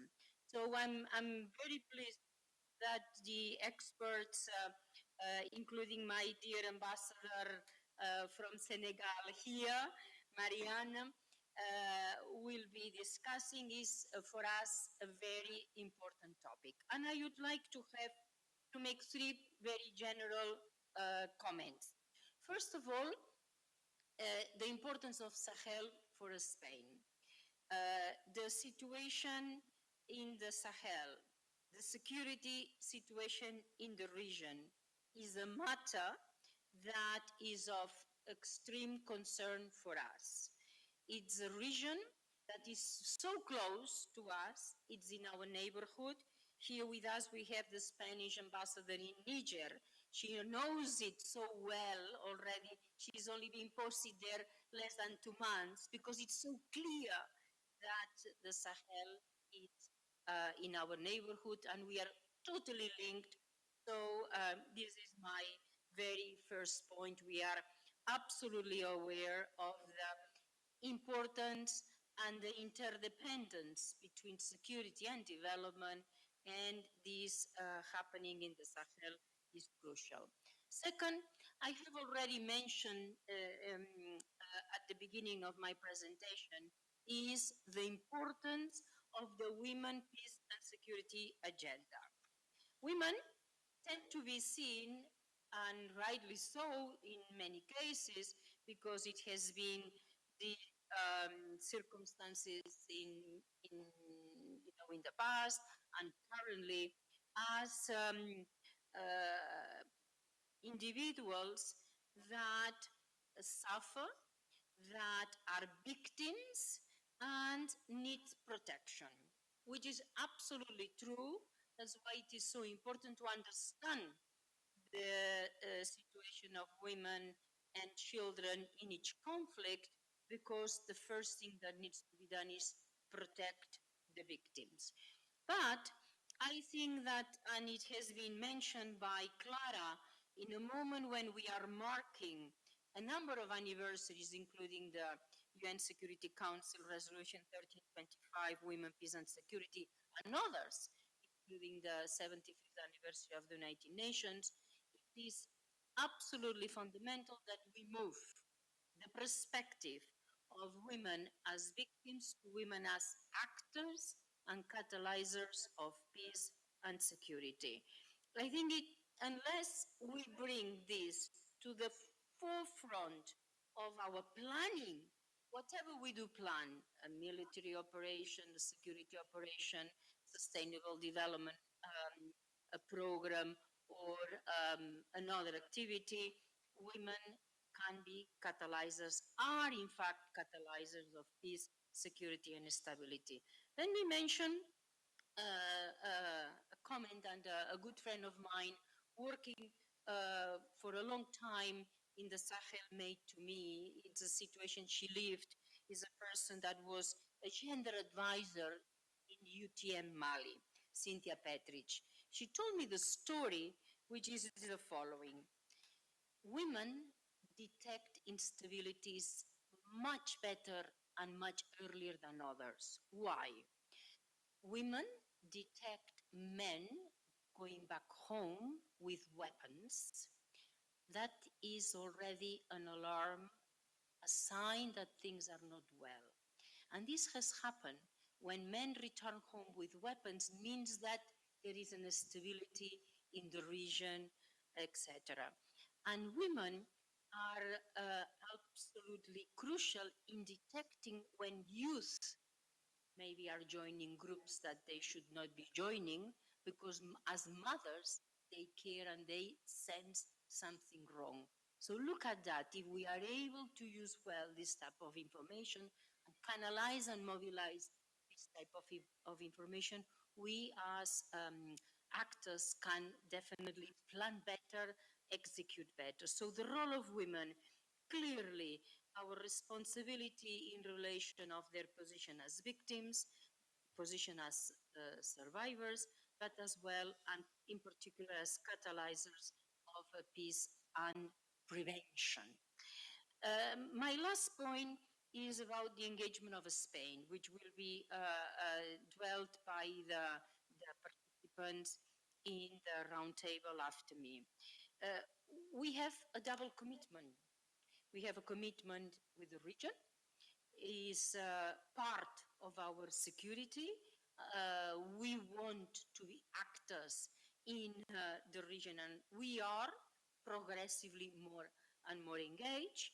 And at the same time, since we are so convinced of the fundamental aspect and the positive contribution of the women, peace and security agenda, we join the two. The two together are the indispensable tool for us to act in the region. So we are already more present than we have been before. We have extremely active diplomatic teams in all the countries of the Sahel. As I mentioned, we have the ambassador in Niger. Second, as actors in a number of platforms, in particularly the ECOWAS organization, we have supported and launched and financed women's platform of the G5 Sahel and a project with ECOWAS which is directly linked to the women, peace and security field, and this has allowed us to be closer and closer to a regional organization that plays a fundamental role in the region. We have also lately been more active than before in the Alliance Sahel, and our Minister for Foreign Affairs, Arantxa González Laya, whom addressed this group early in the morning, is the chair of this group of countries for a year. And we are truly committed to make the difference, ensuring that we mobilize all the necessary actors for the sustainable development part, which is the key aspect that we are in charge in the Sahel coalition. In order to implement and to do this responsibility as efficiently as possible, Madame González Laya has already traveled to all the countries of the Sahel. The Spanish Prime Minister, the Spanish President of the government, has also been fully engaged in Nouakchott, in a summit, in a regional summit. And lastly, I think what I would like to transmit to you is that we have ensured, or we are ensuring, that the question of women, peace and security appears in all areas, all approaches of diplomacy and action.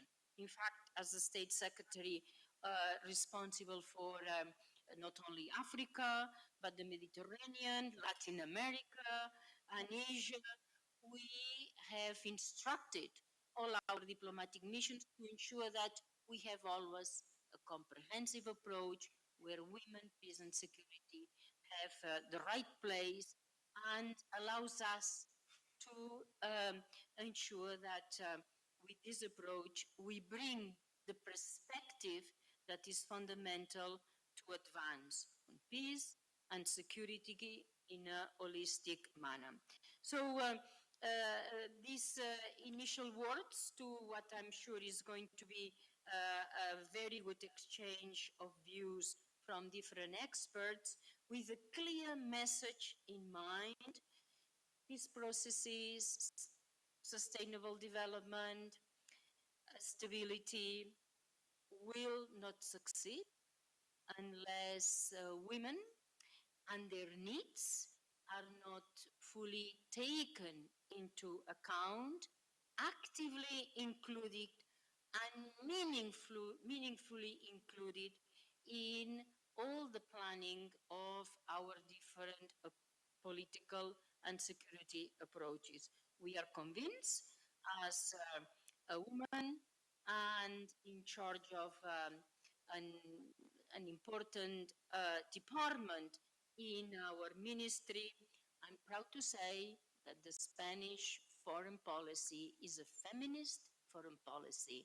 Feminist foreign policy, good for men and women, for the stability and peace. Thank you very much.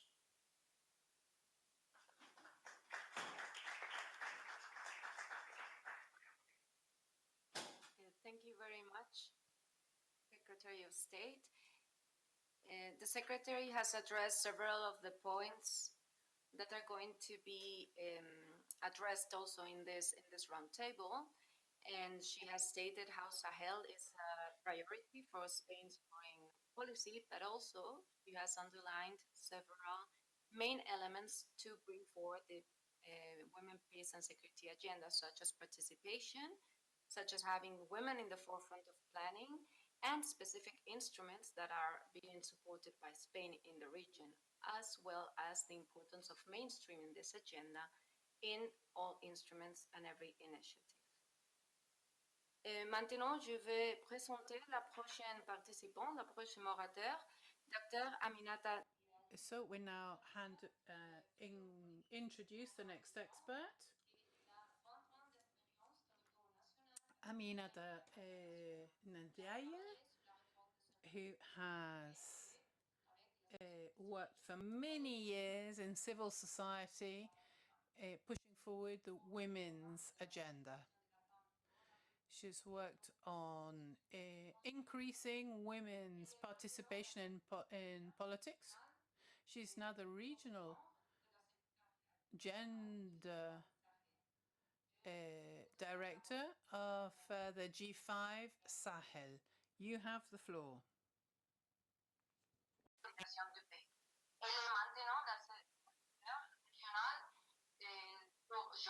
De la secrétariat permanente de G5 Sahel. Je vous donne la parole, Dr. Aminata Ndiaye. Merci. Merci beaucoup. Est-ce que vous m'entendez? Okay, yes. Can you hear me? Bonsoir depuis la Mauritanie. Good afternoon from Mauritania. Mon nom est Aminata Ndiaye. My name is Aminata Ndiaye, and I am the gender coordinator for the G5 Sahel group. We are an intergovernmental group in the Sahel that affected by economic and climatic, and particularly on land ownership issues. And we know that the countries of the Sahel can come together to defend their security policy, particularly if they incorporate gender.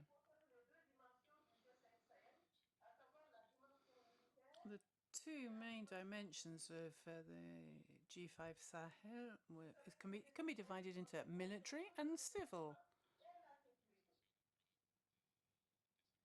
pillars. As you know, the G5 Sahel promotes development and security, and it deploys defense and security forces working hand in hand with the local population, and it collaborates with the forces that benefit from its policy. So I'm going to talk about it and talk about the work that is carried out. I particularly want to talk about the G5 Sahel Women's Platform. So, first of all, the integration of women into the security forces. As you know, there are very few women in our security forces. It's just really almost a token presence. Very few women in the army. And those that there are come from Burkina Faso.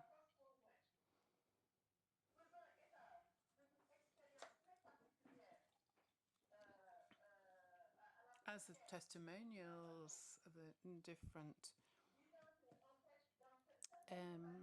commanders in this battalion that's on the Burkina Faso frontier, they point to the need of building trust between the local population and the security forces, because this low level of confidence means that right now, when the security forces are deployed, the local population runs away from them. And actually, the only people who were able to make contact and to reach out were the women soldiers. And they were able to garner key information. So here we could see how important it was to have women in the security forces. Because, you know, we're talking here about the strategic role that they can play in order to guarantee security.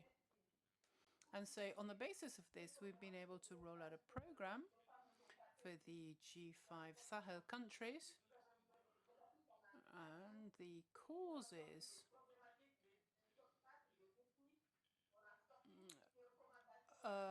as to why women are not recruited and do not participate in the security forces have been analysed. We're working on this project just at the moment.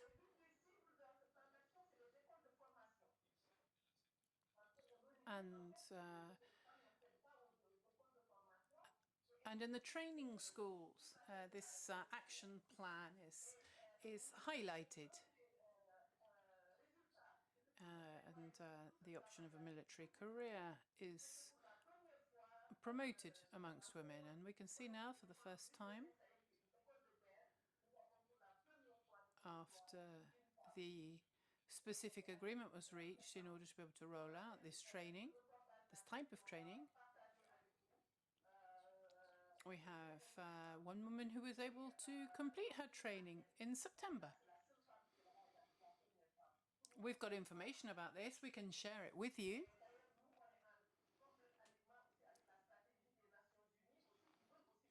We also are clearly aligned with the UN strategy, which aims to increase the number of women in the various military forces.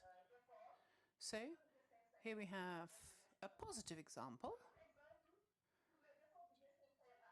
that the G5 Sahel group can make good use of. We have another example, which is this women's platform, which is a way of trying to enhance and increase women's participation,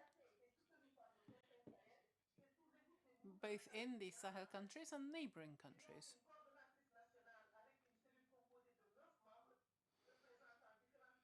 So we have different units that represent different sectors of the population, comprising 9 members. We have a regional organization as well, and this infrastructure is how the program is articulated. It has its action plan,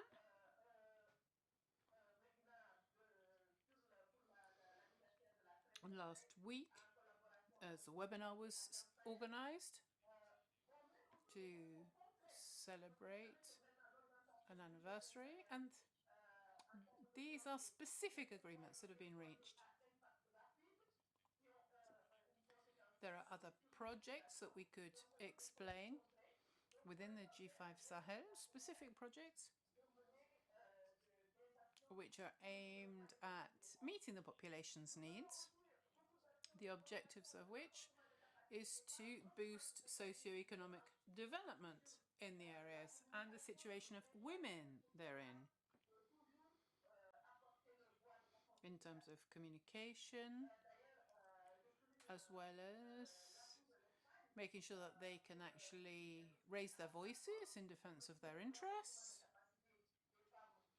We would like to thank Spain for its support of this platform. We have been able to organize training in Nauchot with the funding, and we've got another training session coming up shortly, once again thanks to Spain's input.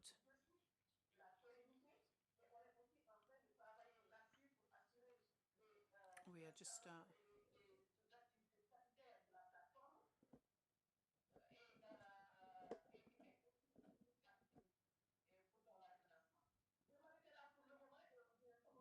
So those are the main ideas I wanted to share with you. Thank you very much for your attention.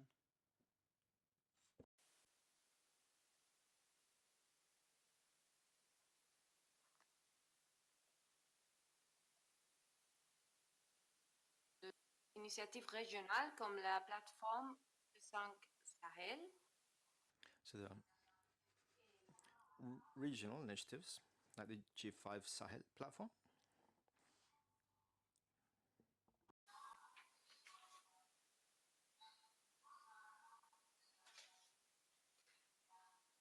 Madame Liage nous a aussi Madame Ndiaye has already underlined the importance of women in the joint forces and the security forces. She's also spoken of the importance of training. The G5 Sahel platform is undertaking training initiatives, and they are also working on mainstreaming gender into all the regional programs. the ambassador of Senegal in Madrid, Madame l'ambassadeur de Sénégal à Madrid, Madame Mariam Sy. Madame Mariam Sy has been the director for external action for the African Union and also the national coordinator for women's rights from 2016-2018. She has wide-ranging experience in working to improve the role of women and the role of women in the fight against terrorism in West Africa. I would also like to welcome Madam Ambassador because she is a very active participant in the Women, Peace, Security Forum that we held in 2016. We held this here in Spain, and she, in fact, played a key role in the organization of this forum. So, Madam Ambassador, the floor is yours. Thank you. Thank you so much for your introduction. I'm delighted to be with you here this afternoon to participate in this seminar. I was delighted to hear the high quality presentations throughout the morning. It's great to hear from experts and think tanks, and because I think that they are perhaps even more qualified than I am to talk about such complex situations. But what I have done is I've contributed to improving the lot of women in West Africa. And I would like to talk about all that has taken place in the countries of West Africa. I would like to focus my presentation on how to mainstream women into the fight against terrorism. Before I begin, I'd like to recall a couple of important points. The first is this social role of women in West Africa.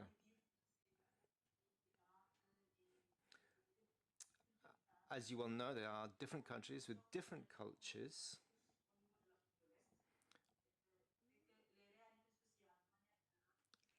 And the fact is that social realities vary substantially between one country and the next. The second issue that I would like to talk about is terrorism, how women can be better integrated into the fight against terrorism. So, the role of women in Western Africa, from the outside, I think there is a widespread perception that men are involved in all the decision-making bodies, and that is true.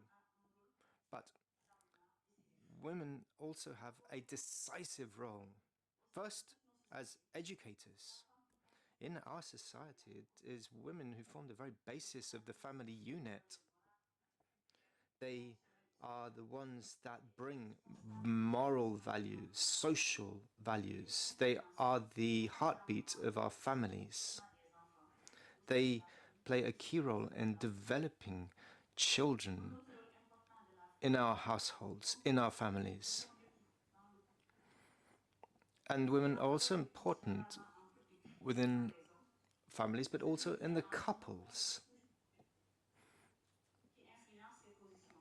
It is women who can have a decisive influence on the behavior of men.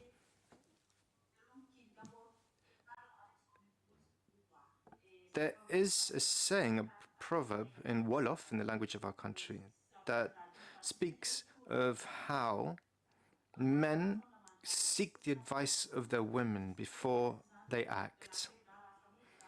So women are the shapers of peace within their families and within their social groups. They are facilitators for peace, for reconciliation processes. So they have a very important social role to play, but they are often too often forced into the background in the design of regional and national strategies to combat terrorism and extremism because they are excluded from decision-making bodies. So you can see that officially women do not have a very visible role, but on an individual level, women play an extremely important role. I think this is what we need to understand. And if we look at the spread of terrorism across our region, Islamism is on the rise. And it's also based in deeply rooted conflicts between different regions and between ethnicities. Radical Islam began to emerge at the end of the 1980s with groups that went to study in the Middle East. They founded Islamic organizations. And having founded these organizations, they then spread across the country. Then in the 1990s, the environmental, social, and economic crisis affected our countries. After structural changes, a period of drought also that affected the social fabric of our countries. And this really led to a change and a migration, particularly of women, towards urban centers.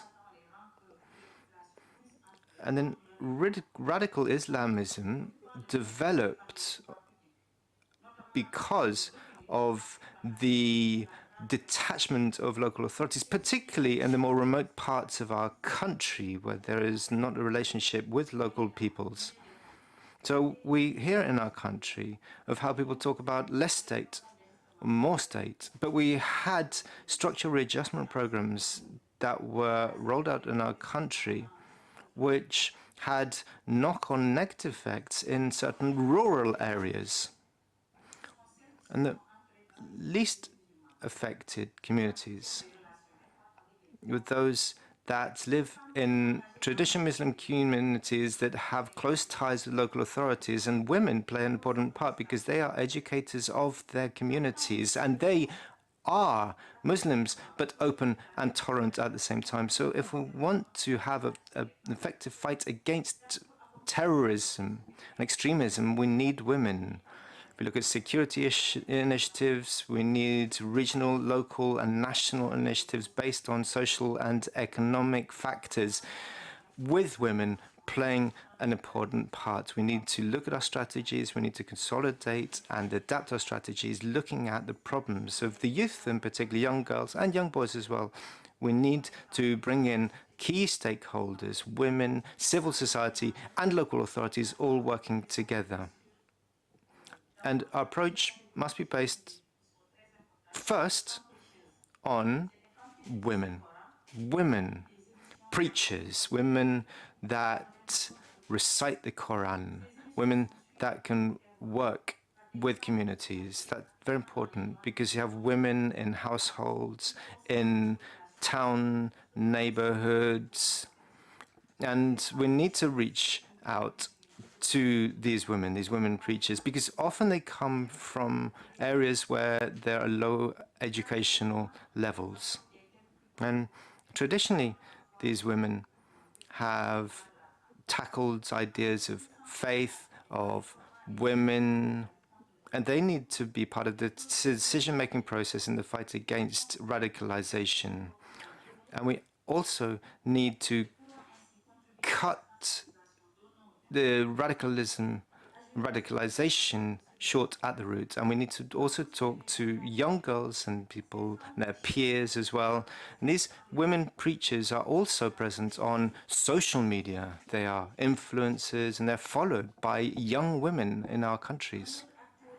They're important. Another important stakeholder are the community networks. This is the most widespread and most effective mechanism. These are networks that are anchored in our communities. In Senegal, for example, we have wide-ranging networks of local women communities. In Mali, for example, we have these women-led communities across the country. They work on development and health programs aimed at women.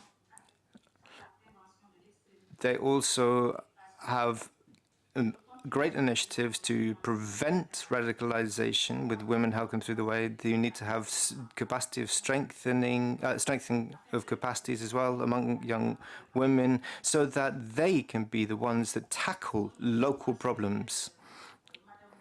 Another area that Madame Ndiaye spoke about is the fact that we need a greater presence of women in our peace and security forces. In the most affected countries, Nigeria, Niger, and Mali, the security forces are accused of being excessively violent in their approach. We've seen violence committed mainly by men.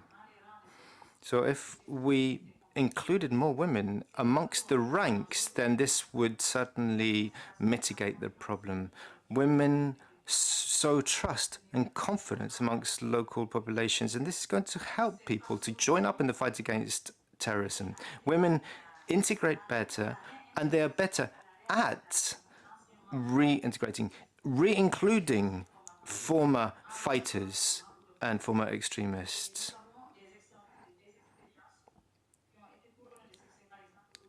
In fact, we have wide experience of this in Nigeria, of people being brought back into the fold of the community. And also, we look at Resolution 1325. We need to look at how women need to be or to have leadership capacity.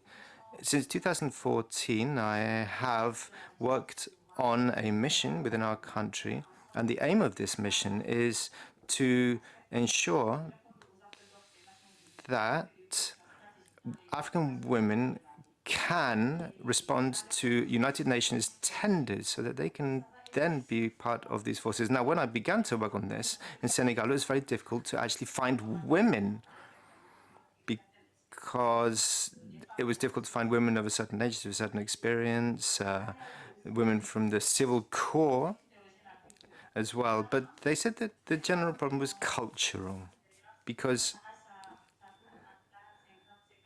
women of a certain age had an important role in society,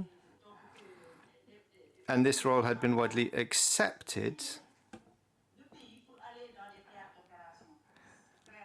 But for women to actually leave the country to work on operations, it was very unusual. It was only single women of a certain age, but it was very difficult to be able to locate this kind of woman. And it's also behavior that was generally unacceptable within family units. So we need to understand the socio-cultural realities of the area, because women, if they're trained up, they'd have to go to Mali, to Niger, and they'd have to operate in these countries. But the fact is that women are gifted mediators, but it's difficult to bring them on board in the first place. So this is something where we need to work. We need to increase the presence of women in these forces. So these are all the different areas that we need to work on. We need women working in prevention programs, in peace building programs. We need greater commitment to it. We need engagement, both locally, regionally, and nationally. We need a greater representation of women in decision-making bodies, in the advisory bodies. All stakeholders need a greater presence of women, the state, religious communities, and local communities. The fact is that women can present a different approach to radicalization. They can talk people out of it, and there needs to be formal education programs where on the curricula there is general training about women and their role in society in Africa, in Western Africa. To fight against radical Islamism, we need to have local populations working. We need to work on a local context. But above all, we need to enable women to occupy their rightful place so that they can be part of the solution. Thank you.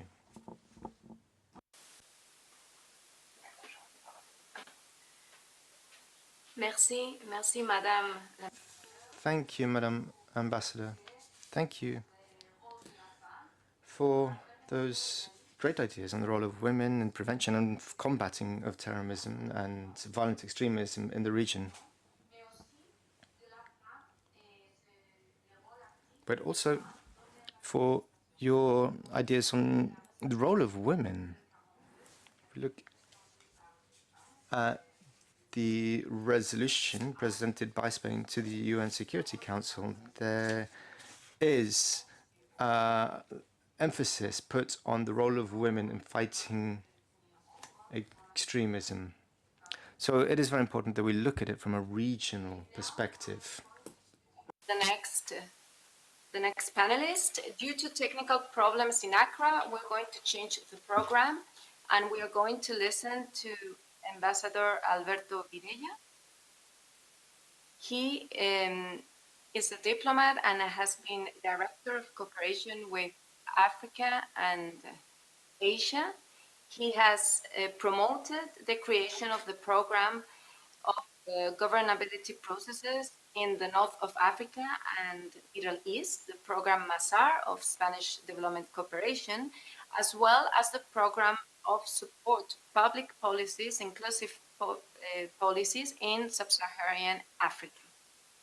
He was also ambassador to Senegal between 2015 and 2020, and now he is the ambassador at large for the Plan Africa, the main planification and strategic instrument of the Spanish foreign policy with Africa. Thank you very much, Ambassador. The floor is yours. Thank you, Clara, Ambassador.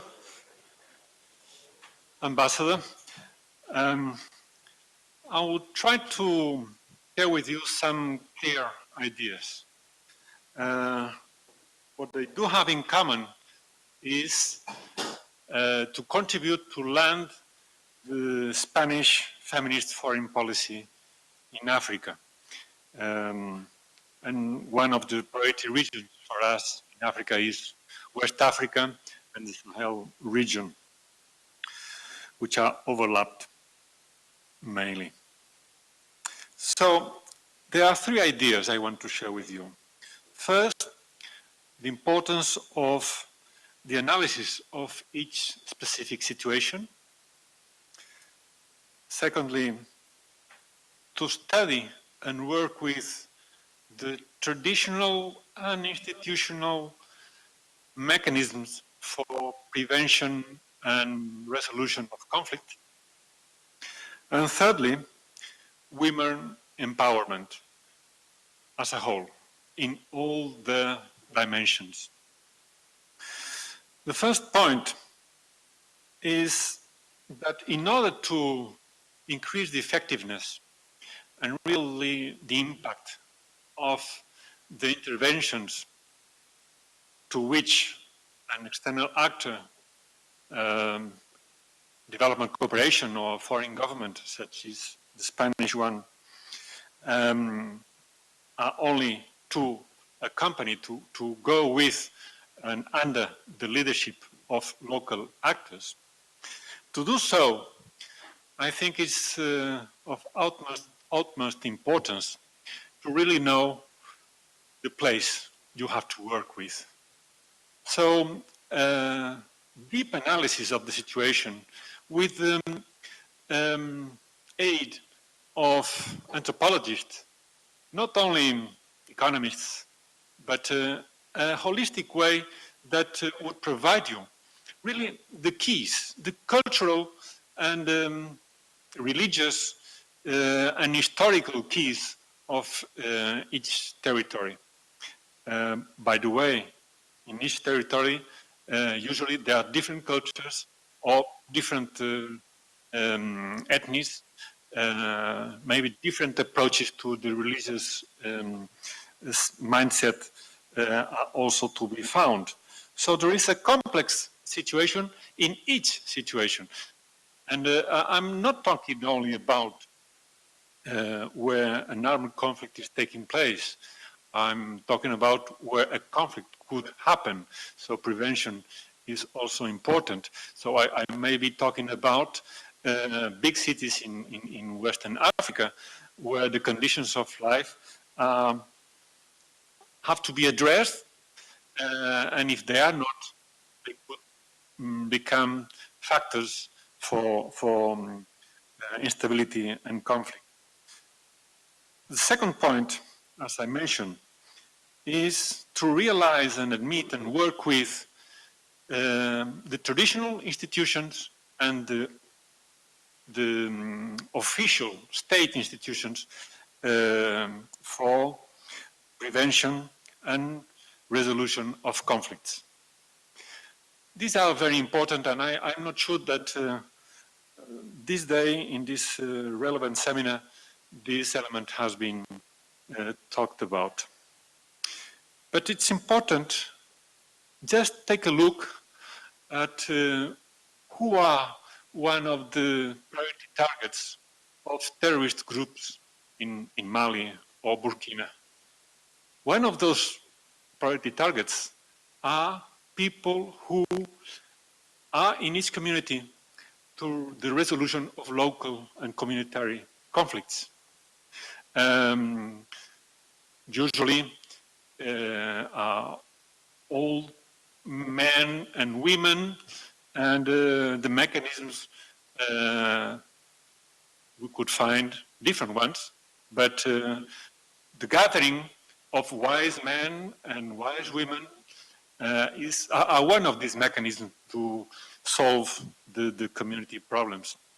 We have to take into account that the fact of different ethnies living together has been a reality for centuries, thousands of years in this region we are talking about. And sometimes there have been clashes. Some other times an external actor has arrived and has changed the situation. But most of the time, these different ethnies and those that are doing some economic activity and have a conflict of interest with other grouping, most of the times a local solution has been provided. One of the aims of this terrorist incursion is, of course, to make the few and limited presence of the state to disappear. But at the same time, to kill, to exterminate the traditional methods and mechanisms of prevention and resolution of conflicts.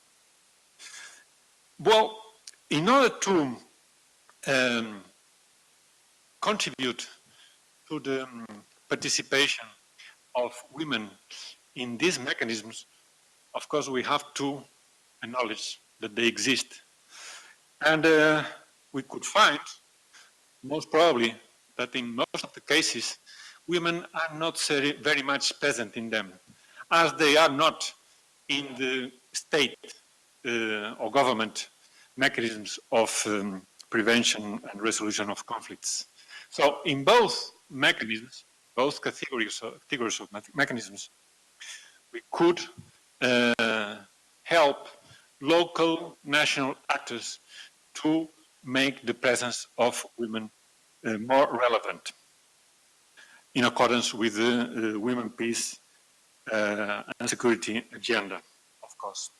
And the third element I mentioned at the beginning is women empowerment.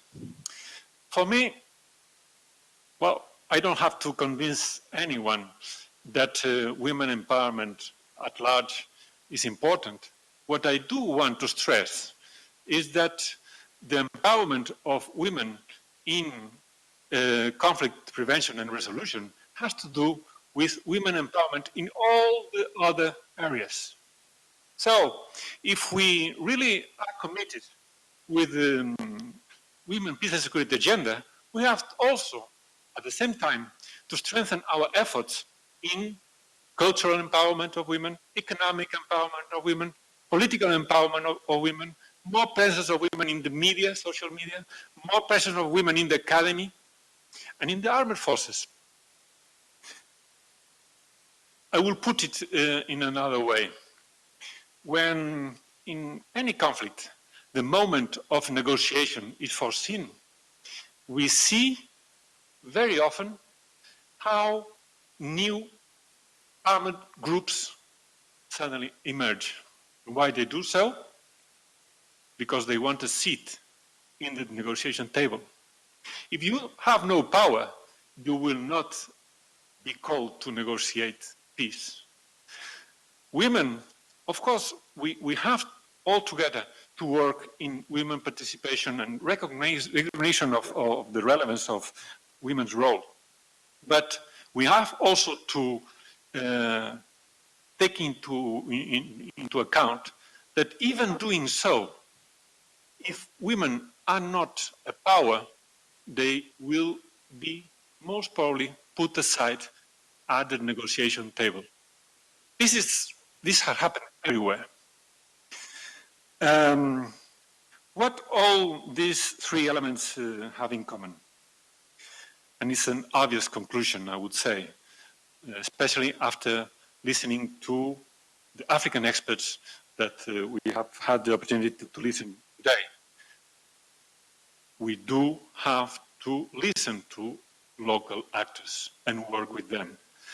The analysis of African anthropologists, of African sociologists, of African historians, you name it, is the only available to really have a right analysis of a specific situation, a very, very specific one, a very concrete, because, I mean, you take resolution 1325, 22, 24, those resolutions are important in the UN system.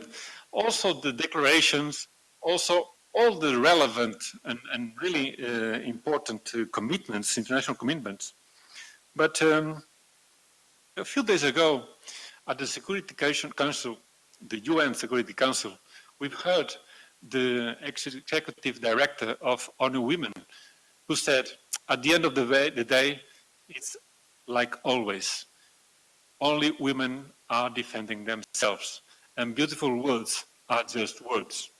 That's the words of the executive director of ONU Women a few days ago at the Security Council, UN Security Council. So really what matters to complete the whole schema is to implementation on the ground in specific situations. So a thorough analysis, direct implementation has to be done with local African actors. Thank you very much.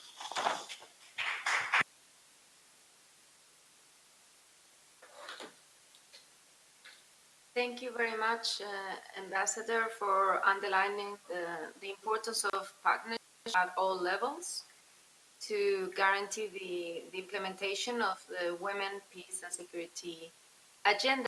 And also thank you for stressing the fact that if women are not empowered, all areas of society, and there will be no seat for them at the table. So empowerment is a prerequisite for meaningful and effective participation of women in peace processes. Thank you very much. I am now going to introduce the next and last panelist of the roundtable, Joanna Osetutu. She is the director of the Women Institute for Peace and Security of the Kofi Annan International Peace Institute. She has been specialized in maritime security, organized crime, and the repercussion of insecurity. She has also worked in protection of civilians and natural resources. Previously, she worked in the Ministry of Education, Science and Sports of Ghana. And now, as I said, she is the director of this Women Institute for Peace and Security.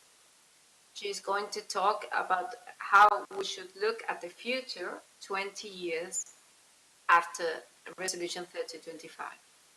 Madame Osei Tutu, the floor is yours. Good afternoon, ladies and gentlemen.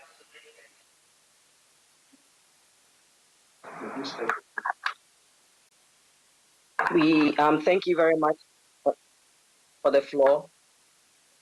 As we look back at 20 years of the resolution, and we look back at what the resolution has been able to achieve, we also look back at the sub-region and what the sub-region has been able to achieve. We look at ECOWAS and the fact that ECOWAS, for example, has been able to, member states have been able to achieve the development of national action plans, which has led to the domestication of national plans that has helped member states to implement the resolution within its countries. And most member states have so far implemented their first action plans and are in the state of either reviewing or implementing their second action plan. Additionally, the issue of women, peace and security continues to be on the agenda of many member states.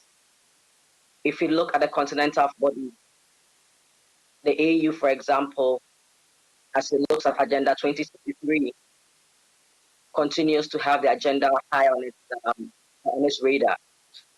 And the Commission, the EU Commission, for example, is seeking for 50-50 parity in leadership.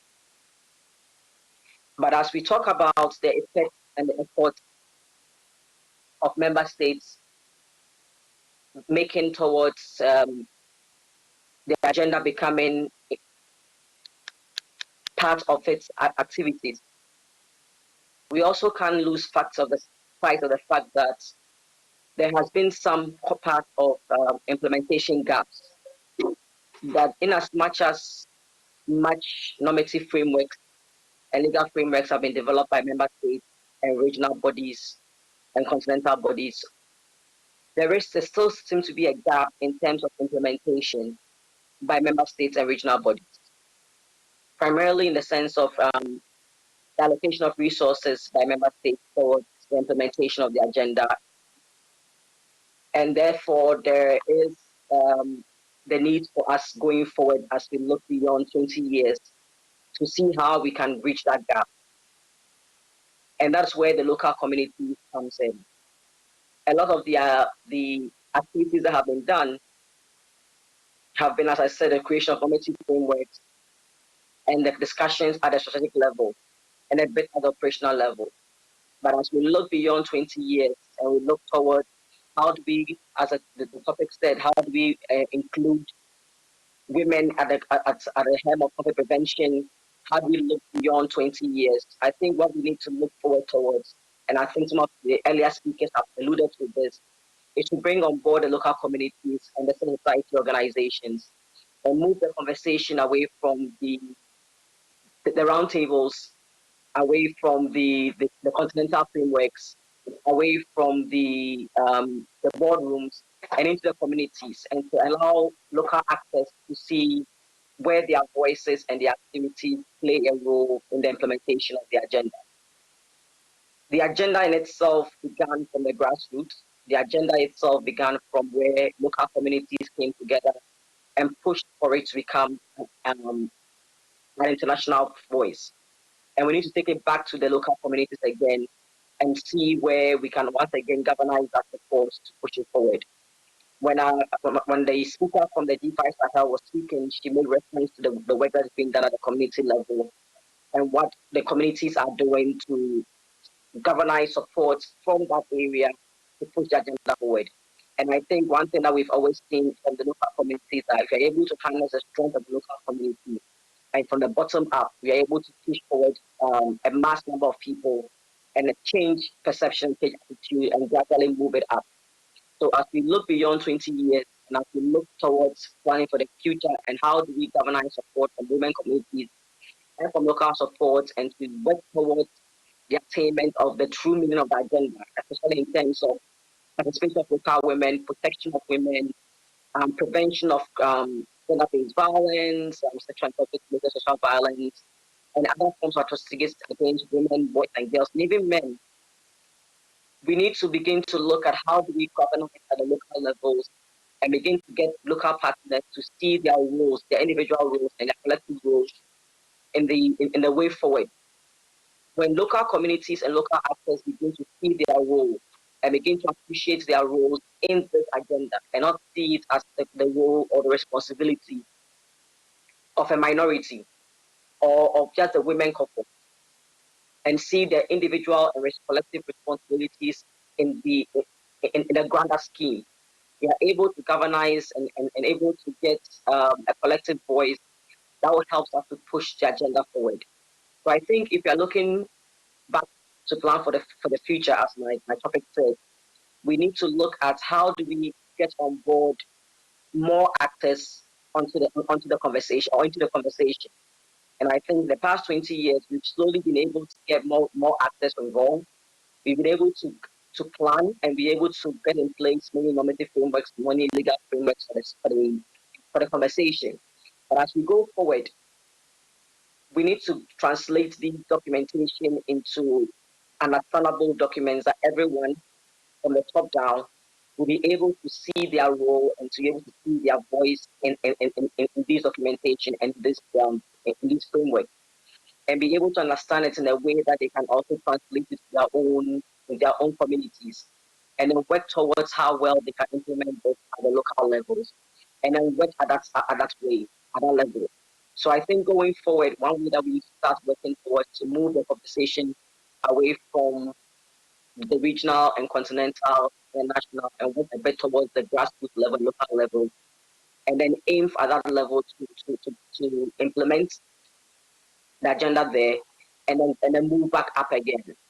And then 20 years from now, maybe we'll be able to implement it a bit more tactically, and then move up our level again and up again towards that towards operational and then back up to strategic level.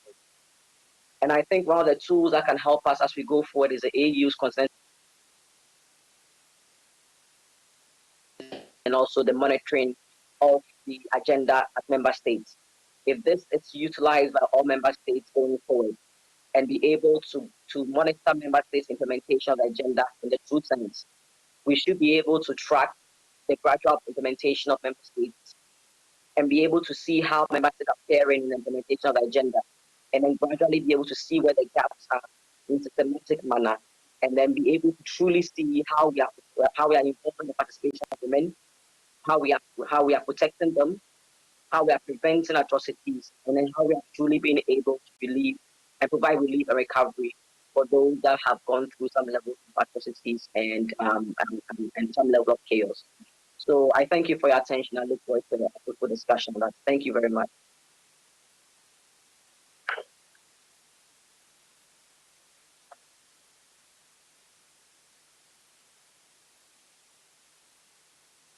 It was very interesting to hear you talk about the gap implementation on the part of member states and regional organizations.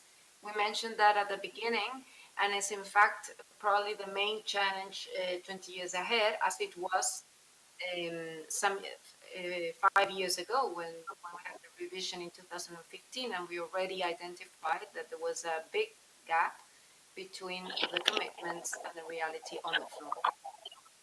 I think it's also very interesting to listen about the bottom-up approach and how local communities must be empowered and must have a role in the agenda and not only a responsibility. As I said at the beginning, this last month in the several events and meetings with women peacekeepers and regional and local organizations, we have heard many women say how they are carrying the responsibility of the peace and of the sustainable societies, but they don't have a seat in the decision making processes. So we are now trying to see if we have any experts that want to raise a question to the panelists. In the meantime, I am going to ask a question for those panelists who would like to answer, and it's regarding this last speech from Joanna Osei Tutu and how we must track the advances, track also the gaps, and how we must look at the actions that we're doing and the results. And therefore, I would like to ask Joanna Osei Tutu, but also Ambassador Marianne Sai and Ambassador Alberto Videla, who are now still in the room, how do they think that national action plans or national strategies are a useful instrument for this? We have been seeing that UN Women and, of course, the Secretary General of the United Nations, but also many other women peacekeeper and peace builders organizations have asked all the countries and regional organizations to have a national action. Of course, some of these countries have already implemented the third or even the fourth national action plan, and we are still having gaps. But as a very committed state, Spain, and having our national action plan in the monitoring review right now, we think it's a very useful instrument. So I would very much appreciate if we could have your vision on this national strategy's utility in the implementation of the agenda. Thank you very much.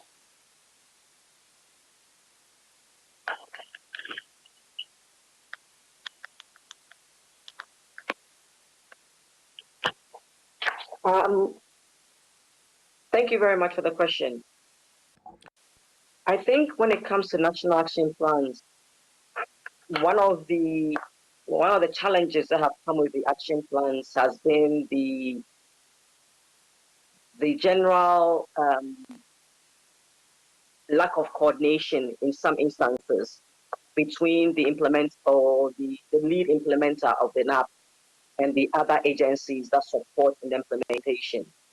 So, and I don't think this falls just with the National Action Plan, but it also happens in most institutions where we have what we call maybe the gender focal person or the gender advisor. So one, there's a gender advisor, there's a gender ministry, there's somebody in charge of gender, and there's a document that has to do with the gender issues. It's kind of left to that person to be in charge of implementation instead of the coordination of it. So it's similar to that. The National Action Plan is most often than not left to the implementation of the ministry in charge, which is the not the Ministry of Gender. Instead of the Ministry of Gender being the coordinating ministry. So then the Ministry of Gender is left to implement the NAP. Instead of the Ministry of Gender coordinating the implementation of the NAP. And so I think many ministries or many member states, with their first NAPs, the NAP was left to the Ministry of Gender to be the main implementer of the NAP. And so if you look at most of the second NAPs that came, the second generation NAPs that came about, there were better coordination mechanisms were put in place to bring on board the other agencies that are supposed to support the ministry in the implementation of the NAPS. So the Ministry of Defense, the Ministry of Interior, the Ministry of Finance, to make finances available for them for the NAPS activities, the Ministry of Youth, the Ministry of Sports, or whatever it says, Ministry of Education, Ministry of Manpower, or whatever it's called in the respective member states. So the main challenge has been the coordination among the respective ministries or agencies that were in charge of supporting the lead coordinator in the implementation of the NAP. And so that was the first generation NAPs. That was one of the challenges I was seeing from that. And I think the second generation NAPs try to address that by having a better coordination mechanism in place in the action plan to ensure that going forward there were coordinating mechanisms to help with the implementation. And so hopefully the second generation NAPs, there'll be better coordination amongst the member states, among the agencies, supports the member states to be more effective in the implementation. But also going forward, I think member states are also realizing the importance of having a more realistic action plan for the implementation of the NAP. And so drawing up a more realistic and more effective and cost-effective action plan that supports the NAP. And I think the second generation NAPs are more well in tune to what is the reality on the ground support. So I think when the second generation NAPs expire or run its course and it's been assessed, we can have a realistic, we can really look at that and see if the challenges that were identified in the first NAP also exist in the second NAP. And if they do, then we can do a comparative analysis and see between the first and second NAPs what were the where are we still having challenges, and we can go forward from there. I hope I've answered the question for you. Thank you very much. I think it was very useful to have your insight on the NAPS and especially on the coordination between the different agents and ministries, but also the consultation with civil society. I completely agree with you that the second generation NAPS have implemented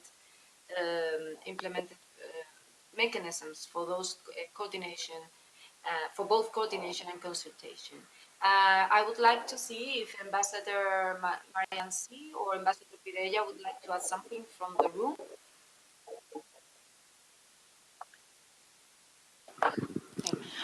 Est-ce que vous pouvez répéter, s'il vous plaît, la question? Elle m'a échappé. Can you please ask the question again?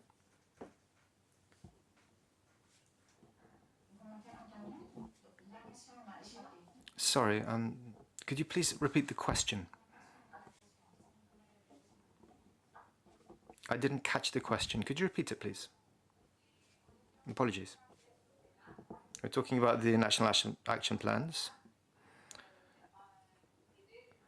and how these NAPs can help the implementation of involvement of more women in security.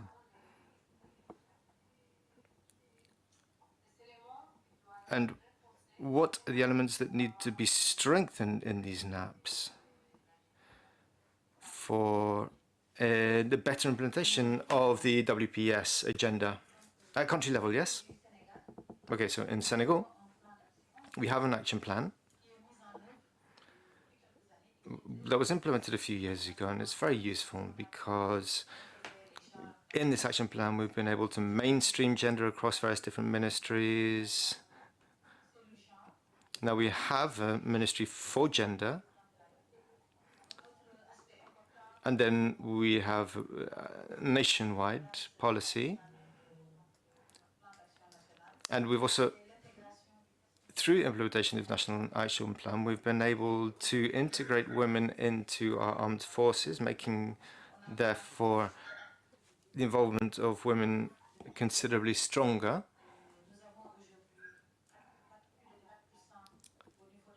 And now, the percentage of women in our arms forces is about 4%. We have more in our police force as well.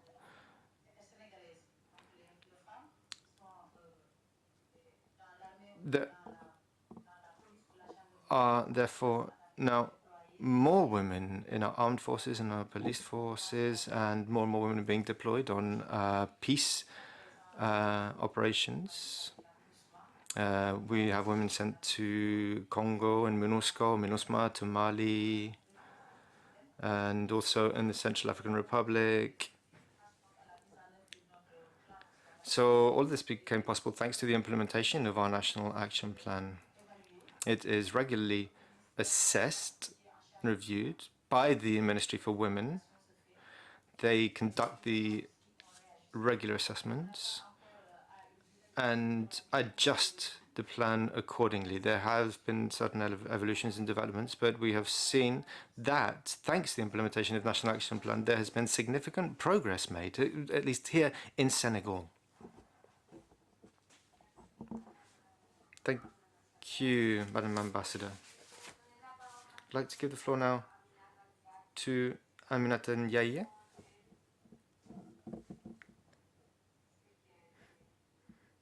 I would ask her to give us her thoughts.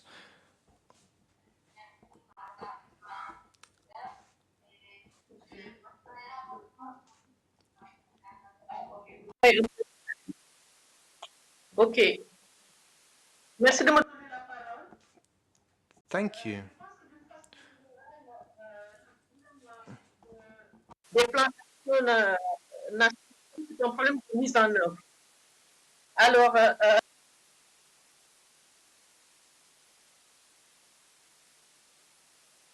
There's no audio signal. It is impossible to interpret. There's no audio signal. Je crois qu'on a les problèmes techniques. Aminata? We're having technical problems, Aminata.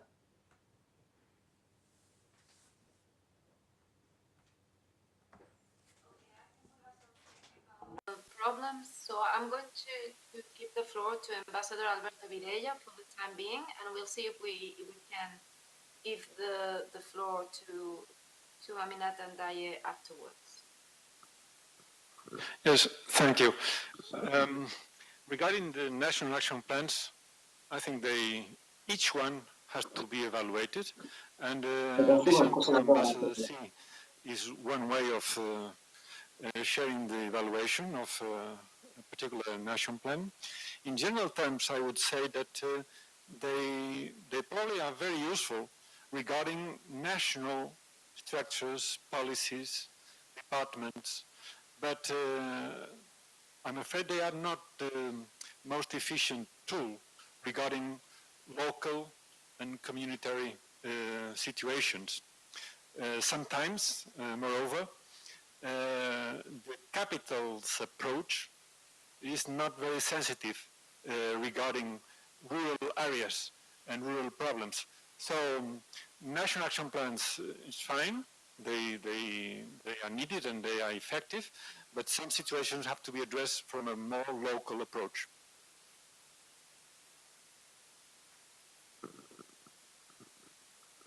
Thank you. Thank you very much, Ambassador, for underlining the importance of consultation with local organizations and civil society in order to have effective national action plan.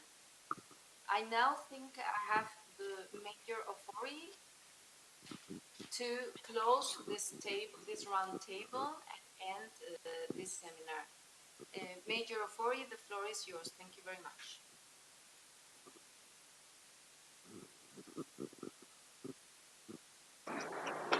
Well, thank you very much, moderator.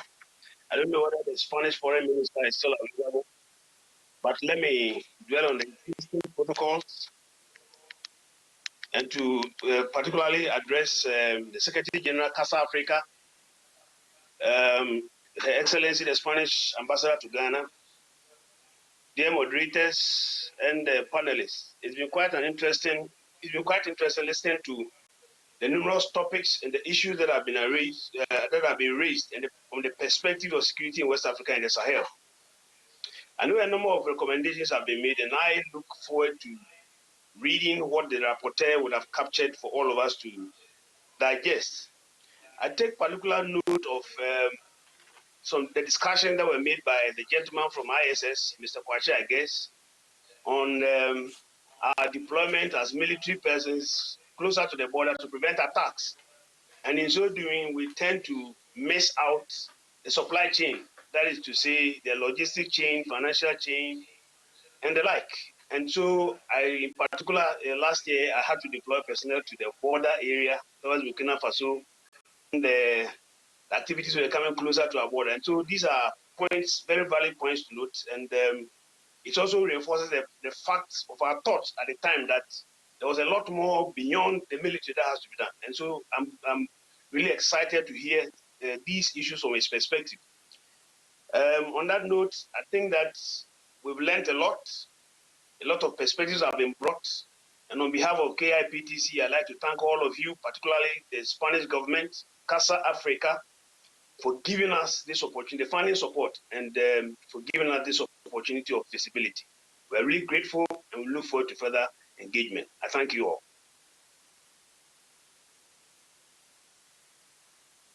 Thank you.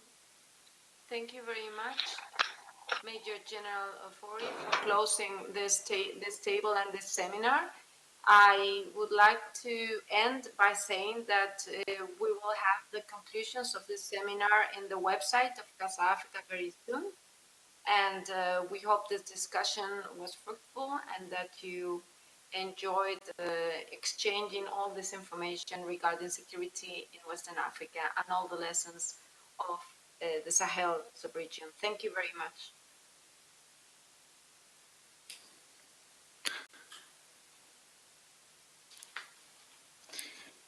Thank you very much, Clara. And on my part, just a few words to close this event. I think it's been a very interesting seminar where many new topics have been aroused on an issue that is really an emerging concern that in the future could be a real security problem, not only for the region, but for Africa and for the world as a whole.